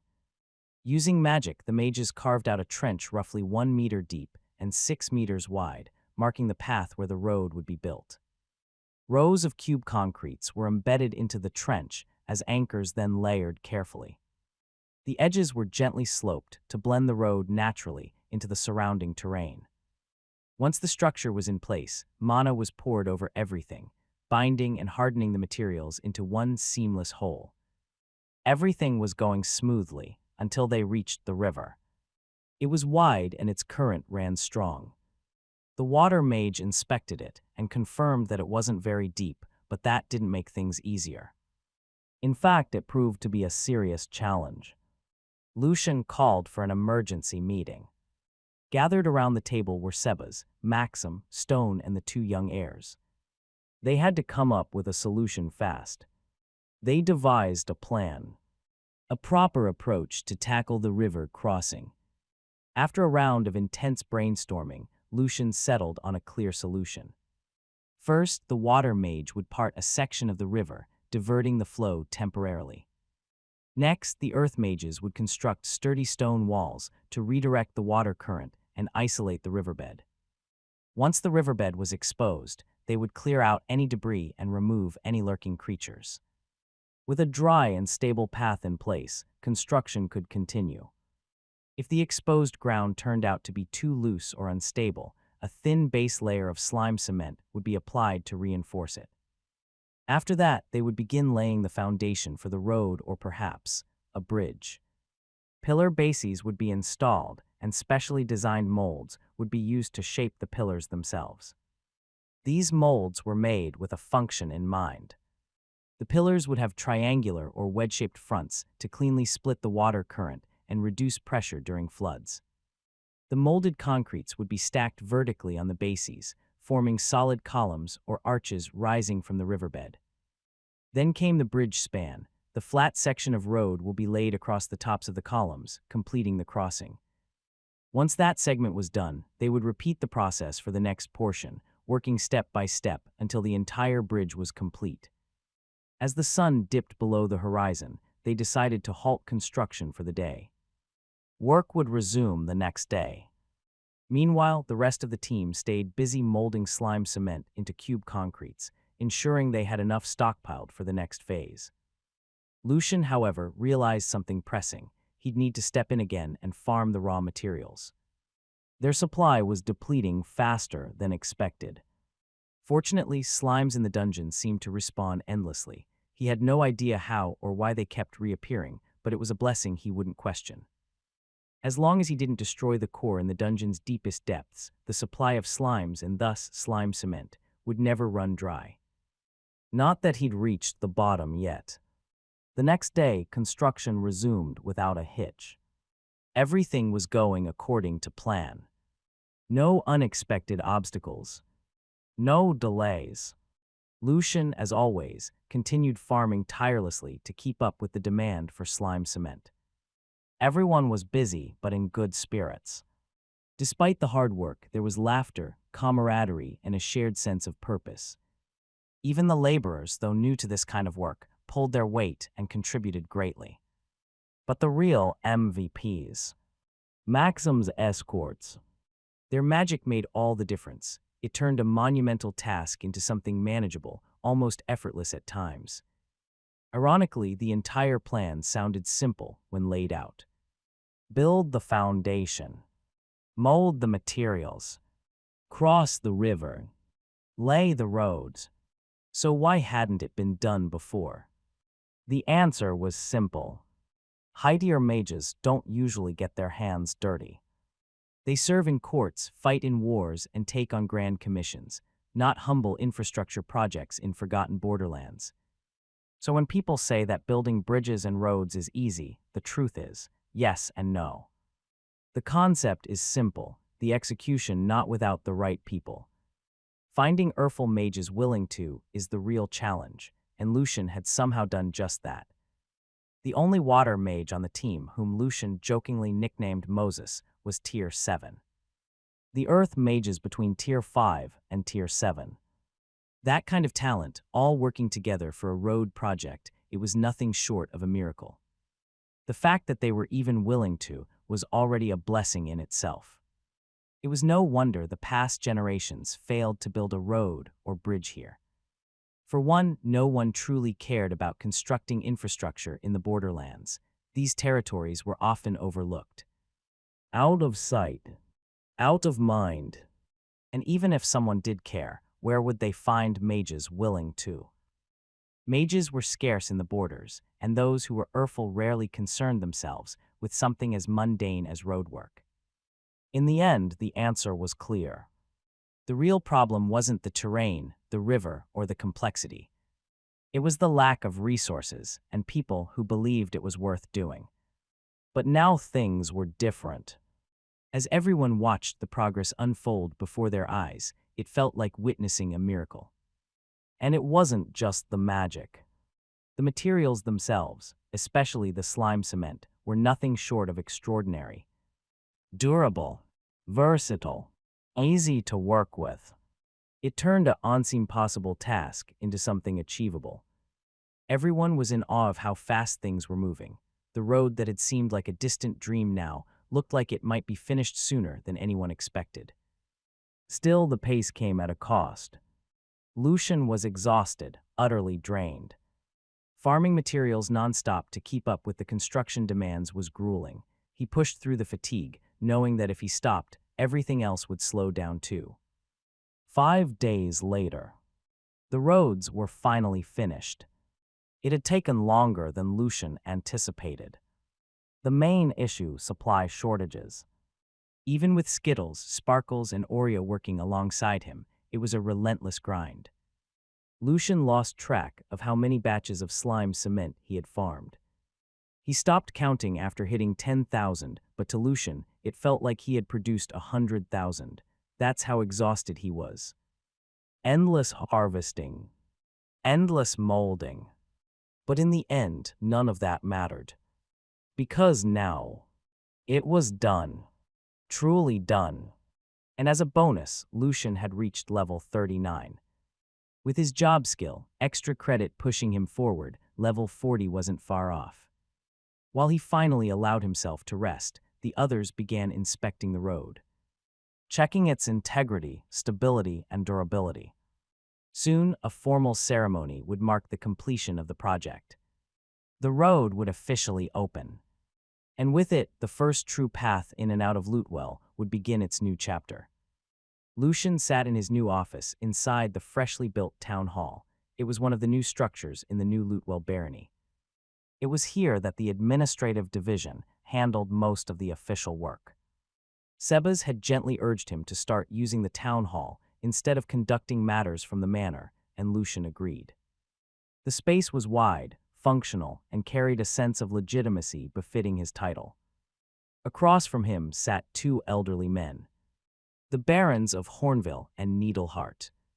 Baron Hornville said with his eyes glinting with both surprise and admiration, "My son Aldrin wasn't exaggerating. You're truly built different." Indeed, Baron Needleheart chimed in, "Ronith couldn't stop praising you. Now that we've seen it with our own eyes, we understand why." They couldn't stop singing Lucian's praises. At first, they had been skeptical. Even when their sons returned with glowing reports, doubt still lingered in their hearts. Words could be exaggerated. Results could be misunderstood. But then they witnessed the miracle with their own eyes. The road, the bridge, the transformation of a struggling territory into something thriving. Their doubts dissolved instantly. Even now, they struggled to fully compose themselves in his presence. Despite Lucian's youth, they addressed him with full respect. Not once did they belittle or underestimate him. Because no ordinary boy could lead people to accomplish such a feat. Building an entire road across wild terrain in just 1 week. No, that took vision, strategy, charisma, resolve. And more than anything, it proved that Lucian was capable of far greater things.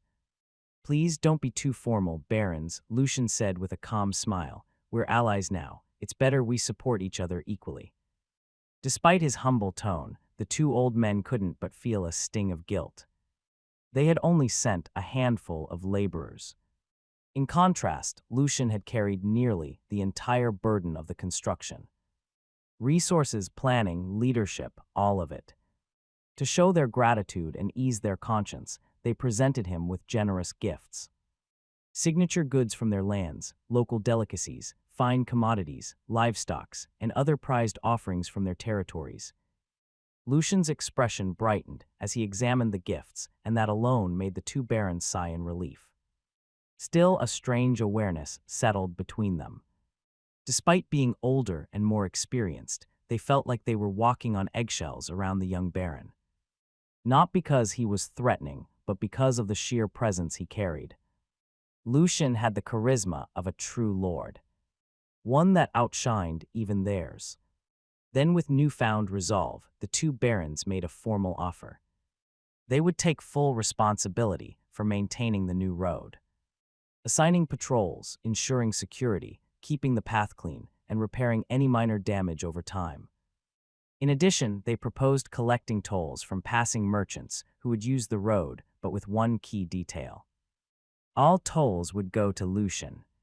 Lucian added, "That's good if we are talking about other merchants. As allies, there's no need for tolls between us. You're free to travel and trade in Lootwell as much as you like, and make sure Kale is excluded as well. He's earned our trust more than anyone." He offered a grin. The two barons nodded, deeply appreciative. Lucian's fairness only deepened their respect for him. They spoke for a while, and to Lucian's surprise, he found their company pleasant. As fellow border lords, they had faced similar struggles. Scarcity, neglect, and the constant pressure of defending lands that the Central Plains barely acknowledged. Their experiences were relatable. More importantly, they weren't the kind of nobles who looked down on others. That alone made Lucian feel at ease to have them as allies. Their conversation drifted naturally, even turning colorful as they exchanged stories and not-so-kind words about the Coalhearts. Eventually, talk turned to the upcoming grand celebration. Unfortunately, the two barons confessed they wouldn't be able to attend. The journey was long and the preparations overwhelming. Even if they left immediately, they wouldn't make it in time. Lucian could only sigh. It seemed he wouldn't be seeing any familiar faces at the celebration after all. The next morning, a ceremony was set to mark the official opening of the newly built road.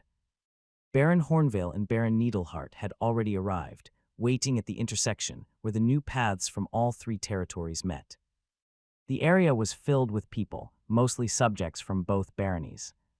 The energy in the air was lively, with conversations flowing and excitement buzzing through the crowd.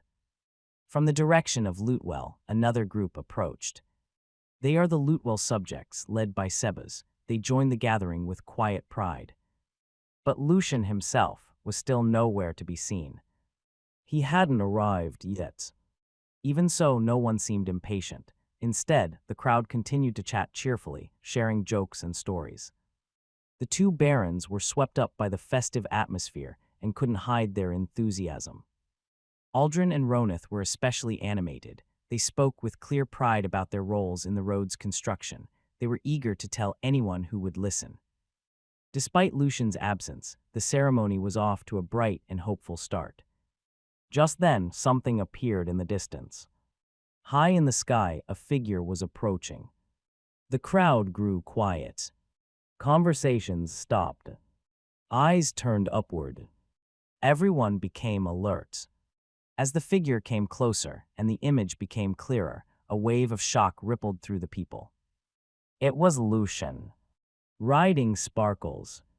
The majestic beast strode through the air with elegance. Its every movement was graceful and proud.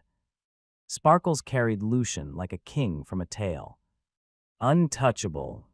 Lucian hadn't meant to be late. Earlier that morning, Elk had gifted him a special outfit tailored for this ceremony.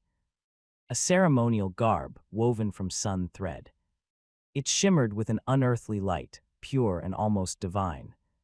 But wearing it was a different matter. Lucian had stood in front of the mirror for hours, wrestling with his pride and discomfort. The robe looked far too holy, like something a saint or demigod would wear. It was beautiful, but embarrassing. By the time he gathered the courage to put it on, his people had already left for the ceremony. So he grabbed sparkles and soared into the sky. Now, as he neared the intersection, all eyes were on him. The wind stirred his robes. The sunlight caught the golden threads. The sight was unforgettable. Lucian looked like he had descended straight from the heavens, and the crowd could only stare in awe. Lucian's presence was overwhelming. With his radiant garb and commanding aura, he looked less like a nobleman and more like an untouchable being. The sight stirred something deep in everyone watching. Then something unexpected happened. One by one, Lucian's subjects dropped to one knee. In perfect silence, they turned to face him, their heads bowed low. The moment felt sacred. Even the other onlookers, baronial subjects, heirs, and the two barons themselves, felt the pull. The atmosphere was so heavy with awe, it was as if the air itself urged them to kneel. They resisted. Barely. Out of sheer pride and duty as lords, the two barons remained standing. But it was clear. Many of them trembled, their legs unsure, their hearts shaken. But they didn't. They have to keep their dignity as a lord. But it was noticeable that their feet are trembling. Still, the others can't resist and kneeled too. But the two barons couldn't bring themselves to scold the kneeling men and women, though it might have looked like disloyalty. How could they them? Anyone witnessing Lucian now would understand. He didn't look like a man anymore. He looked like a legend brought to life. But then Lucian descended. He looked over the kneeling crowd with deadpan expression. His brows raised in disbelief. "What are you all doing?" he said flatly. "This is an important ceremony, not a cult gathering. Don't embarrass me like this. Come on, stand up already. Clara, fix your face. You're drooling or something." The holy atmosphere shattered instantly. The two barons could only offer hollow laughs, caught somewhere between amusement and confusion. Truly, Lucian was impossible to predict. His subjects stood up as if nothing strange had happened. The few from the other baronies who had knelt were now red in the face. They scrambled to their feet in embarrassment, as if just realizing what they had done. Lucian strode over to the two barons and gave a sheepish cough into his fist. "Ahem, my apologies for the display, barons. I hope you won't take offense. My people aren't exactly well-versed in proper ceremony etiquette." He avoided eye contact as he spoke, clearly a bit flustered. Baron Hornville chuckled. "Surely you jest, Baron. We're all the same here. That's nothing to be embarrassed about." "Yes," added Baron Needleheart with a laugh. "In fact, your presence may have already blessed the ceremony. You arrived like something out of scripture." Lucian let out a modest laugh, but as he activated Inspect, he saw the truth.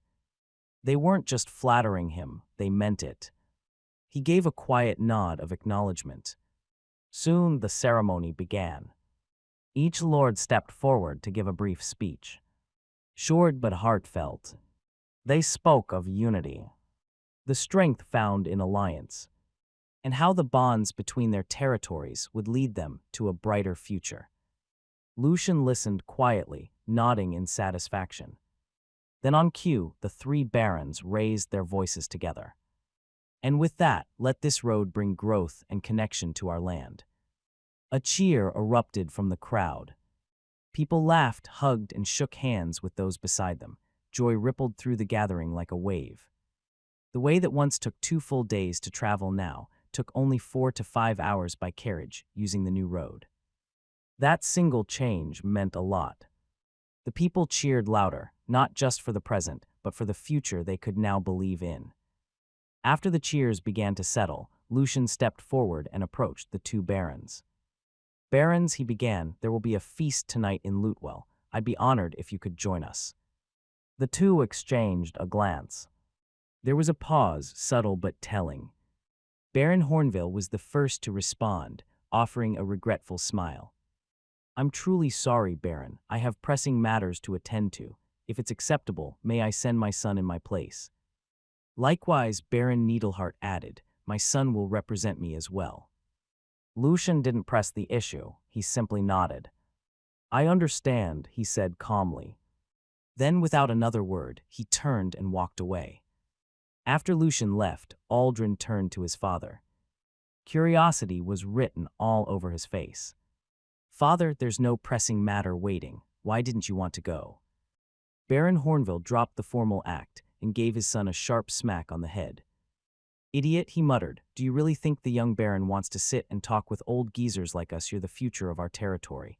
It's you who needs to make a good impression on him. We've done our part. It's time we step back and let your generation take the reins. So be a good son, understand? Aldrin rubbed his head in protest, grumbling under his breath. Roneth, of course, didn't escape either, earning a matching hit from his father.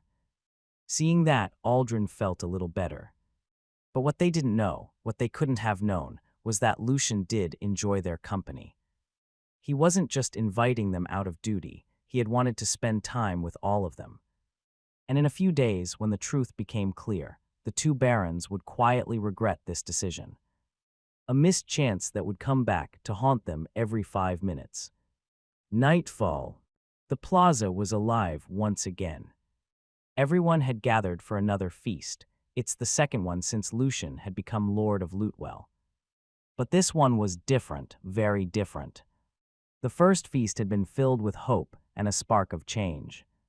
But tonight, that change was real. Laughter echoed through the air, joyful chatter spilled from every corner. The entire plaza glowed, not with candlelight anymore, but with the brilliance of newly installed streetlights. They cast a soft, golden hue over everything, turning the celebration into something almost magical. The lights didn't just illuminate the feast, they set the mood. Warm, festive, proud.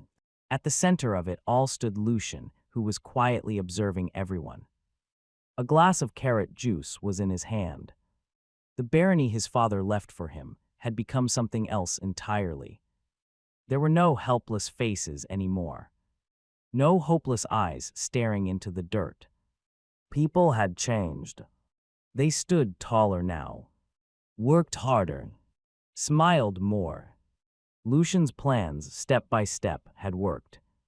The foundation was strong. Of course, the threat of the Coalhearts still lingered. He hadn't forgotten them, not for a second. But it wouldn't be long. After the grand banquet, he'd deal with them, for good. And when that day came, his territory wouldn't just be a rising star on the borders. It would shine as the greatest. Lucian stepped forward, his gaze swept across the crowd. Everyone, he began. His voice was steady but warm. I won't make this long. Words alone can't capture what I truly want to say. He lifted his glass of carrot juice high into the air. To every hand that built this dream, raise your glasses. The crowd responded, lifting their drinks with pride. Lucian smiled. To our hard work and how far we've come, may our land thrive even more. Cheers. Clink. The sound of glasses meeting filled the plaza, followed by a wave of cheers and the collective gulping of drinks, each one honoring the journey they'd taken together. And with that, the feast began. Lucian watched as everyone laughed, danced, and enjoyed the night. It was a scene he wouldn't forget. Meanwhile, he quietly called over Sebas and the division representatives. He handed them a spatial bag. It contains long-awaited rewards. Lucian carefully prepared it in advance. He then gave them a list detailing which rewards were meant for which individuals and teams. The rewards included the juices extracted from the special crops. Solar carrots, winter radishes, gale beans, aqua melons, granite gourds, berries. Each juice granted specific attributes. Lucian had tried them all himself and absorbed every benefit they offered. Now, it was time to share the gains with the people who earned them. There were enough for everyone. And that's not all. Within the spatial bag were other surprises, more rewards meant to delight and encourage everyone. After Sebas and the division representatives expressed their heartfelt gratitude, they bowed deeply to Lucian. Each of them offered parting words filled with respect, loyalty, and promise. "We'll carry out your intentions, young lord," Sebas said with a firm nod. "You can count on us." The others echoed the sentiment. Then one by one, they said their goodbyes. Lucian called over Aldrin and Ronith. With a small smile, he handed each of them a finely wrapped box.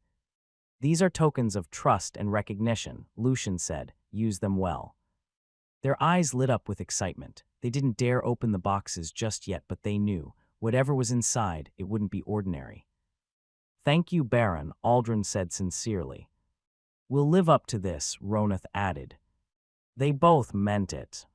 Afterward, the three chatted casually. The conversation was flowing easily. Lucian eventually said something lighthearted, but it left both heirs frozen for a moment. A beat passed, and then they excused themselves. As they walked away, Aldrin muttered under his breath, "Oh, father, you completely misunderstood the Baron." Ronith sighed. "Now I don't know who the real idiot is, but lucky us, the gifts are ours, ha." The two shared a laugh, their regret eased just a little by the weight of the boxes in their hands. Lucian made his way toward Maxim, who stood near the edge of the plaza. They talked for a while. Nothing too serious, just light conversation. But Lucian could sense it. Maxim had questions, plenty of them. Yet he didn't ask. Instead, he smiled and said, "Are you ready now?" Lucian responded with a simple nod. Maxim wasn't just an advisor, he also wasn't just a tax collector. He acted like family, and for that, Lucian was deeply grateful. Tomorrow, the two of them would be leaving for the capital. But even as he prepared for that journey, Lucian's thoughts remained with Lutwell. He didn't want his people to sit still in his absence. He wanted them to grow, to lead, to thrive, just as he had always intended. The next morning, everyone had gathered at the castle gates. News of Lucian's departure to the capital had already spread. It's thanks to Aldrin and Ronith, who had let it slip the night before. The two were still sound asleep in their cozy inn, blissfully unaware of the unease their words had sparked. Despite the bright morning light, a heavy silence hung in the air. An uneasy thought stirred within many of them. Will the young lord return? Is he abandoning us? Did we disappoint him? The weight of those doubts bore down on their hearts. Those thoughts were, in some ways, unavoidable. Aldrin and Ronith hadn't exactly helped. They had let slip that Lucian was leaving for the capital, but they hadn't shared the full context. They didn't mention the upcoming grand celebration. One of the subjects finally broke the silence. "Maybe the young lord is disappointed with us. We're not talented after all. I've only reached tier 4 even after everything he's done for us." That single comment echoed through the group like a cold wind. It struck deep because many of them were thinking the same thing. After all, they were just commoners. Untalented. Unremarkable. The average tier among them was only tier 4. It felt like they hadn't done enough. But if anyone from the capital, or even someone with a shred of common sense, had heard them, they would have laughed, cried, or collapsed into existential despair. Because if you looked at it objectively, their progress was nothing short of extraordinary. These people had only been training for 25 days. Meanwhile, the so-called geniuses of the capital, those born into noble families, those who trained since childhood, barely reached tier 5 by the age of 15, even with expensive elixirs and heightier manacirculation technique. That comparison alone spoke volumes. But they didn't know that. They hadn't left their borders. They hadn't seen the wider world. To them, the capital might as well have been another planet. So in their eyes, their best still felt inadequate. They simply didn't realize just how far they'd come. Even Clara, who was supposed to have the most common sense among them, having traveled to many places, fell silent. Despite receiving Lucian's blessings, even she still felt inadequate. Standing in place, she found herself wondering if she had done enough. She sometimes questioned if she was worthy of his faith. Just then, Cecil stepped forward. "Everyone, how could you doubt our Lord?" he said with his voice louder and steadier than usual. The crowd turned to him in surprise. It was Cecil who let strange thoughts and wild theories get the better of him. But now his voice carried something different. Conviction. "Think about it," he continued. "The Lord's probably heading to the capital to secretly challenge the king to a duel for better rights for us." He raised a finger dramatically.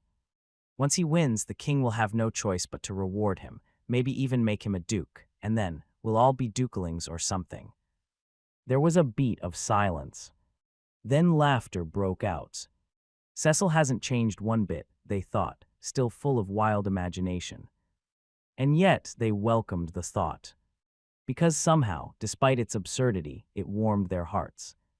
And just like that, their heavy hearts began to feel lighter. Lucas stepped forward with a grin. "If that's true, then we should give our Lord a proper send-off," he said. "Defense Division, stand tall and form up. Let's show him the best farewell we can." At once, the Defense Division snapped to action. Their movements were sharp and practiced. They quickly assembled at the gate, forming a proud formation like a knightly entourage. Down the center, they left a clear path. Next was Green. "All right, everyone, bring out the flowers we've been growing," he called to his team. "Let's decorate the path. The young lord will definitely appreciate them." Across the grounds, the Sustenance Division members hurried to gather fresh blooms. Bright, vibrant, full of care. Then came Stone's voice. "Bring out the statues we made of our Lord," he bellowed, "and someone get up there and fetch the banner of the Untainted. We'll do this properly." Excitement stirred in the crowd as the preparations continued. Then Elk stepped forward. "Everyone, it's finally time. Let's use that talisman for this occasion." Her team turned toward her with knowing smiles. They all knew what she meant. It wasn't just any talisman. It had started as a basic fireball scroll, but they had altered it. Inspired by the dazzling display Lucian once showed them, they had spent weeks experimenting and fine-tuning. And now they had created their own version. A proper firework talisman. This moment was the perfect chance to use it. Their lord was leaving, and they would send him off with pride, color, and light. Then Clara stepped forward. "Everyone, it's our time to shine. Take your positions. Let's begin." The members of the spiritual division moved with quiet grace, forming a choir-like formation. They wore robes woven from sun thread. They are part of the rewards granted by Lucian the night before. The fabric shimmered faintly in the morning light, casting a soft golden glow. They looked like priestly guardians of something sacred. Then, on Clara's cue, a low hum began to rise from their ranks. It wasn't just a sound, it was magic. Clara gently cast her light magic, weaving it into the harmonics of the choir. The hum deepened, amplified by the spell. It wasn't loud, but it was earful. The melody wrapped around everyone present, calming their hearts and lifting their spirits. What had started as anxiety and doubt had now transformed into something else, something warmer. The air felt lighter. The mood brighter. By the time the last preparations were done, the entire gate had transformed. A path lined with flowers, statues standing proudly, the banner of the Untainted waving. Fireworks ready. Music in the air.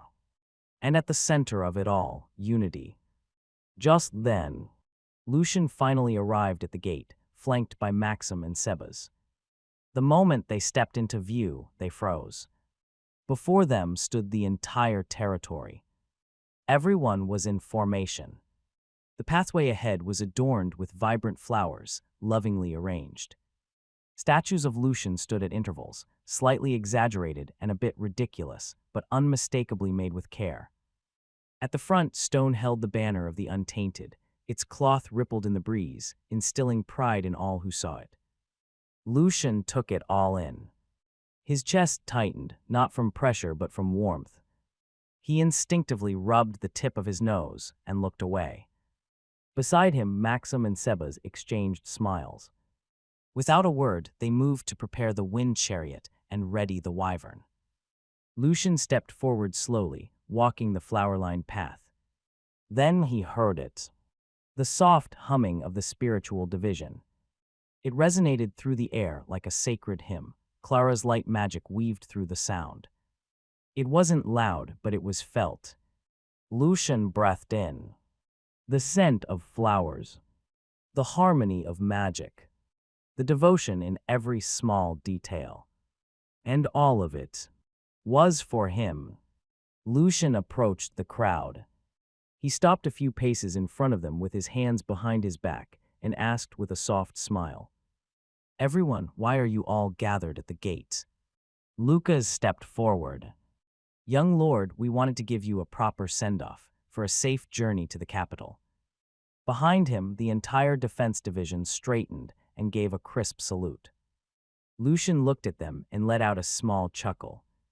They had come a long way. The posture, the discipline, the unity, it was real, and it made him proud. Then, a sudden burst lit the sky. The crafting division had launched the fireworks talisman. Brilliant trails of color danced across the daylight sky, not as striking as they would have been at night, but still beautiful in their own way. Lucian smiled as he watched them fade. They weren't perfect, but they were full of effort. And to him, that mattered more than perfection. "Everyone," he said sincerely, "I truly appreciate this." Just then, Sebas and Maxim returned. One leading the floating wind chariot, the other guiding the wyvern. Lucian turned to see them, then faced the crowd again. His gaze swept over each of them, his voice steady. "I may be away for a while, but I won't be gone completely. I will still be with you, in another form." Just then, Lucian raised his hand. A faint pulse of energy rippled around him. Split body. In an instant, his body was enveloped in a radiant light. The glow intensified, then shot downward like a streak of magic. It hit the ground in front of the crowd. Everyone shielded their eyes from the brightness. And then it faded. Standing in the spot where the light had landed was a smaller figure. A miniature Lucian. Identical features. Same clothes. Same expression. Just palm-sized. The tiny version of Lucian raised a hand and gave a little wave. Silence. Complete and total silence. Maxim's eyes nearly popped out of their sockets. His jaw dropped so far open, it looked like he'd forgotten how to close it. Sebas looked ridiculous. Stone blinked rapidly. Green rubbed his eyes. Elk looked ready to faint. Lucas fell out of the formation. Cecil was writing rapidly in a notebook with glowing eyes. Clara was her usual. No one spoke, no one moved. They were all stuck somewhere between awe and total disbelief. Lucian scratched his cheek, awkwardly. Yeah, so, this little guy will act as my stand-in while I'm away." He glanced at the stunned crowd. "I can still communicate through him, so don't get any ideas about slacking off." His eyes narrowed just slightly, half stern, half amused. "I'll be expecting regular reports. Sebas, Green, Stone, Lucas, Cecil, Elk, Clara, you'll be my eyes and ears here." The mini version of Lucian strolled confidently toward Sebas, then leapt with surprising agility, landing neatly on his shoulder. "I'll leave things to you, Sebas," the real Lucian said. "I'm heading out now." With that, he turned and stepped onto the wind chariot. But as he took his seat, something caught his eye and he couldn't but chuckle. Maxim, who was at the front, still has his mouth wide open. Completely motionless, except for the reins he held, guiding the chariot forward like muscle memory had taken over. They previously thought they were used to surprises by now. But split body that they didn't see coming. Behind them, the crowd remained frozen, their minds still trying to process everything. Not a single cheer or goodbye had been shouted, just stunned silence trailing in their wake. Lucian walked to the front of the chariot and gently patted the wyvern's neck. "We're counting on you, buddies." The wyvern let out a rumbling growl, almost like a proud reply. Traveling through the skies was surprisingly pleasant. Though only a short time had passed, they had already soared far from the territory. The wind chariot glided smoothly, stabilized by layered enchantments. The air pressure that would have battered an ordinary rider simply rolled off the barrier like wind against glass. Lucian sat down and leaned back. The chariot was more spacious than it looked roomy enough for 2 passengers, with smooth-cushioned seats and protective runes etched along the rails. And above all, it felt safe. The wyvern didn't even need to be led. It knew the route instinctively, as if it had flown this path countless times before. Lucian turned his head toward the front of the chariot where Maxim sat steering. He couldn't but chuckle at the man's expression. He's really changed, Lucian thought. This wasn't the same Maxim he remembered from before. Back then, Maxim had been a man worn down by life. Mild quiet, just drifting through the days. But now he was lively, engaged, even talkative. It was as if the fire of his youth had been rekindled. Lucian smiled. He can even make expressions like that now. But then Maxim's face suddenly shifted.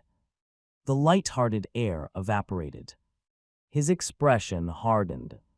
Lucian's instincts flared. He straightened in his seat. "Nephew," Maxim said firmly with his eyes locked ahead, "get down and fetch me the weapon in the back. There's a monster coming." In the distance, a group of griffins approached. 5 of them. Their wings sliced through the air with ferocity. Their presence radiated ranging from Tier 3 to Tier 5. At the center of the formation soared the largest one. Unmistakably the later, a Tier 5.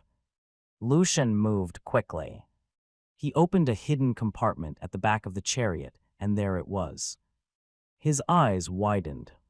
A bolt-action rifle. It was something he recognized, yet it wasn't quite the same. The rifle was long and sleek, with a solid dark oak stock and a polished steel barrel. Intricate runes shimmered faintly along its surface.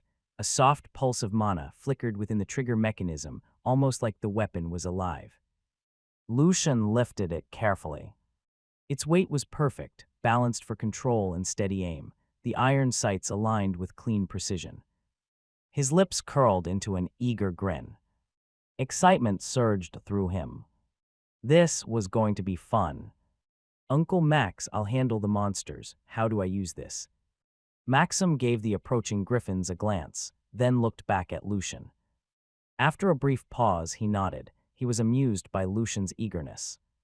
"It should work," he said with a small smile. "Use mana cores as bullets. Insert one directly into the chamber. Wait for the runes to light up. Aim at the enemy, and when you're ready, pull the trigger." Lucian's eyes glowed. The mechanism was nearly identical to what he knew. And mana cores, he had a mountain of them. Without hesitation, he pulled one from the inventory and slotted it into the chamber. The runes on the barrel pulsed to life, signaling the weapon was ready. Lucian stepped forward, positioning himself at the front of the chariot.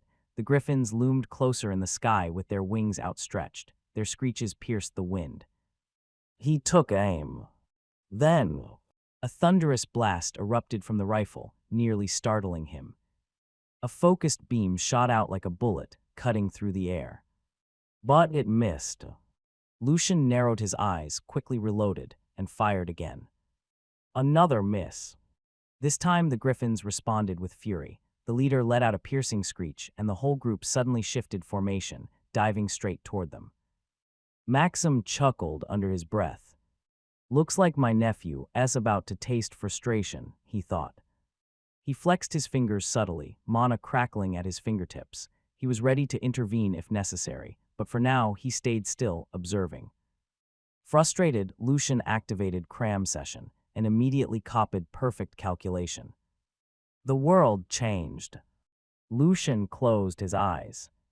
Velocity drift, angular momentum, wind vector cubed over distance squared, even his heartbeat became part of the equation. He inhaled deeply, then held his breath. With perfect calculation, there was no room for instinct. Only numbers. Only logic. Only the cold precision of math waiting to be solved. The world around him became a living formula. Lucian opened his eyes, calm and focused. He pulled the trigger. The shot connected. A griffin shrieked and plummeted from the sky, ing hard into the earth. The leader roared with a sharp cry. The others shrieked back in anger and bloodthirst. Then they surged forward with their wings slicing through the air like blades. The leader held back, watching in the distance. Then Lucian remembered. The drops.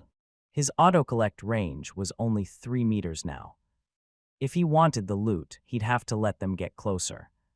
Uncle Max, I'll hit them once they're close. Please don't interfere yet, Lucian said as he sensed that Maxim was ready to act. Then he focused. Lucian began calculating. How fast the griffins were flying. How many seconds until they entered his autocollect radius. And the precise timing to trigger a perfect shot. He raised the rifle again. Calm, patient, like a hunter waiting for prey to walk into the trap. He exhaled slowly, then pulled the trigger. One griffin fell instantly. He reloaded, recalculated, and fired again. Another hit. One griffin got dangerously close, but Lucian didn't panic. He adjusted, then pulled the trigger. A clean kill. Headshot, he grinned, proud of his shot. As the griffins were slain, their bodies vanished instantly. All of them were now stored neatly in his inventory. Maxim, who watching quietly from the side, narrowed his eyes with a curious glint. Lucian looked into the distance. The leader griffin was trying to retreat. Uncle Max, can we chase the leader? Maxim nodded, raising one hand. Wind surged around them as he cast a binding spell, locking the air around the fleeing creature to halt its escape. The wind chariot led by the wyvern shifted direction and charged forward. Lucian took aim one last time. He waited for the wind chariot to get close enough then. The final shot pierced the air and the Tier 5 griffin was killed. Then, its body vanished too. Another clean hit. Lucian turned around with a wide grin on his face from the thrill of victory. Then he noticed Maxim's eyes. Narrowed with suspicion, quietly watching him. Lucian cleared his throat and quickly straightened his posture. A nervous chuckle escaped as he faked a couple of coughs. Uncle Max, I know you probably have a lot of questions, but... Maxim raised a hand, chuckling as he cut him off. Say no more, nephew, he said calmly. Even with perfect calculation, I can't figure you out. I can't calculate where you're getting all these strange items or abilities. He smiled, but there was a glint of something deeper in his gaze. But I do know this. Whatever you hold, only you in this world possess it. Everyone has secrets, Lucian, and it's not something bad. Lucian's eyes shimmered softly. He was grateful because that meant he didn't need to explain. Of course, Maxim wasn't telling everything either. There was another used for perfect calculation, one he rarely used. It could predict nearly anything, but the price was steep.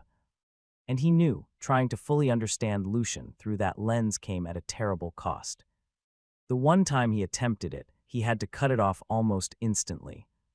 His mana was drained like water into a black hole. His body trembled. The calculations spiraled out of control as if the universe itself rejected the answer.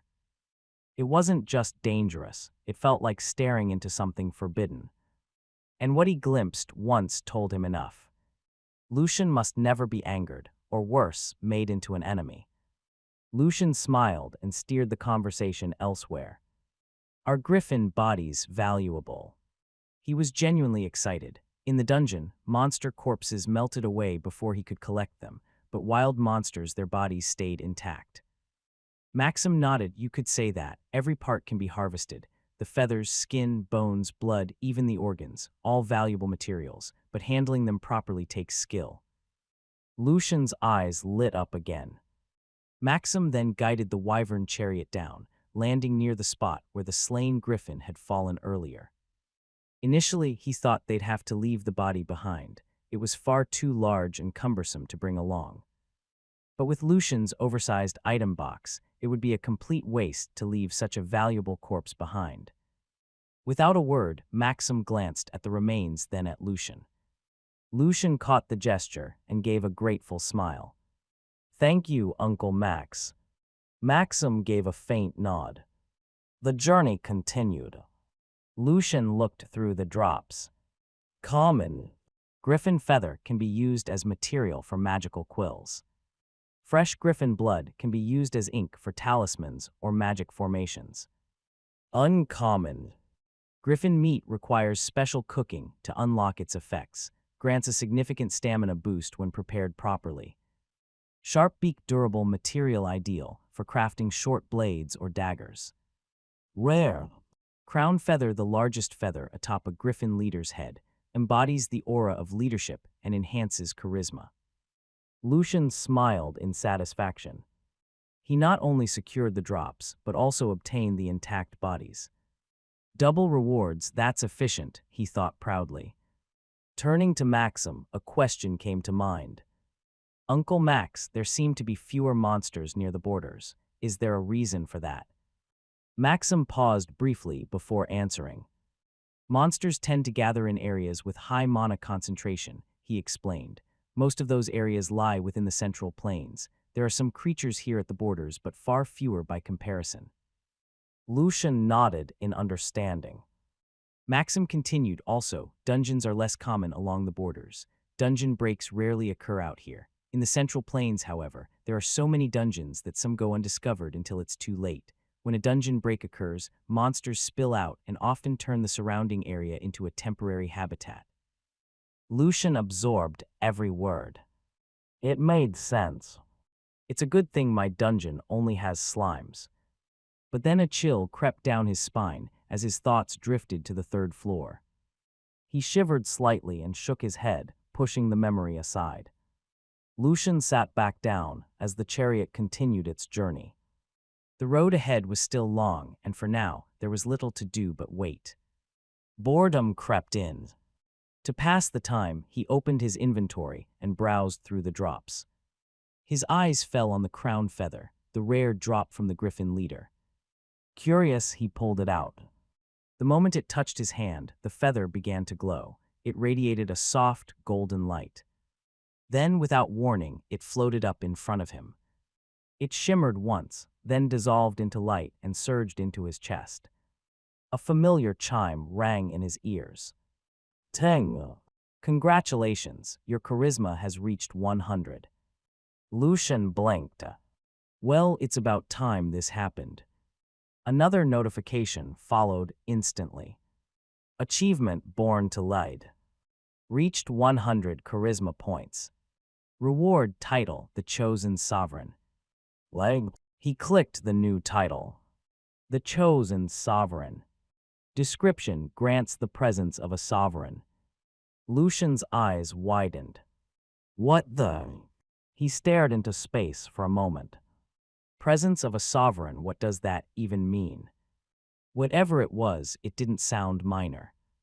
Lucian could feel it. Something earthful is surging from within. An imposing aura radiated from his body. Silent yet undeniable. His divine energy core stirred, reacting as though it recognized the presence of something ancient. The divine energy coursing through his body accelerated. It was no longer chaotic but smooth and precise, almost refined. It was as if his entire being was undergoing a quiet baptism. What the hell, a passive aura, Lucian thought. His eyes narrowed as he sensed the shift more clearly. Then a flicker of movement. Maxim turned sharply toward him. Nephew, your aura, it's changed. Maxim's voice was steady, but his eyes betrayed a hint of disbelief.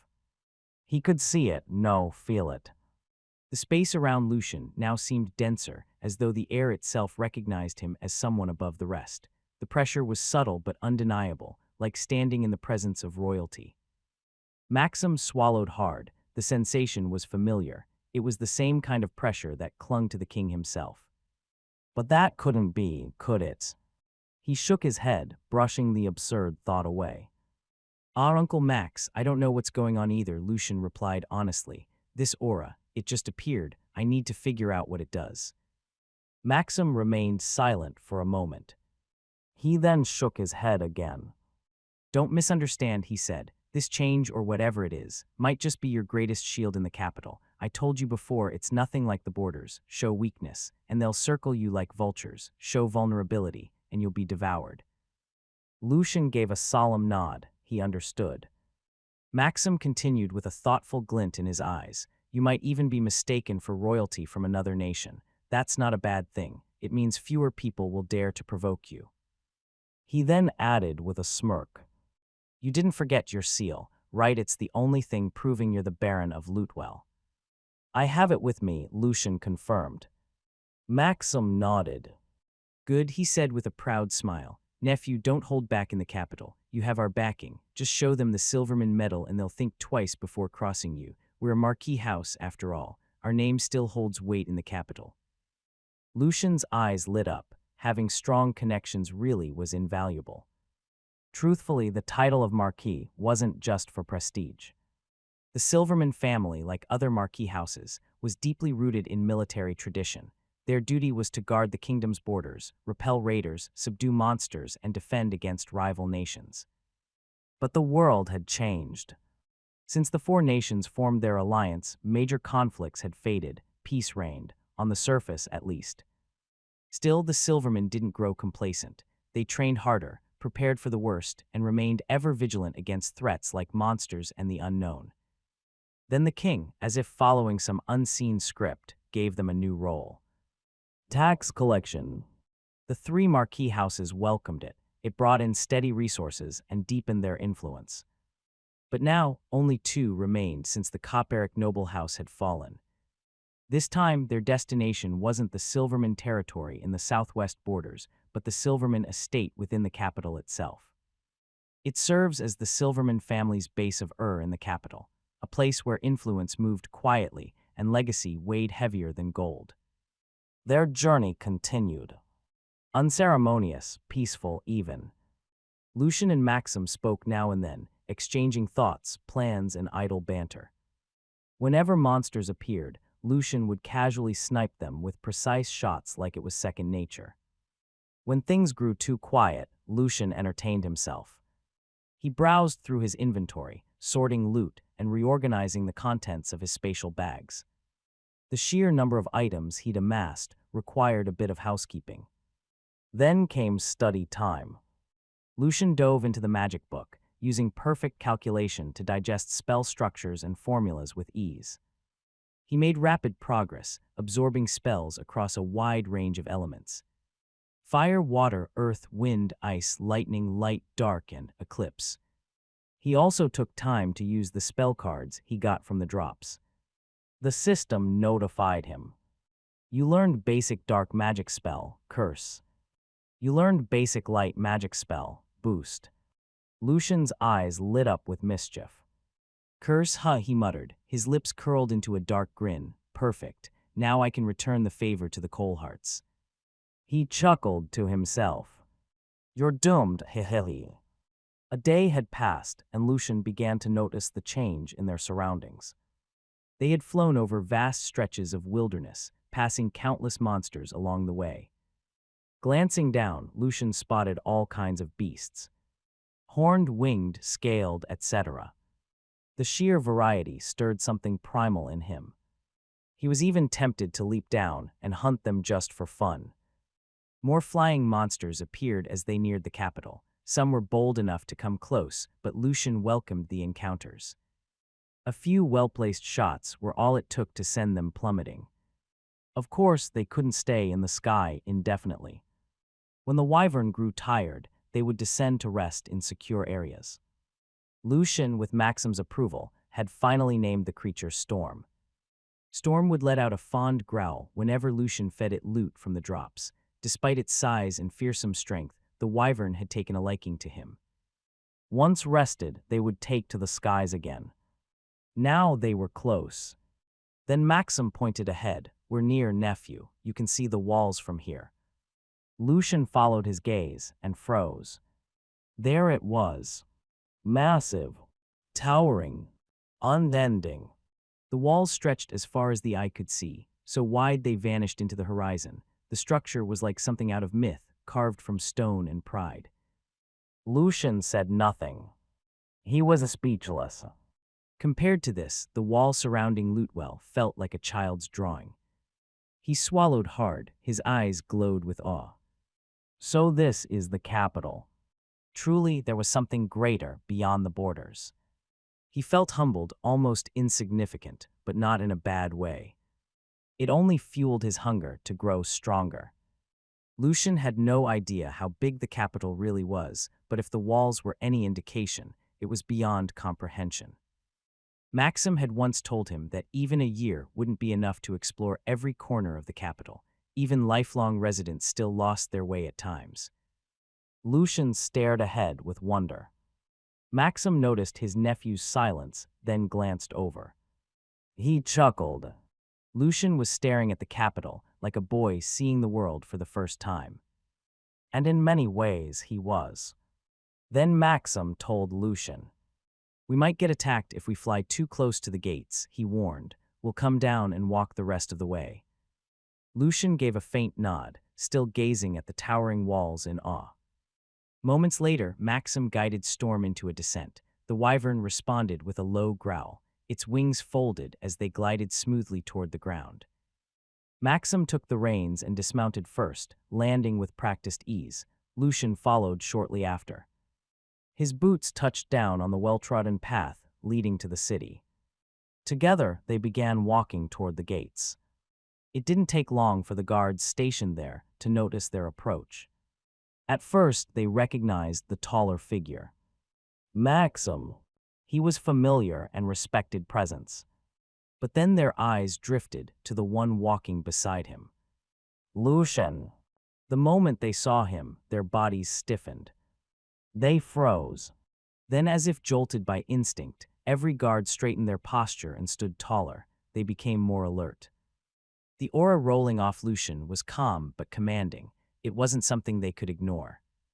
It was the kind of presence they usually only felt from high-ranking nobles, someone born and bred in Ur.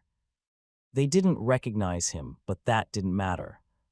None of them wanted to risk a mistake. As Lucian and Maxim approached the gate, the guards offered polite smiles. "Good day, Your Excellency and esteemed guest," one of them greeted. His voice was full of formality and enthusiasm. Maxim responded with a nod and a cordial good day. Lucian said nothing, only returned the greeting with a subtle nod. That alone made the guards gulp. The pressure this unfamiliar young man radiated was unsettling. They had no idea who he was, but he felt important, the kind of person you didn't question without good reason. One of the guards cleared his throat and addressed Maxim directly. "Your Excellency, welcome back to the capital. May I see your identification for record-keeping?" Of course, Maxim replied casually, reaching into his coat. He showed a silver medal engraved with the insignia of Silverman. The guard examined it briefly, then jotted something down into a thick logbook. A moment passed before another guard finally asked, with his tone careful but curious, "Forgive us, Your Excellency. We apologize for not recognizing your companion. If it's not too bold, may we ask which nation he represents?" Maxim let out a short laugh, amused. "Even they were fooled by my nephew's aura," he thought with pride. Before he could answer, Lucian stepped forward. "No need for apologies," he said with a faint smile. "I'm not anyone particularly important, just a baron from the borders." He reached into his coat and held out a small item. The baron's seal of Lutewell. The guards went silent. They stared at it, then at Lucian. They didn't believe it. How could they, a border baron, radiating the kind of presence that made their skin crawl? But the seal was real. Its monotraces was authentic. It was impossible to fake. Still in disbelief, they looked at Maxim, as if silently asking for confirmation. Maxim simply nodded, with a glint of intrigue in his eyes. And the guards realized. Whoever this baron was, he was someone to remember. Even after learning Lucian's identity, the guards didn't shift their behavior. They remained polite, respectful, amicable, but beneath their courteous smiles was a shared, unspoken truth. They didn't dare belittle someone who gave off such a frightening aura. "Thank you for your time," the lead guard said, stepping aside. "You're both clear. Please proceed. The gates are open to you." Lucian smiled faintly, "Thanks."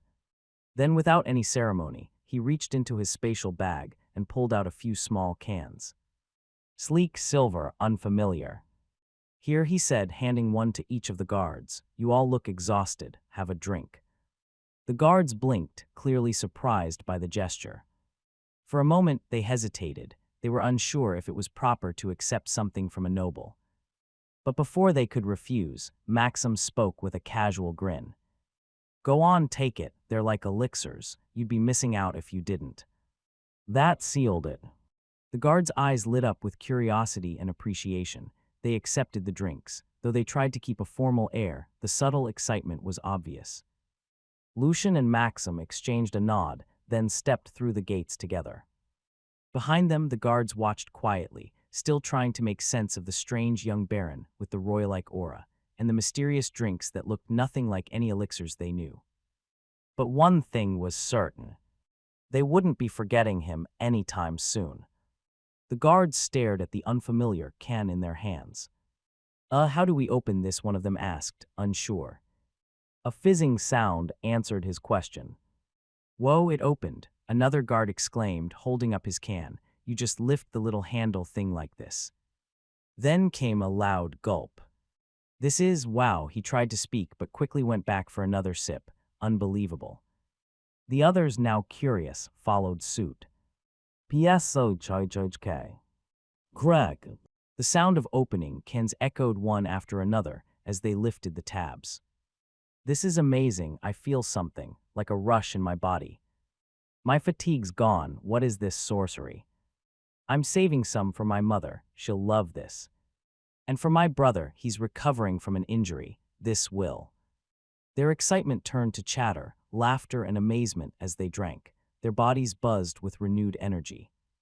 Then one voice cut through the noise. Wait a minute, everyone, didn't the king tell us something? They all froze and looked toward the speaker. His expression was serious now.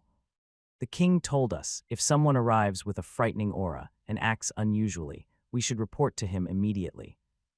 A tense silence followed. Everyone looked at each other, expressions shifting to contemplation. Then someone chuckled. No way, we must have misunderstood the esteemed guest earlier. He's just a kind baron, not scary at all. He even gave us elixirs. Honestly, I feel like I'm about to break through. Right, maybe someone else with the scary aura is coming, another laughed. Everyone nodded in agreement and continued drinking, while a few tucked away their cans carefully to share with loved ones. Meanwhile, Lucian and Maxim had taken to the skies once more, riding the wind chariot over the sprawling capital. Maxim glanced to the side and spoke over the wind. It'll take about an hour to reach our estate from here. Now you see why I said the capital was huge. Lucian nodded quietly. The capital was indeed vast, formidable in both scale and strength. Even the gate guards they had encountered earlier were Tier 6. He used Inspect on them earlier. Many of them are skill holders, and some can use advanced magic. Trained, disciplined, and thankfully courteous. Lucian's eyes wandered as they soared above the capital. What he saw below left him speechless. The architecture was refined. Elegant stonework, gilded towers, flowing banners, and streets laid out with precise order. It wasn't just a city, it was a symbol of Every district they passed revealed something new. Marketplaces bustling with activity. Grand halls brimming with nobles. Magical transports gliding along elevated rails. It felt like another world entirely. Vast-based, dynamic, alive. Above them, others soared through the skies. Some rode majestic tamed beasts, others maneuvered through the air on flying devices that hummed with magical energy. Lucian's eyes gleamed with curiosity and awe. The view changed constantly. New wonders unfolding with every minute. Then the wind chariot began to slow. Maxim glanced at him. His voice was calm, though pride laced his words. We're near, nephew. As the wind chariot gradually slowed, Lucian immediately sensed the change in the atmosphere. Noble district. The familiar hum of the bustling city faded, replaced by a calm and deliberate stillness. The streets grew wider and more pristine, The surface was paved with polished stone that gleamed under the sunlight. There were fewer people here, but those who strolled about wore elegant and expensive clothing. Their manner was also poised and unhurried. From time to time, luxurious carriages drifted past. They were drawn not by horses, but by tamed monsters. Unicorns, drakes, other antlered beasts. They glided silently across the cobbled lanes. They are symbols of and prestige. Soon, towering mansions came into view. They stand proudly behind wrought iron fences draped in blooming ivy and vibrant roses. Each estate was a clear reflection of its owner's wealth and refined taste. Well-dressed retainers and watchful house guards moved about the manicured grounds. Their sharp eyes tracked every passerby with quiet vigilance. Lucian's eyes glowed with a mix of awe and curiosity. His fist clenched unconsciously as he took in the grandeur surrounding him. It was an eye-opening sight. The world of the rich was something he could barely comprehend. Yet beneath all that beauty, there was tension. Quiet but undeniable. Lucian felt it too. An undercurrent of rivalry ran through the air. Status games, old bloodline feuds, tangled webs of political intrigue. He saw it in the way guards subtly monitored one another's movements. In the fleeting, guarded glances exchanged between servants clad in the colors of rival houses. No words were spoken, but the silence carried weight. Soon after they arrived. The Silverman estate. Tucked behind a high wall laced with silver-flecked stone, the mansion stood like a polished jewel among the noble residences. The gates forged from steel were sculpted into intertwining veins and curling vines. At their center gleamed the family sigil. A silver pickaxe crossed over a crescent moon, faintly glowing with protective runes. The mansion itself rose 3 stately stories. Its facade was crafted from pale gray granite streaked with silver veins that caught the light like frost on stone. Elegant balconies curled outward, while tall arched windows shimmered with a soft bluish tint. It was enchanted to keep the interior cool and hidden from prying eyes. At the heart of the courtyard, a descending spiral-shaped fountain poured crystal-clear water that sparkled with flecks of light, as though tiny shards of silver danced within its depths. Everything about the estate exuded old wealth and restrained authority. Not loud opulence, but quiet confidence. The kind built not on inheritance alone, but on generations of ambition and resourcefulness. Even the air here seemed cooler and calmer.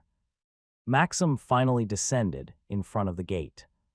The moment the guards spotted the wind chariot, they rushed over in a blur of motion. "Sir Maxim, you used the wind chariot. Did something happen?" one asked. His eyes scanned him for injuries. The other guard silently observed, more focused but clearly concerned. Maxim waved off their worry with a casual smile. "Nothing serious, just wanted to change the pace a bit. Is my brother here already?" The guard paused. "Yes, sir, the Lord is inside and has been waiting for you." Maxim nodded in acknowledgement. Just then, Lucian stepped out of the wind chariot. The guard stiffened immediately. He wasn't doing anything, but the air around him shifted. Heavy, unsettling. There was a pressure they couldn't quite name, something instinctual that told them this young man wasn't ordinary. "I didn't know you brought someone with you, Sir Maxim," one guard said carefully. "All right," Maxim said. "Allow me to introduce him. This young man is Lucian. Treat him as you would treat me." Lucian gave a small nod. "Good day." The guards quickly straightened. "Good day, sir," they echoed, saluting in unison. Their minds raced. Who was this Lucian that Sir Maxim would place him on equal standing? He looked young, but the presence he carried, it said otherwise. They exchanged glances as their curiosity ignited. Whoever he wasn't just some guest. "All right, we'll head in now," Maxim said. "Take care of Storm for me." The guard blinked. "Sir, who's Storm?" Maxim chuckled. "Ah, the wyvern, he's now called Storm." Lucian gave Storm a final pat. Then, with a smooth motion, he handed a couple of energy drinks to the guards. "For you," he said simply. The guards looked at the unexpected gifts in their hands, surprised. Lucian followed Maxim through the gates. His presence was calm but commanding. The guards exchanged glances. He was young and looked clearly important, but not at all like the arrogant airs they were used to dealing with. There was a quiet gravity about him, something dangerous beneath the surface but not cruel. He had a terrifying aura, yes, but he'd treated them with respect. Now more than ever, they wanted to know. Who is Lucian? Lucian and Maxim walked slowly through the estate. But with every step, a strange sense of unease crept in. Something felt off. Lucian couldn't explain it. It wasn't anything obvious. Just a prickling instinct, like a whisper at the back of his mind. He quietly activated divine sense. He looked around. To anyone watching, he looked like a curious kid taking in the grandeur of the Silverman mansion. He glanced back toward the gate. The guards radiated warm and pleasant colors, trusting and genuine. Then he looked to Maxim. His aura was clear, straightforward, and easygoing, just as Lucian expected. But as his gaze swept the surroundings again, something caught his eye. A color. Foul. Malignant. Malicious. He froze. It writhed like rot beneath fresh paint. There were several of them, dark patches among the warm hues. He blinked, deactivating divine sense. And when he looked again, they were just servants. Older ones. Kind faces. Calm eyes. They walked with practiced grace as they approached, smiles on their faces. They greeted Maxim with cheerful warmth and gave Lucian polite nods of welcome. Nothing seemed out of place. Just loyal staff doing their duties. On the surface, it was a completely normal scene. But Lucian knew better. Lucian activated divine sense once more and he nearly staggered. The malicious color was back, and this time, it almost made him vomit. It was difficult to describe. Not just a color, but something alive. It slithered between a bruised violet and a black so deep it felt like staring into the abyss. It pulsed with a sickly sheen, oily and unnatural. There was hunger in it. Cruelty. Greed. Malice. It wasn't just seen, it was felt. It whispered through his spine like cold breath or pressed into his chest like invisible hands. Worst of all, it felt like it was watching him back. Fuck, no wonder Clara became crazy. If I keep looking at this, I might too. The longer he stared, the more distorted the world became. He quickly used inspect. And there it was, the reason for the sickness crawling beneath his skin. But he said nothing. Not yet. He glanced at Maxim, who remained unaware, greeting the staff with his usual warmth. Lucian kept his face calm and let the servants drift away. Their smiles never faltered. The two continued forward, with more greetings offered along the way. Pleasant faces. Polite bows. But Lucian never let go of divine sense. He couldn't afford to. At last they stepped into the mansion, and Lucian quietly exhaled. Relief washed over him. The oppressive sensation from earlier faded, though not entirely. Still, the atmosphere here felt more stable. The interior matched the estate's grandeur, but with restraint. The entrance hall was vast, yet serene. A tall ceiling arched overhead, where a massive chandelier hung with its delicate crystals, catching the light like frozen rain. The walls were lined with smooth vertical stone, pale gray and subtly veined. A faint scent of lavender lingered in the air. Lucian took it all in. The Silverman family's wealth didn't scream for attention. It whispered through every detail.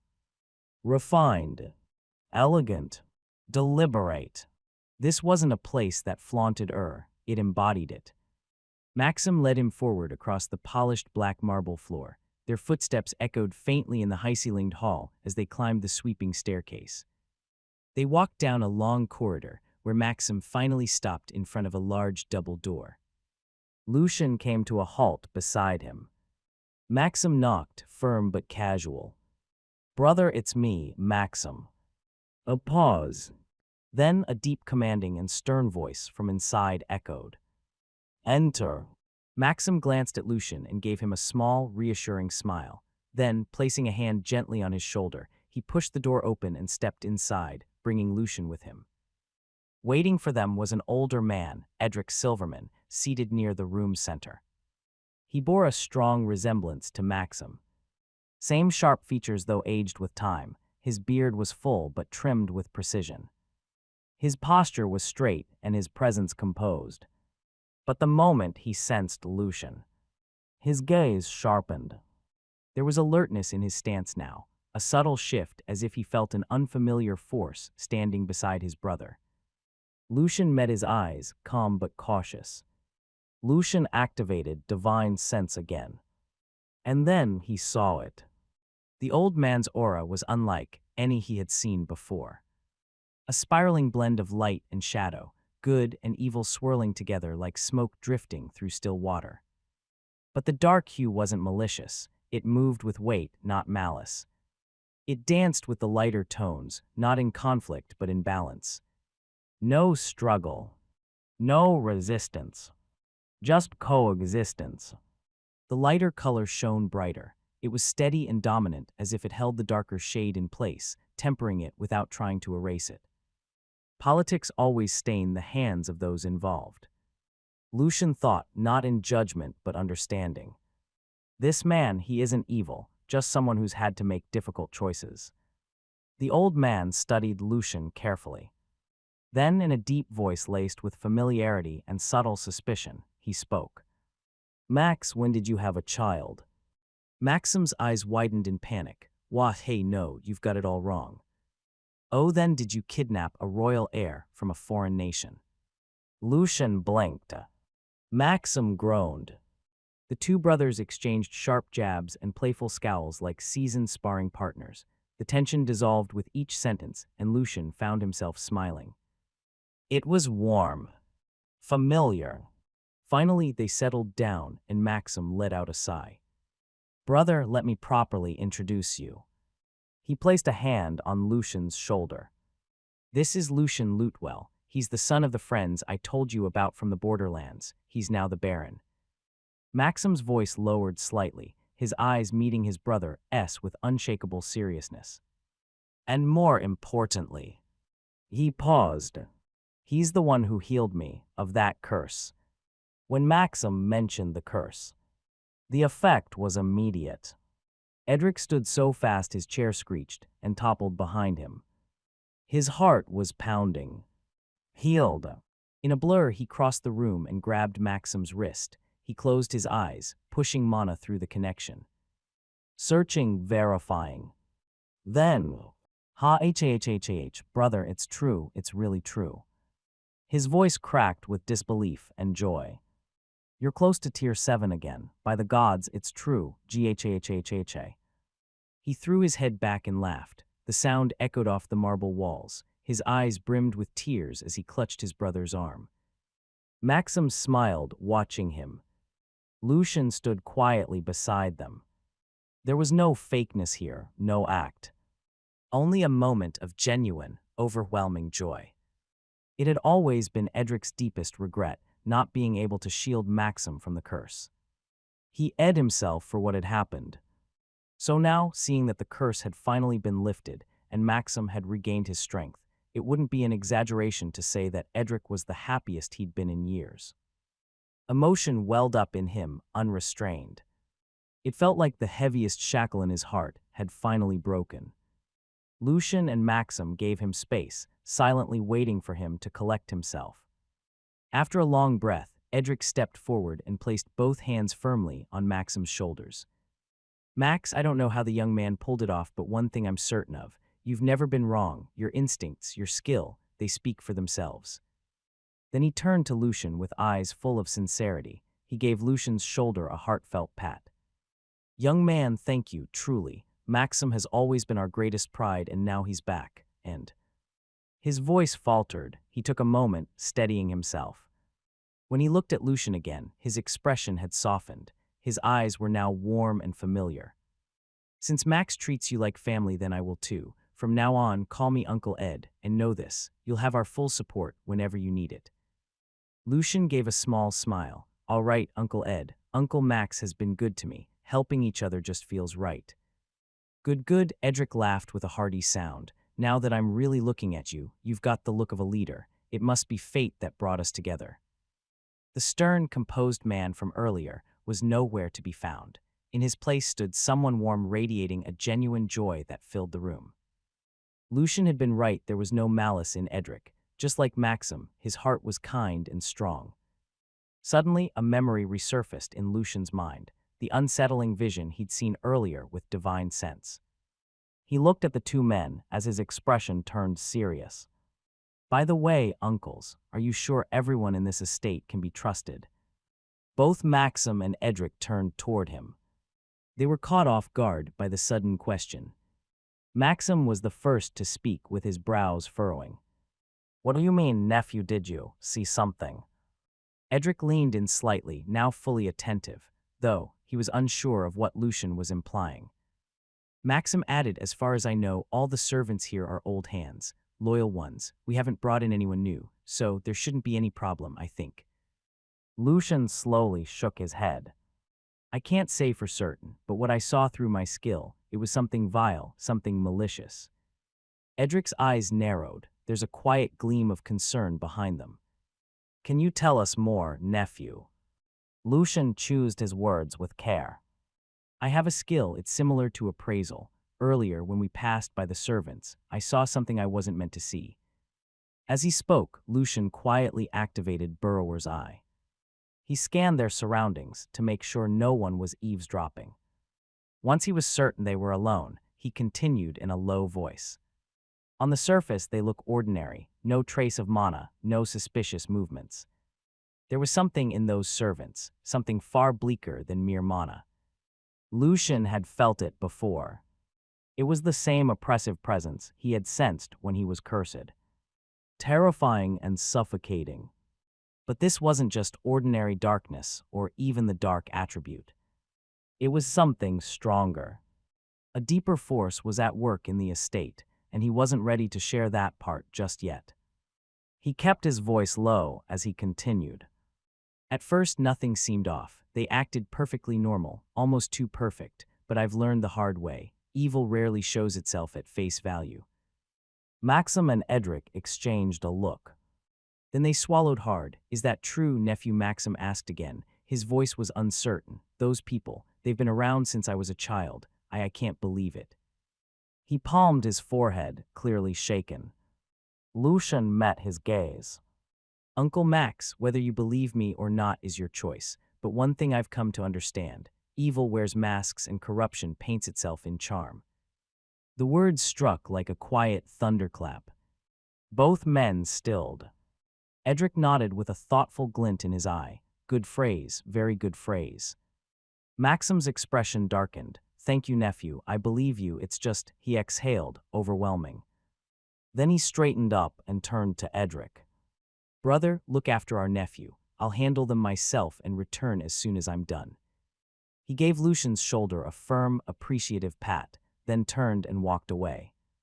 Now only Lucian and Edric remained. Edric was the first to speak. "Don't he, Maxim boy, he's been through a lot, and those people, well, they helped in taking care of him." But his smile faded and a glint of seriousness flickered in his eyes. "If they really did betray our family, then that can't be forgiven."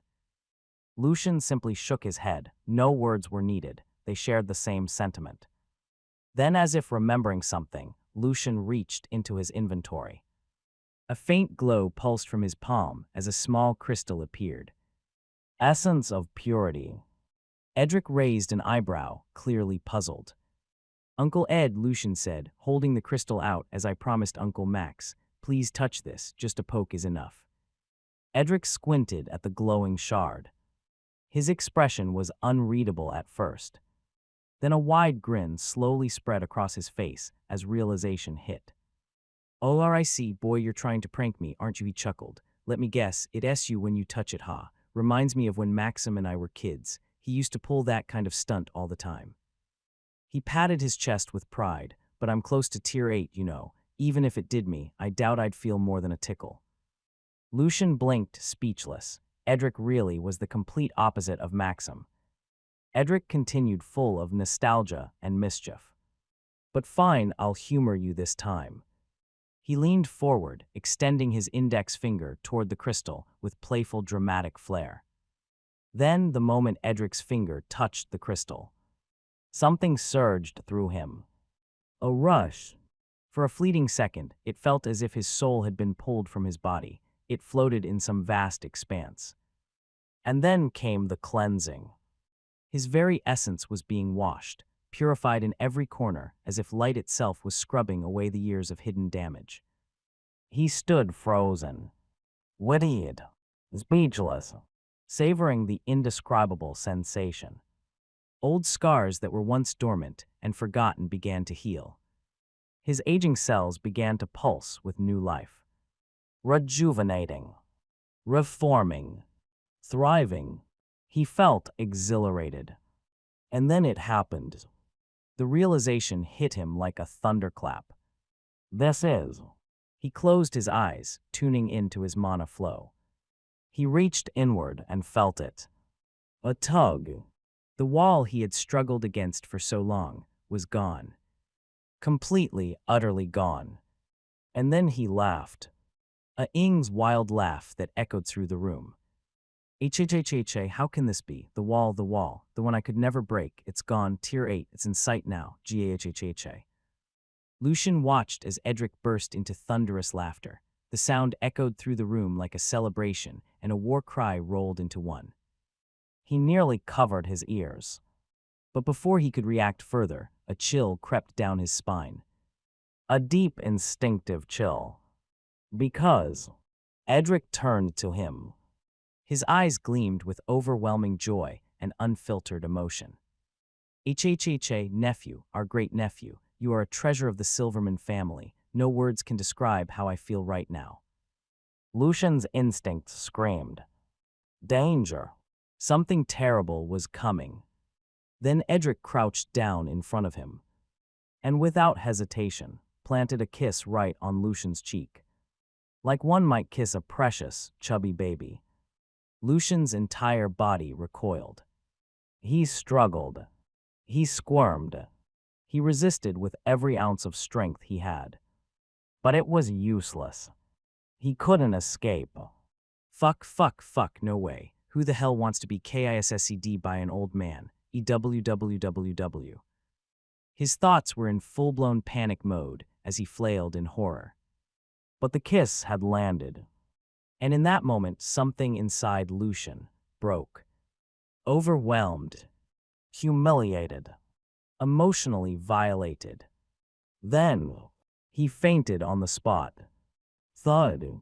A nephew, what happened? Edric blinked in surprise, genuinely confused. Lucian slowly woke up. His eyes blinked open to an unfamiliar ceiling. He sat up, realizing he was lying on a soft bed. It was far softer than anything he was used to. He glanced around. The room was spacious and elegant. Ornate furniture lined the walls. A warm lamp glowed in the corner. It was a magic tool aired by a mana core. The light pulsed gently like a heartbeat. It was beautiful. Then a shiver crawled down his spine. A memory surfaced. His face twisted in horror as he remembered. He instinctively hugged himself, trembling. No, that didn't happen. That was just a dream, a nightmare. Yes, definitely a nightmare. He shook his head, furiously clearing the cursed image from his mind. Just as he was regaining composure, a sudden tug pulled at his core. His divine energy surged on its own. Then came the familiar sound. Teng, you leveled up. Inventory +1. Congratulations, level 40 reached. All future drops will now contain 3-4 items. Lucian's eyes glowed. Lucian's eyes lit up. Oho, looks like my Skittles and Oreo didn't slack off. Seba's and Clara too. He smiled in satisfaction. The level up made sense. It had to be the work of his job skill, extra credit. Even while unconscious, his team had been grinding, and thanks to their 100 loyalty, he reaped the rewards. Another notification chimed softly in his mind. Teng, job skill procrastinate has been unlocked. Dropout. Description: everyone thought you dropped out of life, but everything else dropped for you. Job skill drop rate, max, all defeated or subjugated living targets yield 100 item drops.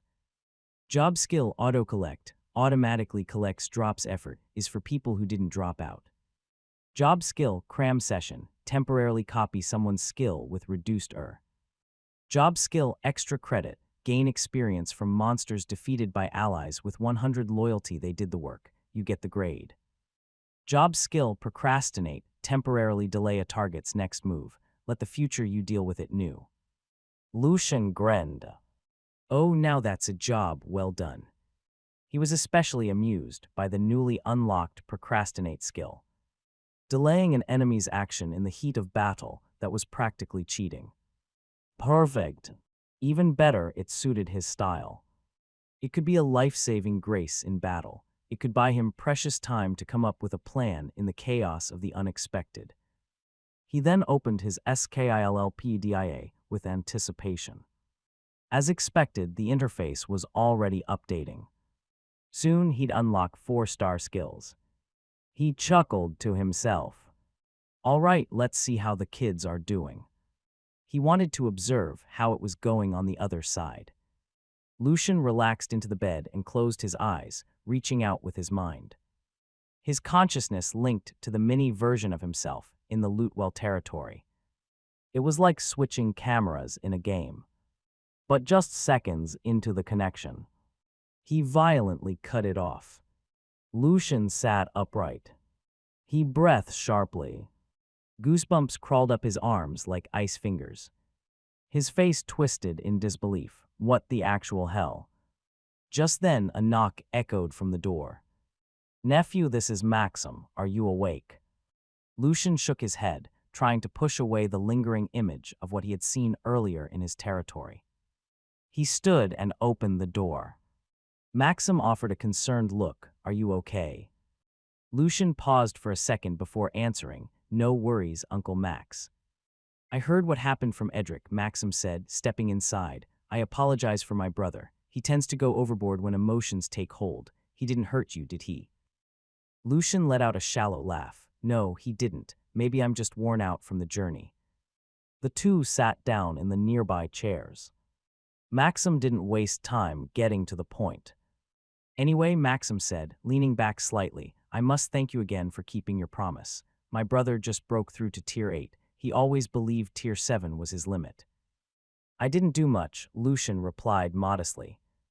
No, you did, Maxim said firmly. It means a lot. The main reason we've been losing ground to the Gold Dust family is because they have a Tier 8, and we didn't. But now, with my brother's breakthrough, we're back on even ground, and once I advance to Tier 8 myself, those bastards won't be able to suppress us anymore.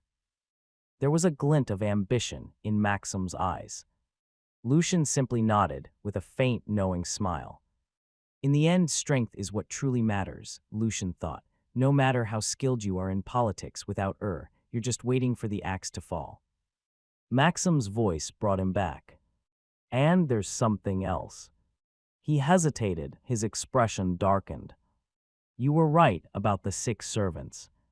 His tone dropped with weight. We searched their quarters and the areas where they often gathered, and that's when we found it. Lucian's brow furrowed. Wait, how long was I out, Uncle Max? Maxim gave a small laugh. It's nearly dinner, so about 5 hours. I see, Uncle Max. Could you show me what you found? Maxim nodded and reached behind him, bringing out a sealed box.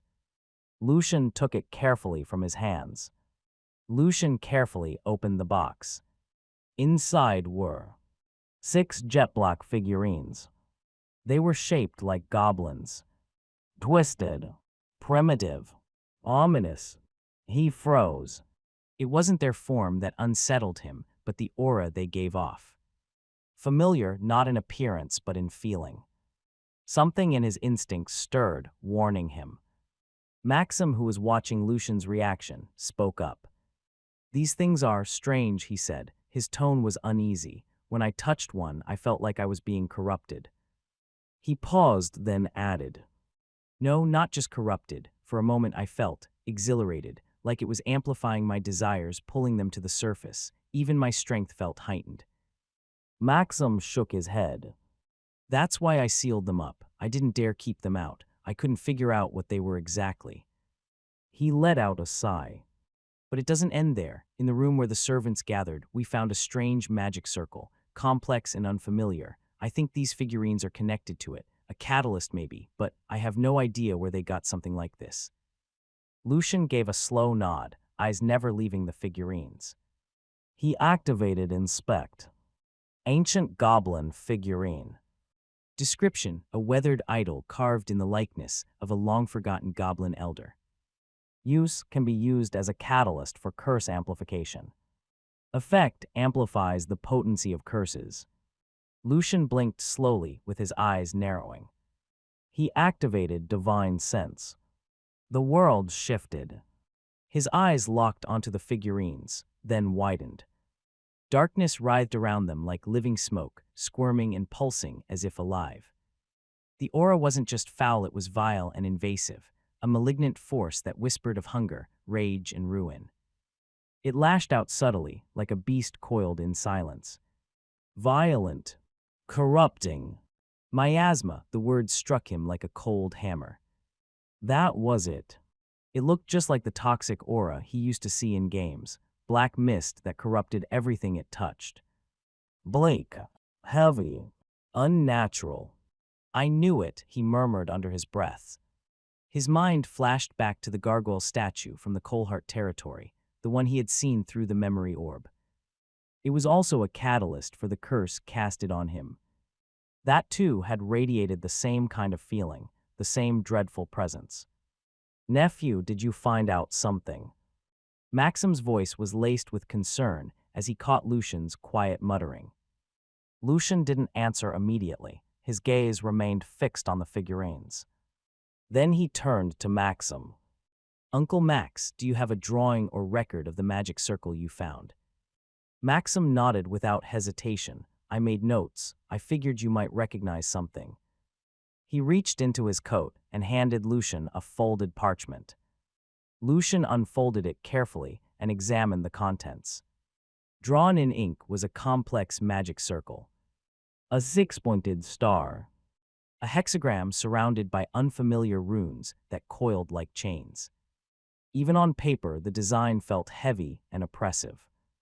Lucian's expression darkened. He raised a hand and summoned the magic book. The tome appeared in midair, floating before him. Without being touched, its pages began flipping rapidly, as if guided by thought alone. Maxim watched Lucian in silence. He noticed the floating book and said nothing. That book was one of the reasons he trusted Lucian so deeply. He knew those books held secrets, ireful ones, but only Lucian could read them. Once out of curiosity, Maxim had tried to peek inside, but the text was unreadable. There are symbols he couldn't decipher and languages that seemed to twist and blur the more he stared. He couldn't even make sense of the structure. It was as if the book itself refused to reveal anything to him. He eventually gave up.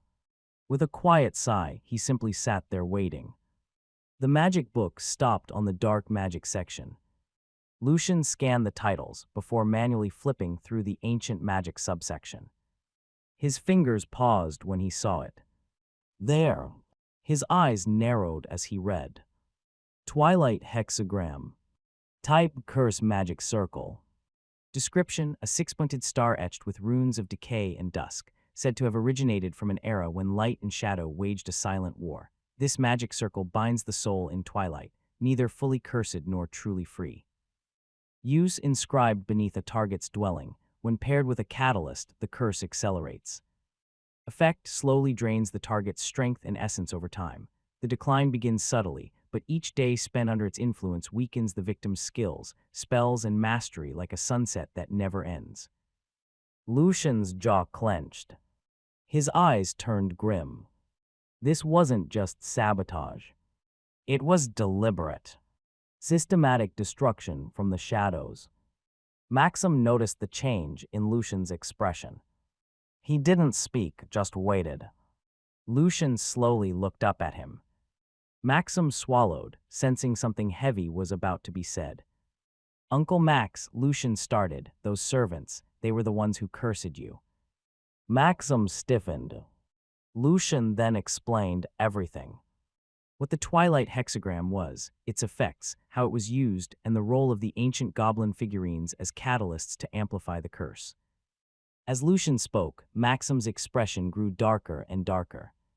His brows furrowing. His eyes narrowed. Not in confusion, but in cold, simmering disbelief. "I see," he muttered bitterly. "No wonder they acted so concerned, so kind." He clenched his fists. "They wanted me to stay here, to rot, to weaken without knowing why. All this time, it was them." His voice cracked at the end, and he slowly brought a hand to cover his eyes, as if trying to shield himself from the truth. Lucian's tone softened, but remained cautious. "Uncle Max, I don't know where they got those things or what kind of deal they made, but one thing's clear. Those items aren't ordinary. They didn't come by them accidentally. Someone Urfel is behind this, someone who either gave them these or is commanding them." Maxim lowered his hand. His eyes were still shadowed with disbelief, but now, there was a cold clarity behind them. He gave Lucian a grateful nod. "Thank you." Without another word, Maxim turned and quietly left the room. Lucian was left alone in the quiet room. His gaze fell once more on the ancient goblin figurines resting inside the box. A faint glint of curiosity flickered in his eyes. He had a thought. What if? Reaching into his item box, he retrieved the essence of purity. Holding the crystal gently, he muttered, "Can this purify the miasma?" There was only one way to find out. Slowly, he brought the crystal closer to the figurines. The moment the essence of purity touched the figurines, something unexpected happened. The figurines began to glow. No, it blazed. A brilliant flash of light erupted from the crystal, forcing Lucian to shield his eyes. Blinded, he immediately activated Divine Sense. Within that vision, he saw it. The radiant light clashing against the thick miasma. The dark aura writhed and shrieked, trying to hold its ground, but the divine light surged with overwhelming purity. It pierced through the corruption like sunlight banishing shadows. The miasma convulsed, then evaporated. Finally, the light faded. The once jet-black figurine was no longer ominous and oppressive. It was vibrant now, its surface gleamed with multicolored hues. The dread it once emitted had vanished, replaced by a serene aura. Lucian blinked, then a grin slowly spread across his face. "Success, oiche. He couldn't but laugh, triumph ringing in his voice. Lucian cast Inspect on the no-purified figurine. Ancient goblin figurine. Description: a weathered idol carved in the likeness of a long-forgotten goblin elder. Use: can be used as a catalyst for curse amplification. Offer as a sacrifice. Effect: amplifies the potency of curses. May awaken something aligned with the dark attribute. New lines had appeared under its use and effect. A soft glow still lingered around it, and its aura had completely changed. It reminded Lucian of a past reward, the ancient slime fossil that had unlocked his slime beast mode. The feeling was similar, though the goblin figurine's aura felt weaker. He couldn't but admire the transformation. Without wasting time, he repeated the process with the remaining 5 figurines, using the essence of purity to purge each one of their miasma. The results were immediate and striking. From black and ominous to vibrant and serene, each figurine now pulsed with pleasant energy. But then Lucian noticed something that made his heart sink. The essence of purity, its volume had decreased. Visibly. It was the only one he had. The Rainbow Slime Boss hadn't dropped any legendary items since, and there was no guarantee he'd ever get another crystal. Lucian nearly cried. He wanted to scream, but instead, he let out a deep sigh and shook his head. Was it worth it? He needed to know. Lucian walked to the bed and sat cross-legged. But then he remembered what happened earlier when he connected to his mini version, and a chill had crawled up his spine. Still, his curiosity was stronger. What new things could be unlocked from this purification? He closed his eyes. Breathed. then reached out and felt the connection. It had only been 3 days since the official opening of the new road, but already curiosity about Lutewell was spreading like wildfire. After all, it sat in the farthest eastern corner of the map. Isolated for so long yet now rising in prominence, whispers of its sudden growth caught attention from across the region. And so many came to see it for themselves. Merchants from Hornvale and Needleheart arrived, followed by traders from nearby territories. Some visits were deliberate, others purely coincidental, but all eyes were now on Lutewell. On Lutewell's end, each division had eagerly set up their own stalls. They were especially thrilled to finally trade or sell their surplus crops. The harvest had been so abundant, and they simply didn't know what to do with it all. The massive crops caught everyone's attention. Their size and quality intrigued the merchants, who couldn't stop asking questions. The sustenance division offered not only fresh produce, but dairy products from their livestock as well. Signup even opened a food stall, showcasing dishes made from their own crops and ingredients. It was a hit. Many merchants only made up their minds to buy after tasting the food, and once they did, they bought in bulk. The crafting division drew attention with potions, talismans, and uniquely designed clothing, all inspired by ideas Lucian had taught them from his past life. The talismans were especially popular. As long as one had mana, they could activate them. Simple, useful, reliable, perfect for merchants on the road.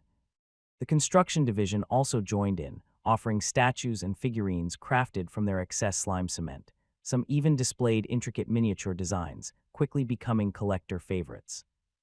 Meanwhile, the spiritual division set up a small clinic. They remained on standby, ready to assist anyone who needed healing or guidance. The administration division ensured everything ran smoothly. They handled essential paperwork, kept trade records, and were fully prepared to mediate any disputes. Logistics and documentation were all under their capable watch. And of course, the defense division stood ready for any mishaps. Now rotating in shifts, their visible presence alone was enough to keep order. Their sharp eyes and professional aura significantly reduced the chances of fraud or conflict. Of course, not everything was smooth. There were always a few who thought they were above the rules, causing trouble, stirring conflict, trying to take advantage of others. But those few were swiftly dealt with. They were escorted out of the gates without ceremony, blacklisted from ever returning. None of them could even resist Lucas's grip. He handled them like disobedient sacks of grain. Cecil even drew their portraits and posted them along the gate walls with a single word stamped beneath, blacklisted.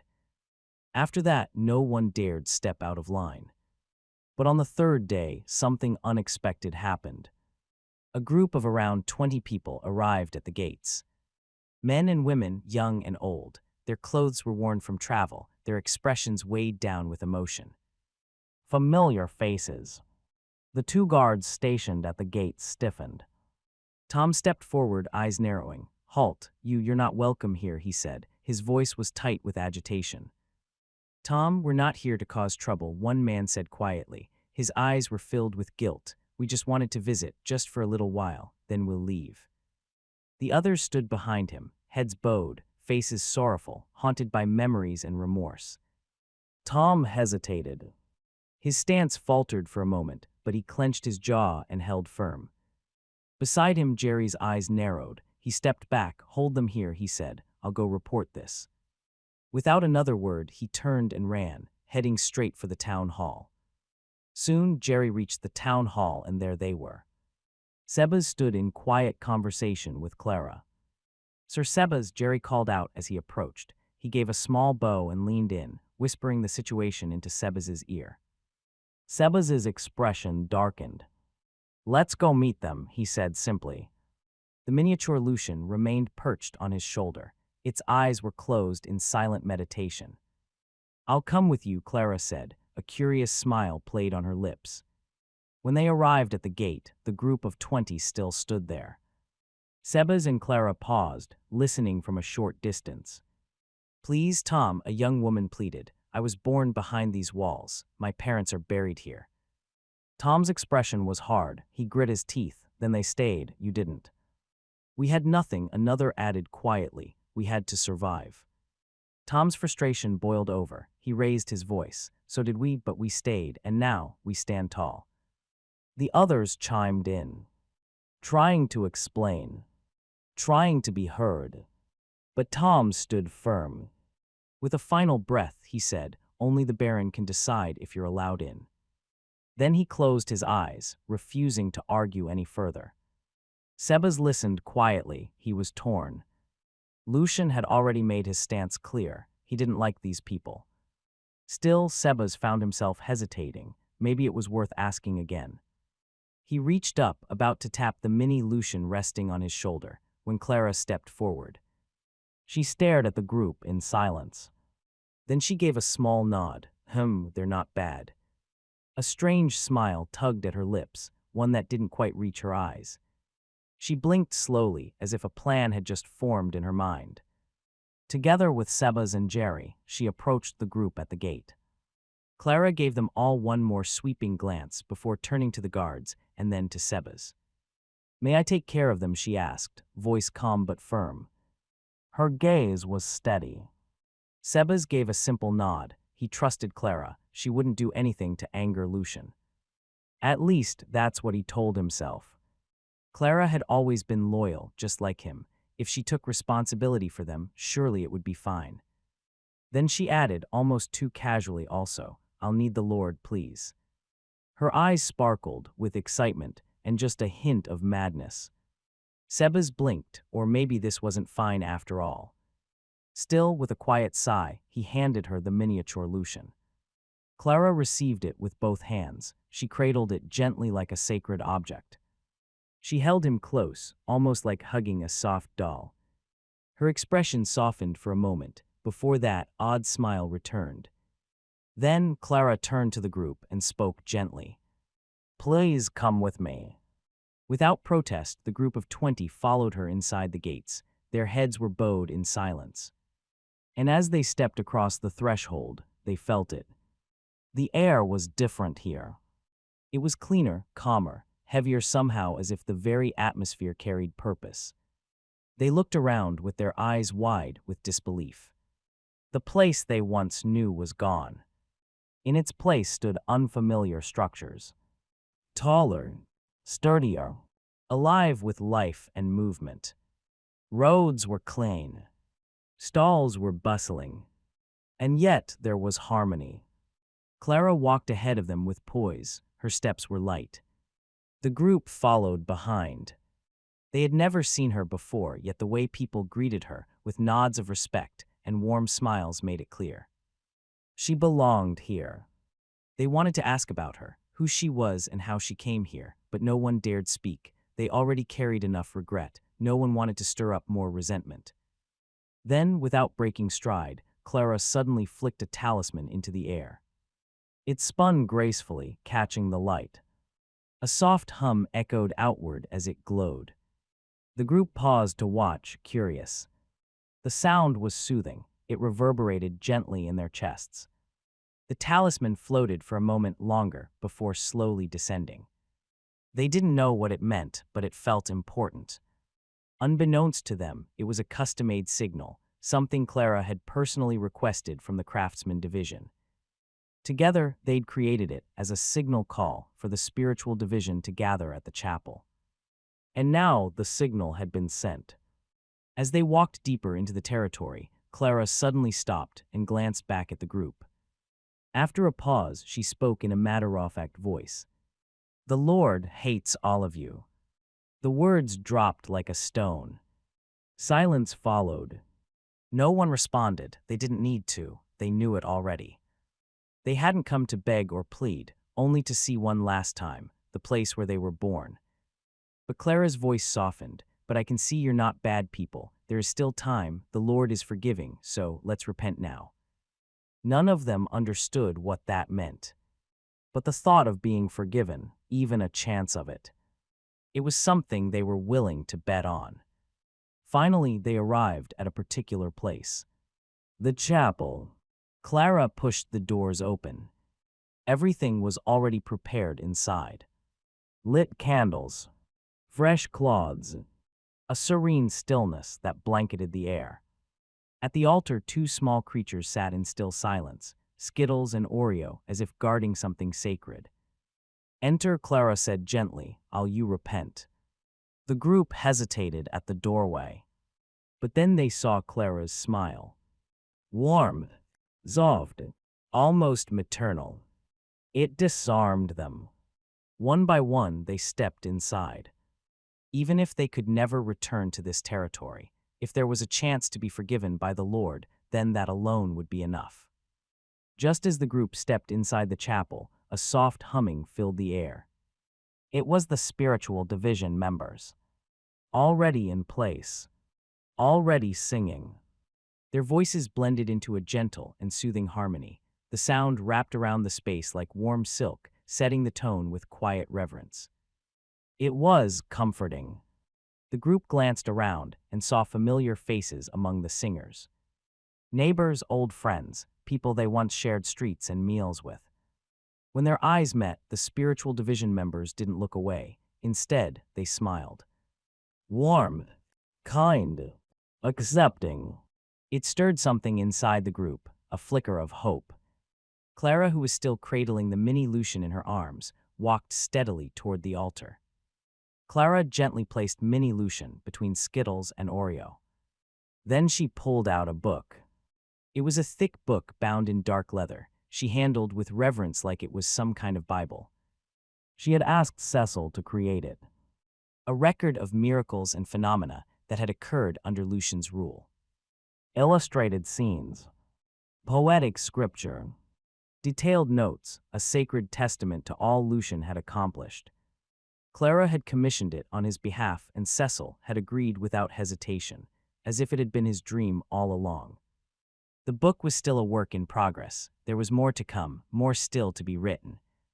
Clara opened the books. She looked down at it with a solemn expression, then turned her gaze toward the group. Clara gently flipped open the book and began to read. Her voice was soft but clear. The Lord does not reject those who bow with open hearts. She paused, letting the words settle in the air before lifting her gaze to the group. This land has changed, she said calmly, so must you. Speak your truth before the altar. There was a moment of silence, then a voice broke through, trembling but honest. We left when the food ran dry. We feared death. We thought the land was lost. Others nodded, echoing the same sorrow. Clara closed her eyes as if to listen not just with her ears, but with something deeper. You feared, she said at last. That is human, but fear carves wounds, and wounds must be cleansed before they can heal. More voices followed. Quiet, raw, full of regret. We ask for nothing, only to see our home again, even from afar. We are sorry. Clara's expression softened into a gentle smile. Then kneel, she said. Speak the names of what you lost and what you left behind. One by one, the group fell to their knees, but not in a formal bow. They knelt fully, on all fours as if pressing themselves to the earth. The humming of the choir shifted. It was no longer just soothing. It was haunting, resonant, almost cult-like. A soft wind stirred within the chapel, papers rustled, robes fluttered, the temperature changed. Their hearts began to pound, some from fear, some from hope. Clara stepped forward. You have spoken, she declared. Whether the gate opens for you is not mine to say, but the Lord now hears you. Just then, the mini version of Lucian lit up. A sudden, oppressive aura surged through the chapel like a tidal wave. The air turned thick, too thick for them to breathe properly.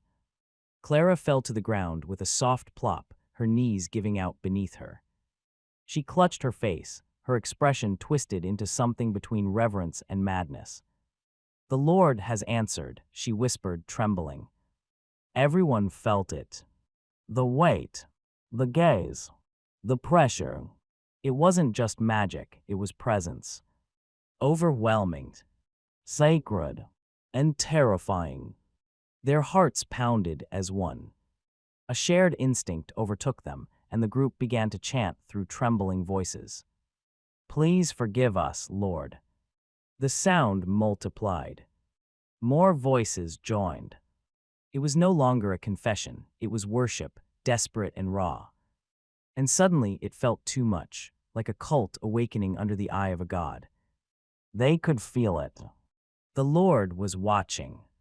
The aura was crushing, yet filled with light. Then something shifted.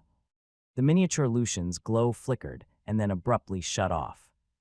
The presence vanished in an instant, as if it panicked. Clara stayed frozen on the ground, still covering her face, smiling, crying, laughing all at once. Lucian's consciousness snapped back into his split body. He found himself in the same room he'd glimpsed earlier. Dimly lit, filled with the flicker of candles, one look at the ornate stone walls and the faint scent of incense told him exactly where he was. The chapel. Or at least, that's what it was supposed to be. To him now, it felt more like the lair of a cult.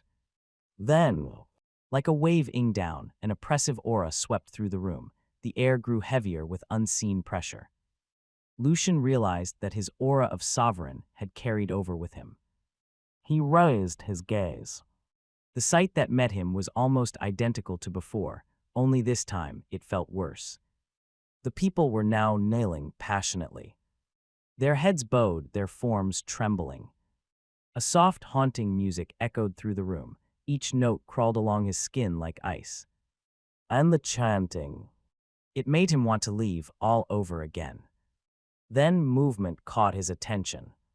Skittles and Oreo were at his sides, lounging like loyal guardians. Lucian blinked. Wait a minute, weren't they supposed to be out farming then? How the hell did I hit level 40 if they've been here all along? Confusion settled in his gut. Just then, Clara, who had been reading intently from the thick book, raised her voice. Look, everyone, our Lord has heard your sincerity. He has come to grace you with his presence again. Lucian blinked. What is this girl even saying? He had no idea what Clara was going on about, but something in the atmosphere told him it was better to go with the flow. So he spoke. Arise. At his command, the kneeling figures slowly stood. Their expressions had changed. What was once fear and uncertainty was now awe. Pure belief, hope burned in their eyes. Then they turned toward the source of the voice. And froze. There it was. The small figure Clara had been clutching earlier, a miniature version of Lucian. It now stood on its own. Alive. Speaking. Moving. The room fell into stunned silence. It was real. Everything they had just heard, everything Clara had read from the book while they wept and repented. The miracles, the manifestations, the personas of their Lord, was true. Their disbelief cracked into something deeper. Their eyes widened, filled now not just with hope, but with worship. Seeing their faces, Lucian almost choked. That group, they looked familiar to him. He narrowed his eyes, pinching the bridge of his nose as realization set in. Of course, it's them. They were part of the group that had fled. Now here they were, kneeling, chanting, caught up in whatever strange scheme Clara had woven. Lucian wasn't sure what to feel. Anger, disappointment, pity. Honestly, he didn't have the energy to scold them. He activated divine sense and scanned them one by one. No ill intent. No hatred. Just nervousness and genuine belief. They seemed to be good-hearted. Curious, he cast inspect. His eyes widened. Loyalty ratings 70, 85, 90. What in the world did Clara do? He turned toward her. Clara stood off to the side, giving him the most innocent smile she could muster. He sighed inwardly. Of course, the mastermind always looks harmless. Then Lucian spoke. You all step outside for now. I'll call for you later. Clara, stay. The group tensed at first, but quickly relaxed. There was no anger in his tone, no scolding, just a quiet command. To them, it meant everything. He had acknowledged them, spared them, forgiven them. Many left with trembling hope in their hearts. Had their sincerity really reached their Lord, most of them wondered. They bowed in silence and stepped outside, followed closely by the members of the spiritual division. The chapel slowly quieted, leaving Lucian alone with Clara, his two pets, and more questions than answers. Lucian turned to Clara.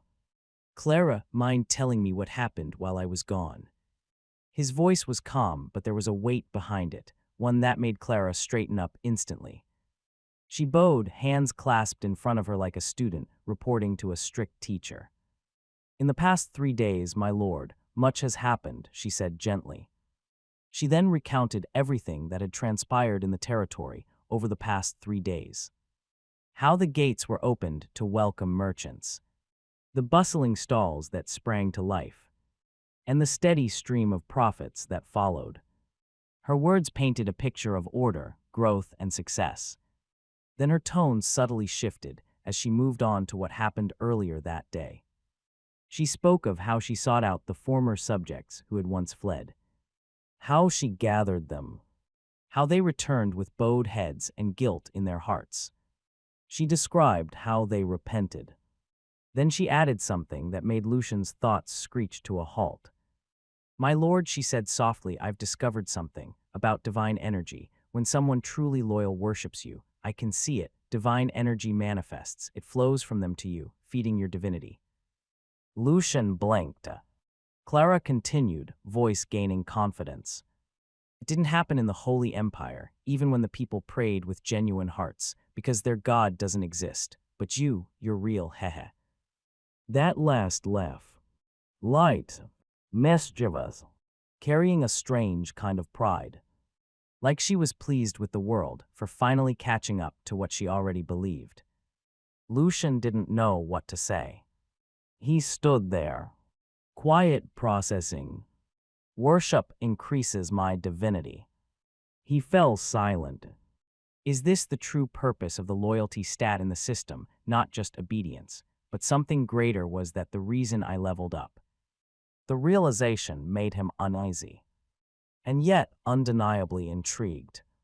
Lucian's eyes drifted to the altar, where Skittles and Oreo were squirming contentedly. Their small bodies relaxed and glowed faintly under the warm candlelight. He raised a brow. "Have they always been here?" "Yes, my lord," Clara replied gently. "This is their favorite resting place." That confirmed it. Lucian activated divine sense again, this time letting it sweep across the room.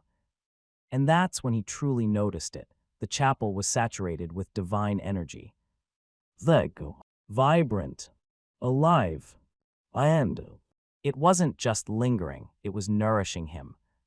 His soul housed in the mini Lucian seemed to stir in response. It tugged gently toward the influx of A quiet thought echoed in his mind. Does that mean if I gain more followers? He stopped himself. He didn't like where that path was heading. This wasn't a joke anymore. He'd been humoring Clara at first, treating it like a harmless game. But now, this was real. Awful, dangerous, and if left unchecked, it really would become a cult. The benefits were undeniable, but so were the moral consequences. He let out a breath and sighed, conflicted. "I'll leave those people to you," he said quietly. "Watch over them redeem themselves. It won't take a day or two, so they better be ready." Clara nodded, offering him a composed smile. "As you wish, my lord." Lucian paused. He then shook his head and shifted gears. "I actually came here for another reason." He opened his inventory. To his relief, the familiar interface appeared without issue. With a thought, he summoned the ancient goblin figurine. The moment it materialized in his hand, the air shifted and a familiar chime echoed in his ears. "Teng, a fitting sacrifice has been detected. Sacrifice ancient goblin figurine." Yes, no. Lucian's eyes glowed in anticipation. There were many rainbow slime lord statues scattered throughout the territory. Clara had even moved one here, placing it reverently within the chapel like a sacred relic. But as Lucian held the ancient goblin figurine, something became clear. Unlike the ancient slime fossil, which triggered the system even though it was still in his inventory, the figurine had only been recognized by the Rainbow Slime Lord statue once it was in his hands. He narrowed his eyes. Is it because it's not related to slime the statue must be treating slime-related relics differently? Still no reason to hesitate now. Yes, he said aloud. Just then, the Rainbow Slime Lord statue behind the altar gave off a faint glow, as if reacting in witness. Then the figurine in his hand began to hover. Light enveloped it, and cracks began to crawl along its surface like lightning across stone. With a soft sound, the outer shell shattered. From within, a droplet of glowing black dew emerged. It pulsed once with raw energy then. It surged straight into Lucian's forehead. Teng. Skill Phantom Ink acquired. Lucian blinked. Phantom Ink, he muttered. He quickly summoned Skillpdia and navigated to the newly acquired skill. It was listed under the Monster Skills section. Skill active. Illustration, a goblin sorcerer drawing glowing runes midair with its fingertip. Name Phantom Ink. Description. Active allows user to write runes or magic circles in the air, using only mana of the appropriate attribute, no physical ingredients required. Lucian stared at the description. It wasn't what he expected, but it was useful, very useful. An unexpected boon, and a urful one at that. In truth, writing in the air with pure mana was nearly impossible. Mana by nature was unstable and intangible. Any attempt to form coherent symbols or words would simply dissolve into nothing before it was complete, like trying to write with smoke on the wind. Unless that mana was manifested into magic. Magic gave mana form. Only then could it leave traces behind. A few urful techniques could leave mana traces too. Even so, it remained a delicate art. Drawing in midair required immense control, and even with manifestation, it was still notoriously difficult to shape with precision. The same held true for divine energy. In fact, outside of him and Clara, no one could even perceive divine energy directly. To most, it was simply mistaken as denser mana. But when Lucian used magic, they could see its radiance and its oppressiveness. Lucian's eyes gleamed. Creating runes or magic circles in midair using Phantom Ink would cost far less mana than invoking a full spell. It was efficient, clean, cost-effective. The only catch: precision. You have to draw it right, he muttered, no shortcuts. But then another thought hit him, one that made his excitement spike. Wait a minute. His eyes lit up. Doesn't this pair perfectly with steady hands? He remembered it clearly, the first skill Cecil learned by himself.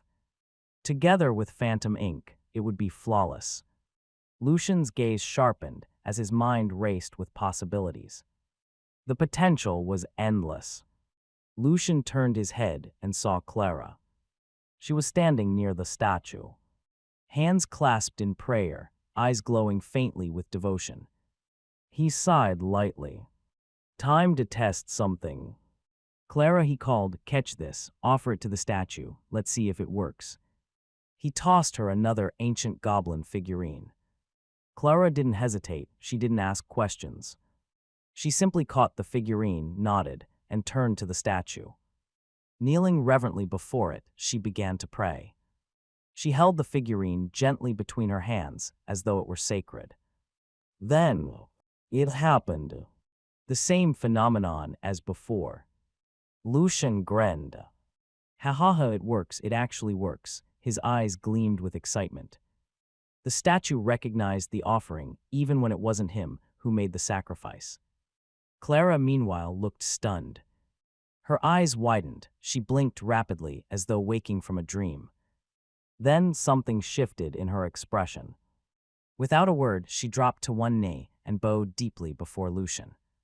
My lord, she said in a trance, I have received your grace. I will use this skill to protect this place. Lucian just laughed. He still had 4 more figurines left. he needed to plan carefully who would get the rest. Then Lucian gave his final instructions.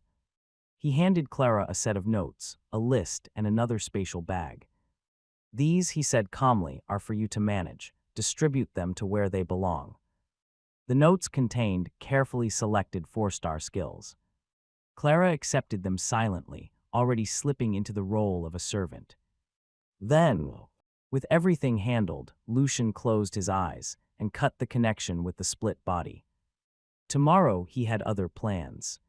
He intended to visit the academy. And Vivian. There were things he wanted to prepare for her. Things she would need. The next day. There were only 4 days left before the grand celebration. Silverman Estate was buzzing with activity. Preparations were in full swing.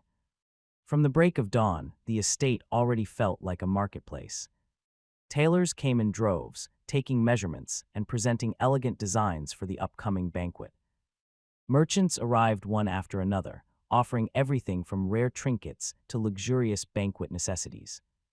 Gifts, decorations, wine, spices, even magical perfumes. Lucian observed the bustle with quiet amusement. They don't even need to leave the house, he muttered. The store comes to them. Sigh, the life of the rich. The capital truly lived up to its name. Vast-based, lavish, effortless. Still, Maxim and Edric made sure he was never left out. They were generous hosts. Attentive, welcoming, sincerely accommodating. They even insisted that the finest tailors in the capital create special outfits just for him. But Lucian politely declined. To him, no one could rival Elk when it came to tailoring. He had already received perfectly fitted formal wear from Elk before leaving Lutewell, and that was more than enough. The capital tailor's designs looked stiff and flashy, not something Lucian would be caught wearing.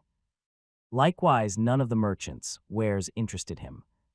Shiny ornaments, jewel-encrusted accessories, robes with gold thread embroidery. All useless in his eyes. To Lucian, beauty didn't lie in how ornate something looked, but in its value and function, and none of those items held not like the loots he earned from monsters. He had no interest in trinkets that glittered but meant nothing. Edric noticed, and though he tried not to show it, he was a little disheartened. He had wanted to spoil Lucian a bit, perhaps show gratitude or simply bond, but nothing seemed to catch the young man's eye. What Edric didn't know was that Lucian wasn't being dismissive. He simply had treasures far beyond anything the merchants here could offer, and far more important things on his mind.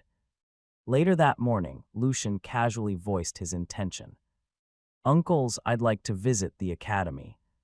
The room fell into an odd silence. Edric raised a brow, then slowly turned to Maxim with a peculiar smile. Should be possible. Maxim cleared his throat, clearly stalling. "Nephew, visiting at this time isn't exactly permitted, but we do have a good relationship with the headmaster, so maybe it's possible." He avoided Lucian's gaze. His eyes flickered with unease at the mere mention of the headmaster. Despite their hesitation, the brothers eventually agreed on one condition. Lucian would be escorted by 4 level 7 guards. Coincidentally, they were the same guards who had greeted him at the gates of Silverman Estate on his first day.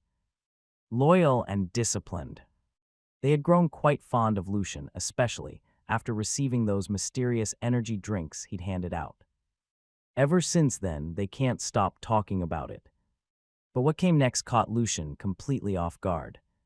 "Here, take this too, nephew." Edric grinned as he handed something to Lucian. "Flash that and they'll have to take you seriously." Lucian caught the item and froze.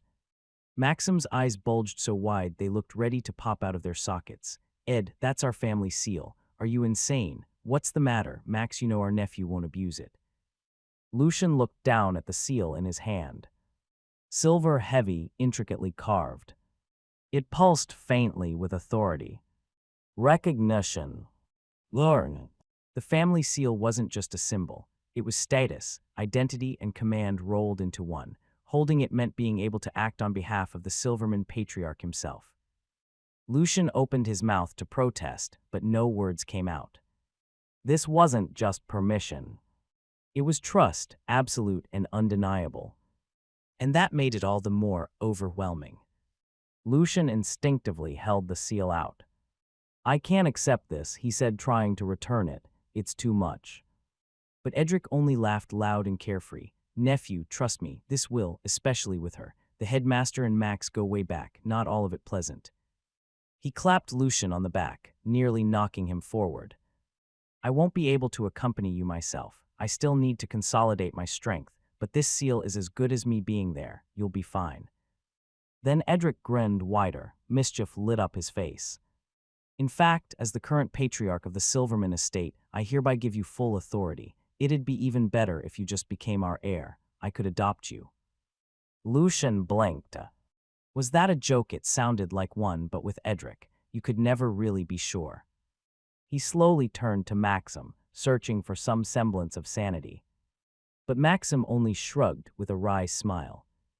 "Honestly, it's not the worst idea. My brother's condition made it impossible for him to have children after all. He was injured when he was young. He sighed in mock sorrow. Such tragedy." Lucian stared at the two of them. They were absolutely ridiculous. And the idea of becoming heir to the Silverman estate, no way. Lutwell alone was already giving him enough headaches. He shook his head and decided not to dwell on it. Instead, a curious thought popped into his mind. "Uncle Ed, about that injury," Lucian began. "You were healed by the essence of purity, right? Doesn't that mean you can have children now?" Silence fell. A very awkward, very heavy silence. Both brothers froze. Maxim blinked. Edric didn't move. And then, Edric's face twitched. He quickly channeled mana into his body, scanning himself. A pause. Then a longer pause. Dead silence. His expression shifted slowly, from disbelief to realization, to wide-eyed, jaw-dropped shock. He had gotten so used to the injury that he had never bothered checking, until now. Moments later, a loud and boisterous laugh erupted through the hall. Edric couldn't contain himself. They had clearly underestimated the effects of the essence of purity. "It's true, it's actually true, ha ha ha," Edric howled with glee. "Nephew, I'm off to train, then I'm calling your aunt. Maybe we'll finally have a baby. She's been frustrated for years." He turned as if he'd just remembered something completely unrelated. "Oh, and you now have full access to the Silverman treasury. Use whatever resources you need." He said it so casually, as if granting access to a noble family's entire vault was no big deal. Maxim groaned and palmed his face. Edric was truly a wild spirit. It was as if he had been reborn. Full of vitality, mischief, and a reckless kind of joy. Maxim sighed, then turned to Lucian with a firm nod. "You heard him, nephew. There shouldn't be any problems at the academy. The headmaster, well, I know her. She's close to Tier 9, principled, if not always pleasant." He paused thoughtfully. "She's not a bad person. At the very least, if you show the seal, you'll receive preferential treatment." Maxim's voice softened. "Go visit your sister. Don't hold back. If anyone causes you trouble, we'll come immediately. You have our full backing. You can go wild if you need to." Lucian's eyes gleamed. Those words meant more than he could express. They weren't just giving him permission. They were giving him trust, protection, and freedom. These two brothers weren't just they believed in him. "I'll stay behind to continue my training," Maxim added, "but rest assured, if you need me, I'll come." They shared a few more words before Maxim turned to begin his own training regimen. Lucian then approached the guards who would accompany him. The moment they saw him, they straightened up and saluted with newfound respect. After all, Lucian now carried the Silverman family seal and the personal trust of the patriarch. Soon after, a luxurious carriage pulled into the courtyard. Arranged personally by Maxim, it bore the Silverman sigil in gleaming silver embroidery. Without further delay, Lucian boarded. And just like that, he set off toward the academy. Toward his sister, and toward whatever came next. The academy stood deep within the heart of the nobles' district. A towering fortress of stone, steel, and magic. Its domain was massive, almost rivaling the royal castle in size. Every inch of its structure screamed wealth and no expense had been spared in its construction. Of course, this was where the heirs of noble bloodlines were educated, so it made sense. The academy wasn't just a school, it was a bastion designed to safeguard the future elites of the empire. It was Monday, the start of the 4th week since classes had begun. Normally, this time of day would be a steady hum of structured learning and activity, but today, there was a strange tension in the air. A sense of unrest. Inside the headmaster's office, the atmosphere was especially heavy. The heads of each department had gathered, and their expressions were tight with frustration. "Has the palace responded?" the headmaster asked. Her voice was calm but sharp. She appeared young, too young for her role, but her eyes told another story. /nav, calm.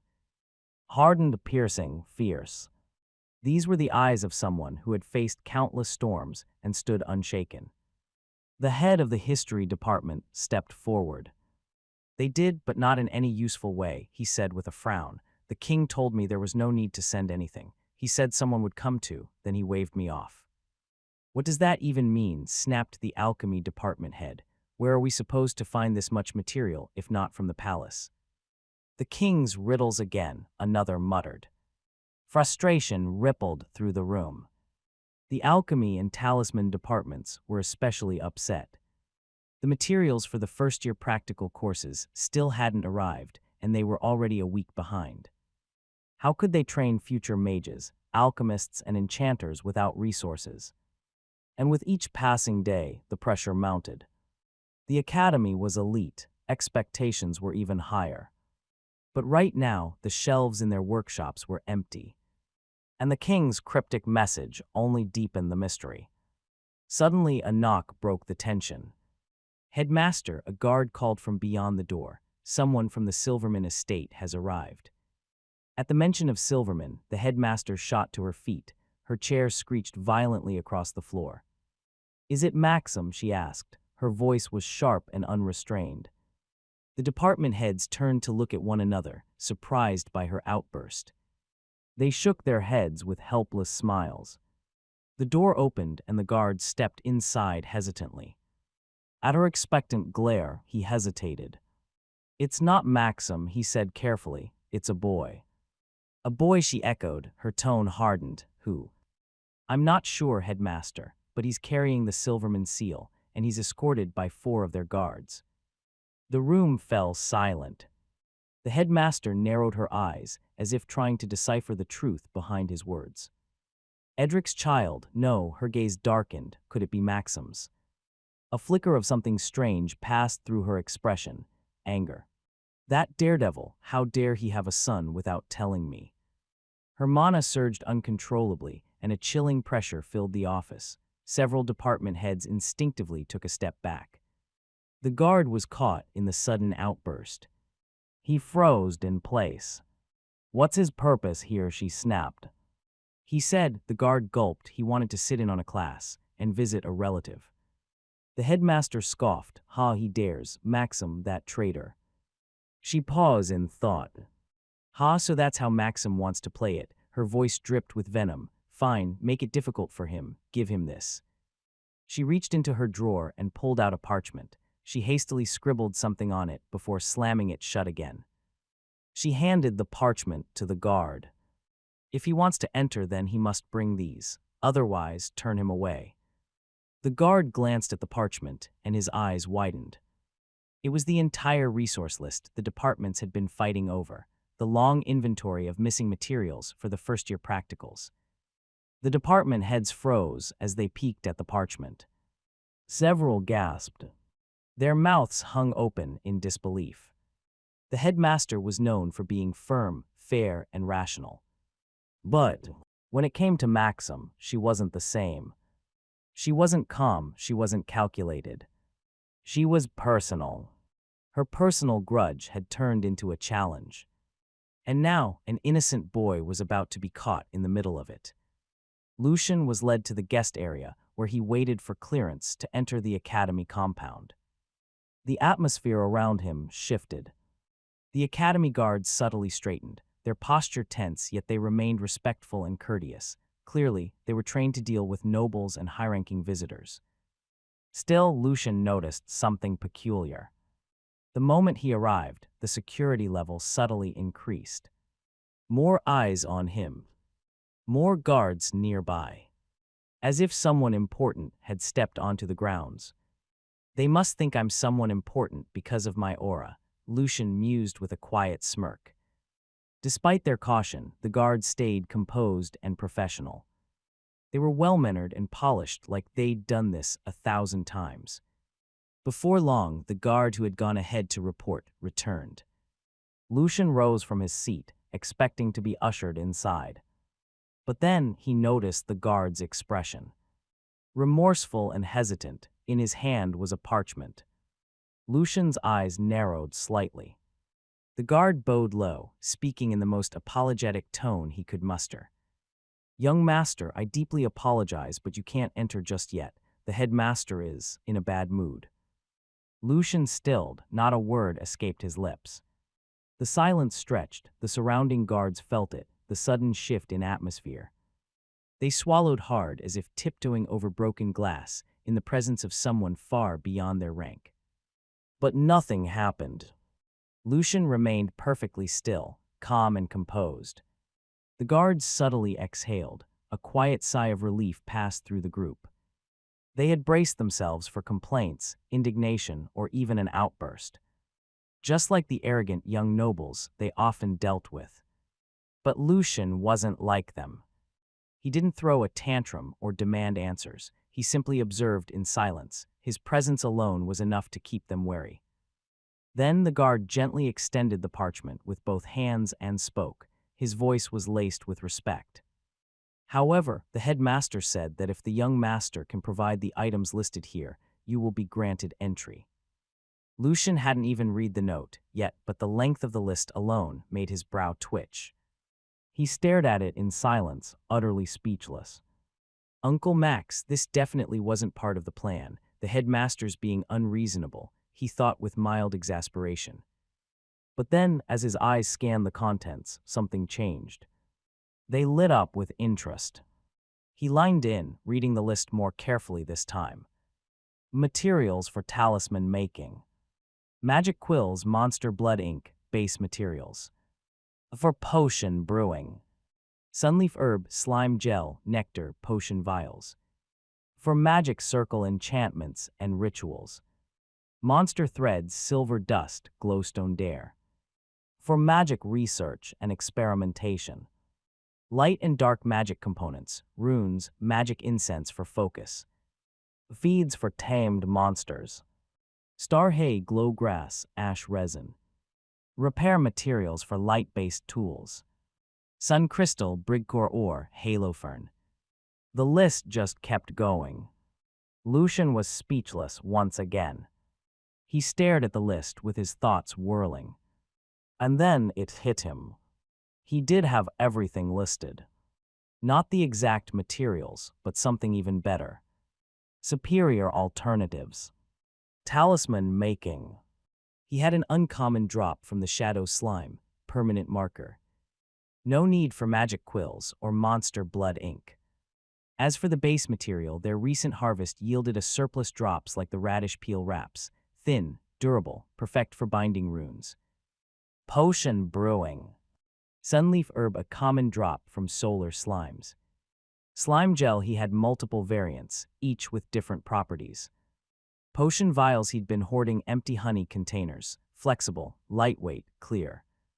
Magic circles and rituals.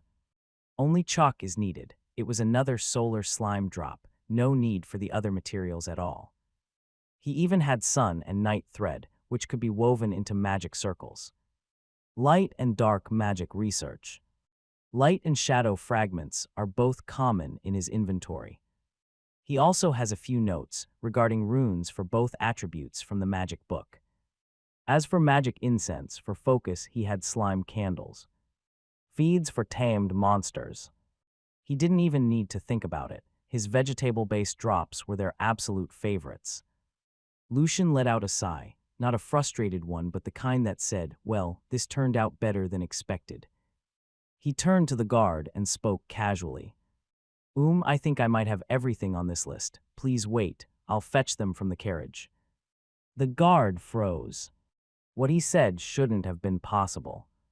The list was long, varied, specialized. No single carriage could possibly carry it all. Doubt flickered across his expression. But then he looked at Lucian again. His calm demeanor, the weight of his presence. And suddenly, it didn't seem so impossible after all. The Silverman guards followed Lucian toward the carriage. They exchanged uncertain glances. Lucian hadn't brought anything with him. They could but wonder if he was bluffing, trying to save face after receiving such an unreasonable demand. In their minds, they were already preparing for a polite retreat.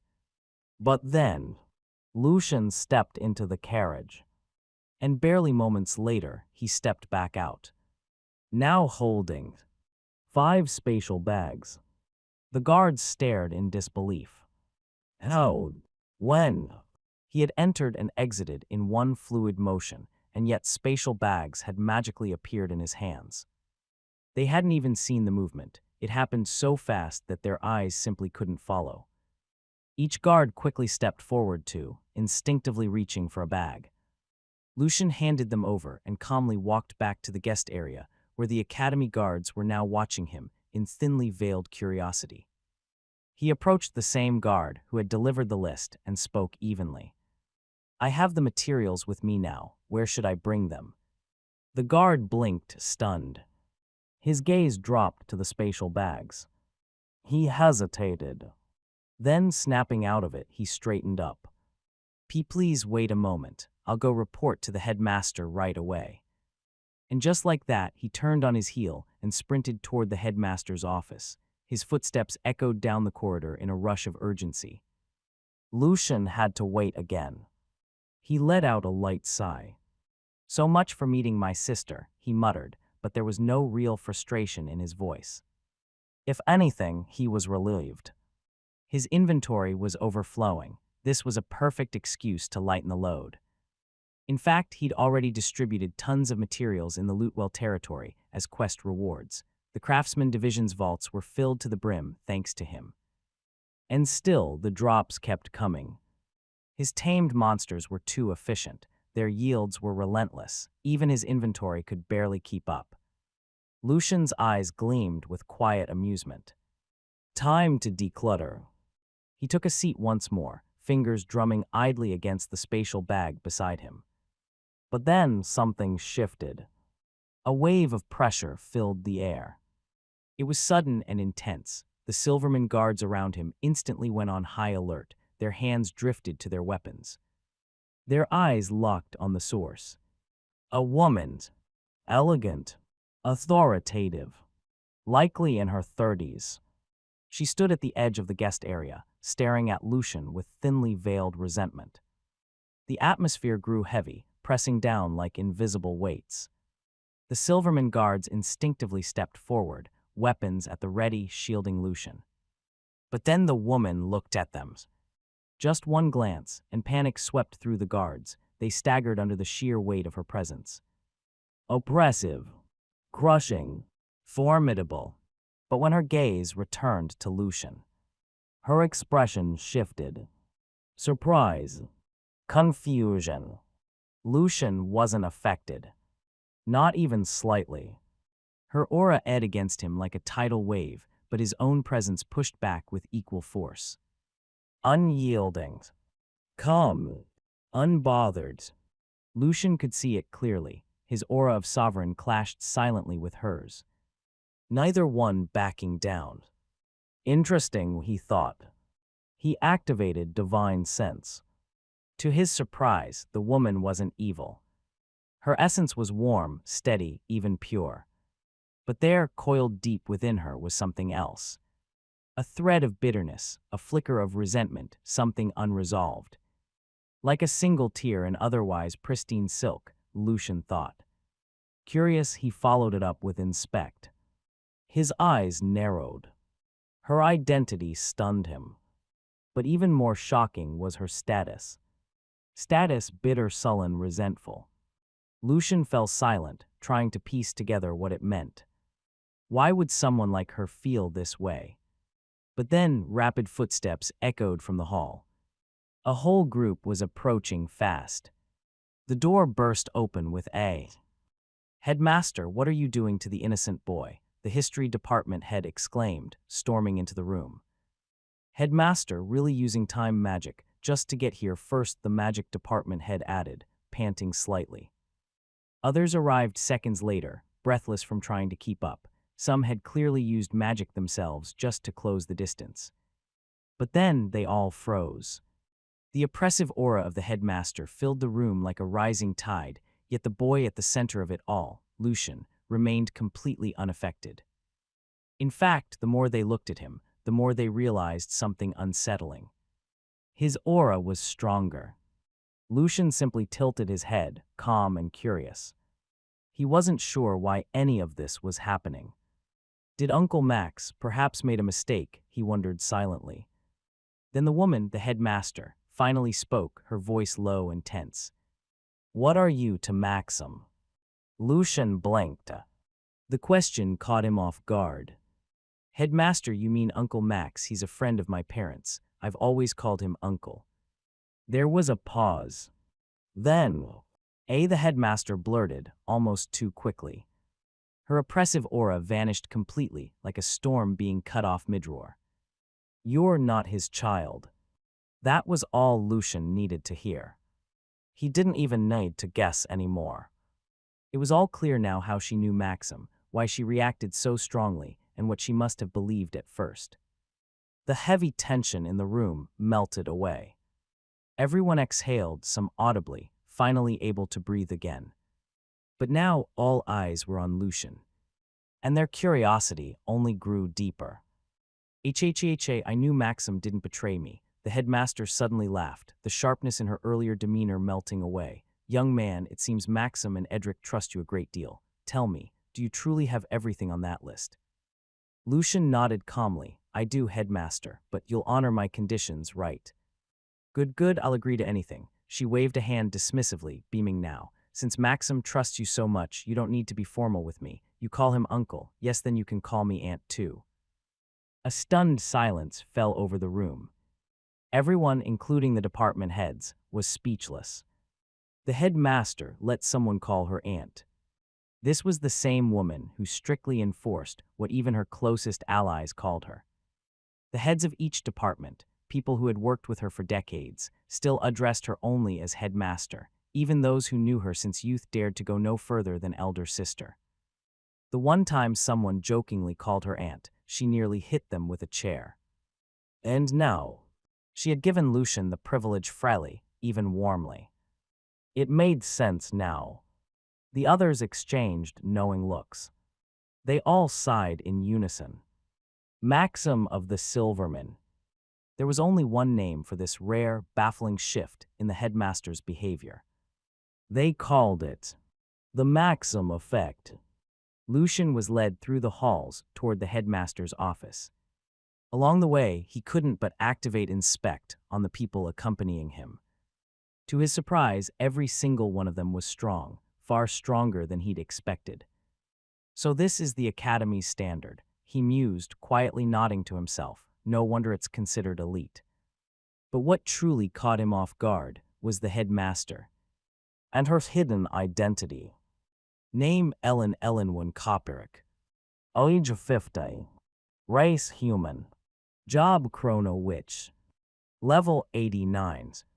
Title: Headmaster of the Royal Academy. Sole survivor of a fallen family. A possessed witch. Skills: Perfect loop. Parallel thoughts. Magic. Time magic advance. Dark magic advance. Magic affinity. Time magic. Dark magic. Favorability 60. Status relief. This was the first time Lucian had ever met someone who could use time magic. It was rare, but even more shocking was her name. Kopirik. That family was supposed to be extinct. Yet here she was, alive, hidden in plain sight as the head of the Royal Academy. And judging by her behavior, Maxim seems connected to it. Her strong attachment to him said it all. Lucian's gaze returned to her skill set. Parallel thoughts. It's a 4-star skill he had read about in Skillpdia. It's a skill that allowed the user to process multiple lines of thought simultaneously. He had always wanted it. But perfect loop, he had never seen it listed anywhere. Its name alone suggested terrifying potential. Possibly a 5-star skill. It sounds almost on par with Uncle Max's perfect calculation, he thought. Who exactly was this woman? And what kind of was she truly hiding? Soon they arrived at the headmaster's office. Without delay, Ellen turned to Lucian. "Young man," she began. Her tone was much gentler now. "Do you truly have the materials listed? We can offer something in exchange if you prefer. And of course, feel free to name your conditions." She smiled softly, gracious and calm. It was a stark contrast from the commanding presence she displayed earlier. Even the department heads remained silent, visibly relieved at her softened demeanor. Lucian scratched the back of his head. "Actually, Aunt," he said honestly, "I don't have the exact materials." The heads tensed. A few of them exchanged wary glances. Oh no, they thought, she hates lies, this could go bad fast. Some even shifted forward, ready to step in and mediate before things escalated. But then, Ellen chuckled. "Of course you don't," she said, waving it off. "Don't worry about it. I didn't expect you to. It's not your burden, it's ours." Everyone relaxed. But Lucian wasn't done. "What I mean is, I don't have the exact materials," he continued, "but I do have better alternatives." Silence. That statement sucked the air out of the room. The materials on the list were already among the best available. Hygroid, troublesome to acquire, curated by specialists. Better than that. The heads looked at him with doubt in their eyes. Was the boy just boasting? But Ellen didn't look skeptical. She looked intrigued. Maxim and Edric's trust in Lucian was no small matter. The fact that they had even lent him the Silverman seal spoke volumes. To Ellen, that was more than enough. Maxim's skill, perfect calculation, had never been wrong. If Maxim placed his trust in Lucian, then Lucian couldn't be ordinary. That alone was reason enough for her to be open and accommodating. But there was something more. Earlier, she had felt a pressure from the boy, one that made her skin tingle and her instincts flare. It was an aura she had only ever felt from one man. The king. And that made her even more curious. "I believe you, young man," Ellen said gently. Her eyes narrowed with interest. "Can you show us?" Lucian gave a small nod and looked around the room. Then without a word, he reached for one of the spatial bags carried by a Silverman guard. He rummaged inside for a moment before pulling out 2 odd-looking items. A permanent marker and a radish peel wrap. The department heads blinked, confused. Is it all right if I do it here?" Lucian asked politely. After a round of nods, he sat down and got to work. He began writing on the wrap, carefully with steady hands. His strokes were fluid, confident, unshaken. He was drawing a fireball rune. Though the materials looked laughable to some, his craftsmanship was anything but. Lucian had invested time to learn steady hands, and it showed. The heads watched in silence, curious but skeptical. To them, Lucian was still a boy, one who probably hadn't seen much of the world, and the materials he used were questionable, to say the least. They couldn't sense any mana being channeled.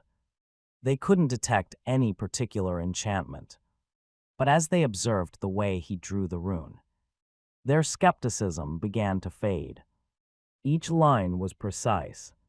Each curve had intention. There were no smudges, no wasted motion. It was clean, perfect, even. So perfect, in fact, that the head of the talisman department leaned forward. His eyes were glowing with fascination.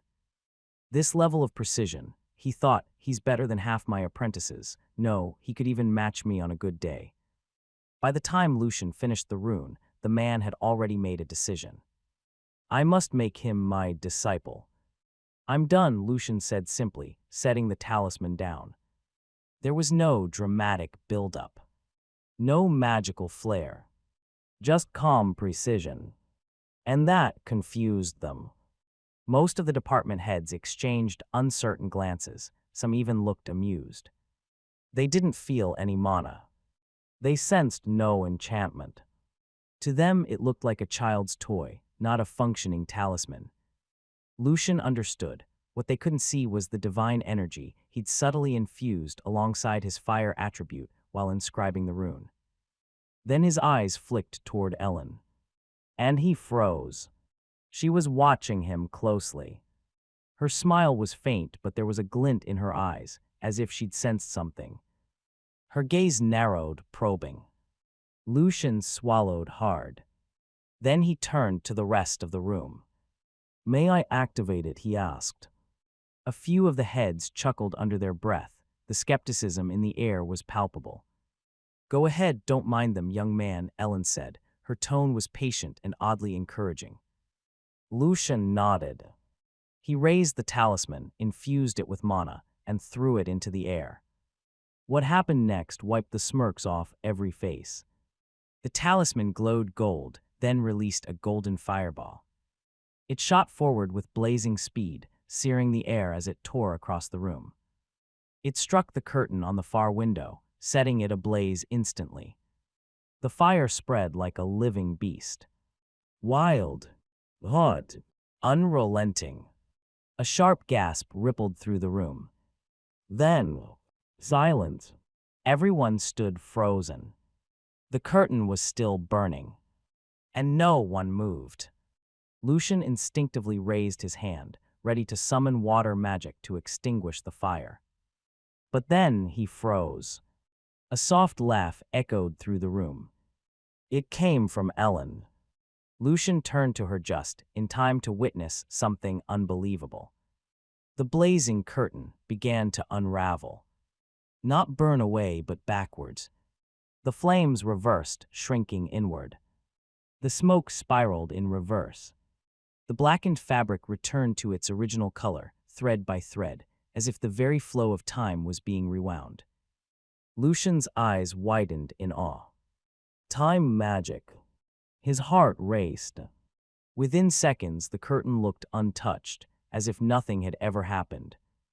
The room stood still in stunned silence. Then suddenly, chaos.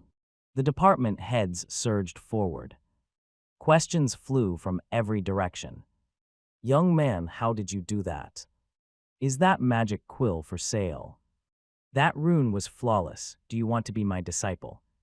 It was like the office had turned into a bustling marketplace. Everyone spoke at once, surrounding Lucian with excitement and praise. He could barely breathe. Just then, clap! A single crisp sound cut through the noise. Everyone froze. A dark pulse rippled through the room. Dark magic. Ellen lowered her hands. "All right, everyone, let the young man breathe." Reluctantly, the heads backed off, giving Lucian space. He let out a quiet breath of relief. Then Ellen turned to Lucian. Her expression was both impressed and regretful. "Young man," she said thoughtfully, "what you showed us was indeed far superior to anything we currently use. It's revolutionary, really, but it's unfortunate. We need a lot of them, more than 1,000 for the upcoming practical exams." She let out a soft sigh. "And seeing how refined that one was, I assume it can't be mass-produced." There was disappointment in her voice, genuine. Lucian just blinked. Then calmly he replied, "Just 1,000, I have more. It's just been troublesome taking them out one by one." He gave a tired sigh and glanced at the sky through the window. "This is taking too long. I still need to find Vivian." Then he did something that made everyone panic. Without warning, Lucian turned the spatial bag upside down. Items per items came spilling out. They all hit the polished floor in a clatter. "Young man, be careful with the materials." "Oh no. Use magic, use magic." Guards don't just stand there, assist him. The room descended into chaos. Mages scrambled across the floor. Several were on their knees, trying to catch items before they rolled too far. Others forgot they could use magic entirely, too flustered to think straight. Even Ellen stood up from her seat, with her eyes wide in disbelief. She couldn't stay calm either. She had expected a handful of prototypes, not an avalanche. This was unexpected. Utterly unexpected. The dignified halls of the Royal Academy had turned into a scene of controlled chaos. Panicked, the department heads scrambled across the floor, trying to gather the spilled materials with their hands. In their rush, they even forgot they were mages, neglecting to use magic altogether. Their fear that the precious items might be damaged. Lucian, however, remained calm. Picking the materials out one by one would have taken far too long. Dumping them all at once was the fastest way to show everyone the quantity he had on hand. And he wasn't worried about damage. These came from the drops, after all. Tough, durable, surprisingly flexible. Then, while everyone was still scrambling, Lucian casually reached for another spatial bag, one held by a Silverman guard who was helping pick up the markers. But before he could flip that one, shadow bind. Ellen's magic flared and Lucian's body froze in place. Tendrils of shadow wrapping gently around him.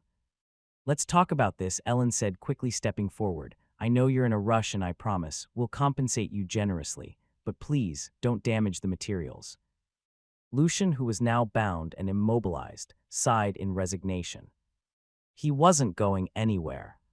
Eventually, the room calmed down. The markers and talisman materials were gathered. Order restored. Everyone returned to their seats, breathing a collective sigh of relief. 10-0 lowest grade mana cores. 5-0 low-grade mana cores. Spatial bags enchanted with anti-decay, spells personally inscribed by Ellen herself. Free pass to the Royal Academy and restricted areas. Privilege to sit in on any class and visit the Academy freely. After thorough discussions, Lucian emerged with more than he expected. The department heads were ecstatic. They got only not just the markers, but also other astonishing materials inside the other spatial bags. It was enough to supply their departments for the entire year.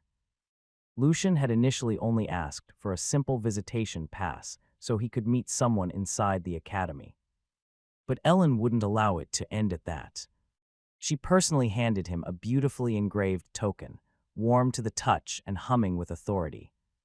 "This token grants you the same privileges as our professors," Ellen said with a gentle but firm voice. "You can enter the academy anytime you wish and go anywhere without restriction." Lucian's eyes glowed with appreciation. That kind of access was unprecedented for a visitor. And still, it didn't end there. The department heads feel their gratitude was insufficient. Each of them stepped forward and gave Lucian a family medal.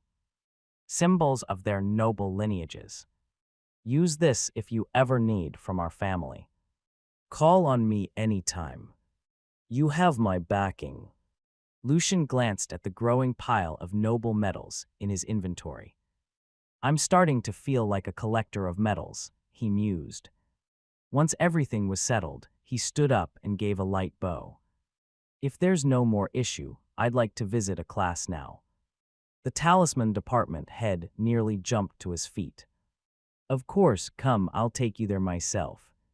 He led Lucian out of the office like an excited scholar showing off a prized treasure.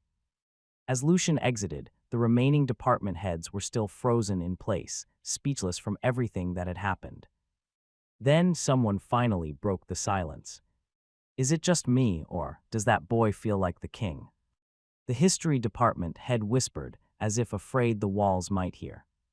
Another replied softly, "No, you're not imagining it. That presence may be royalty, if not from here then from another nation." Even Ellen couldn't dismiss the thought. She watched Lucian leave with thoughtful eyes.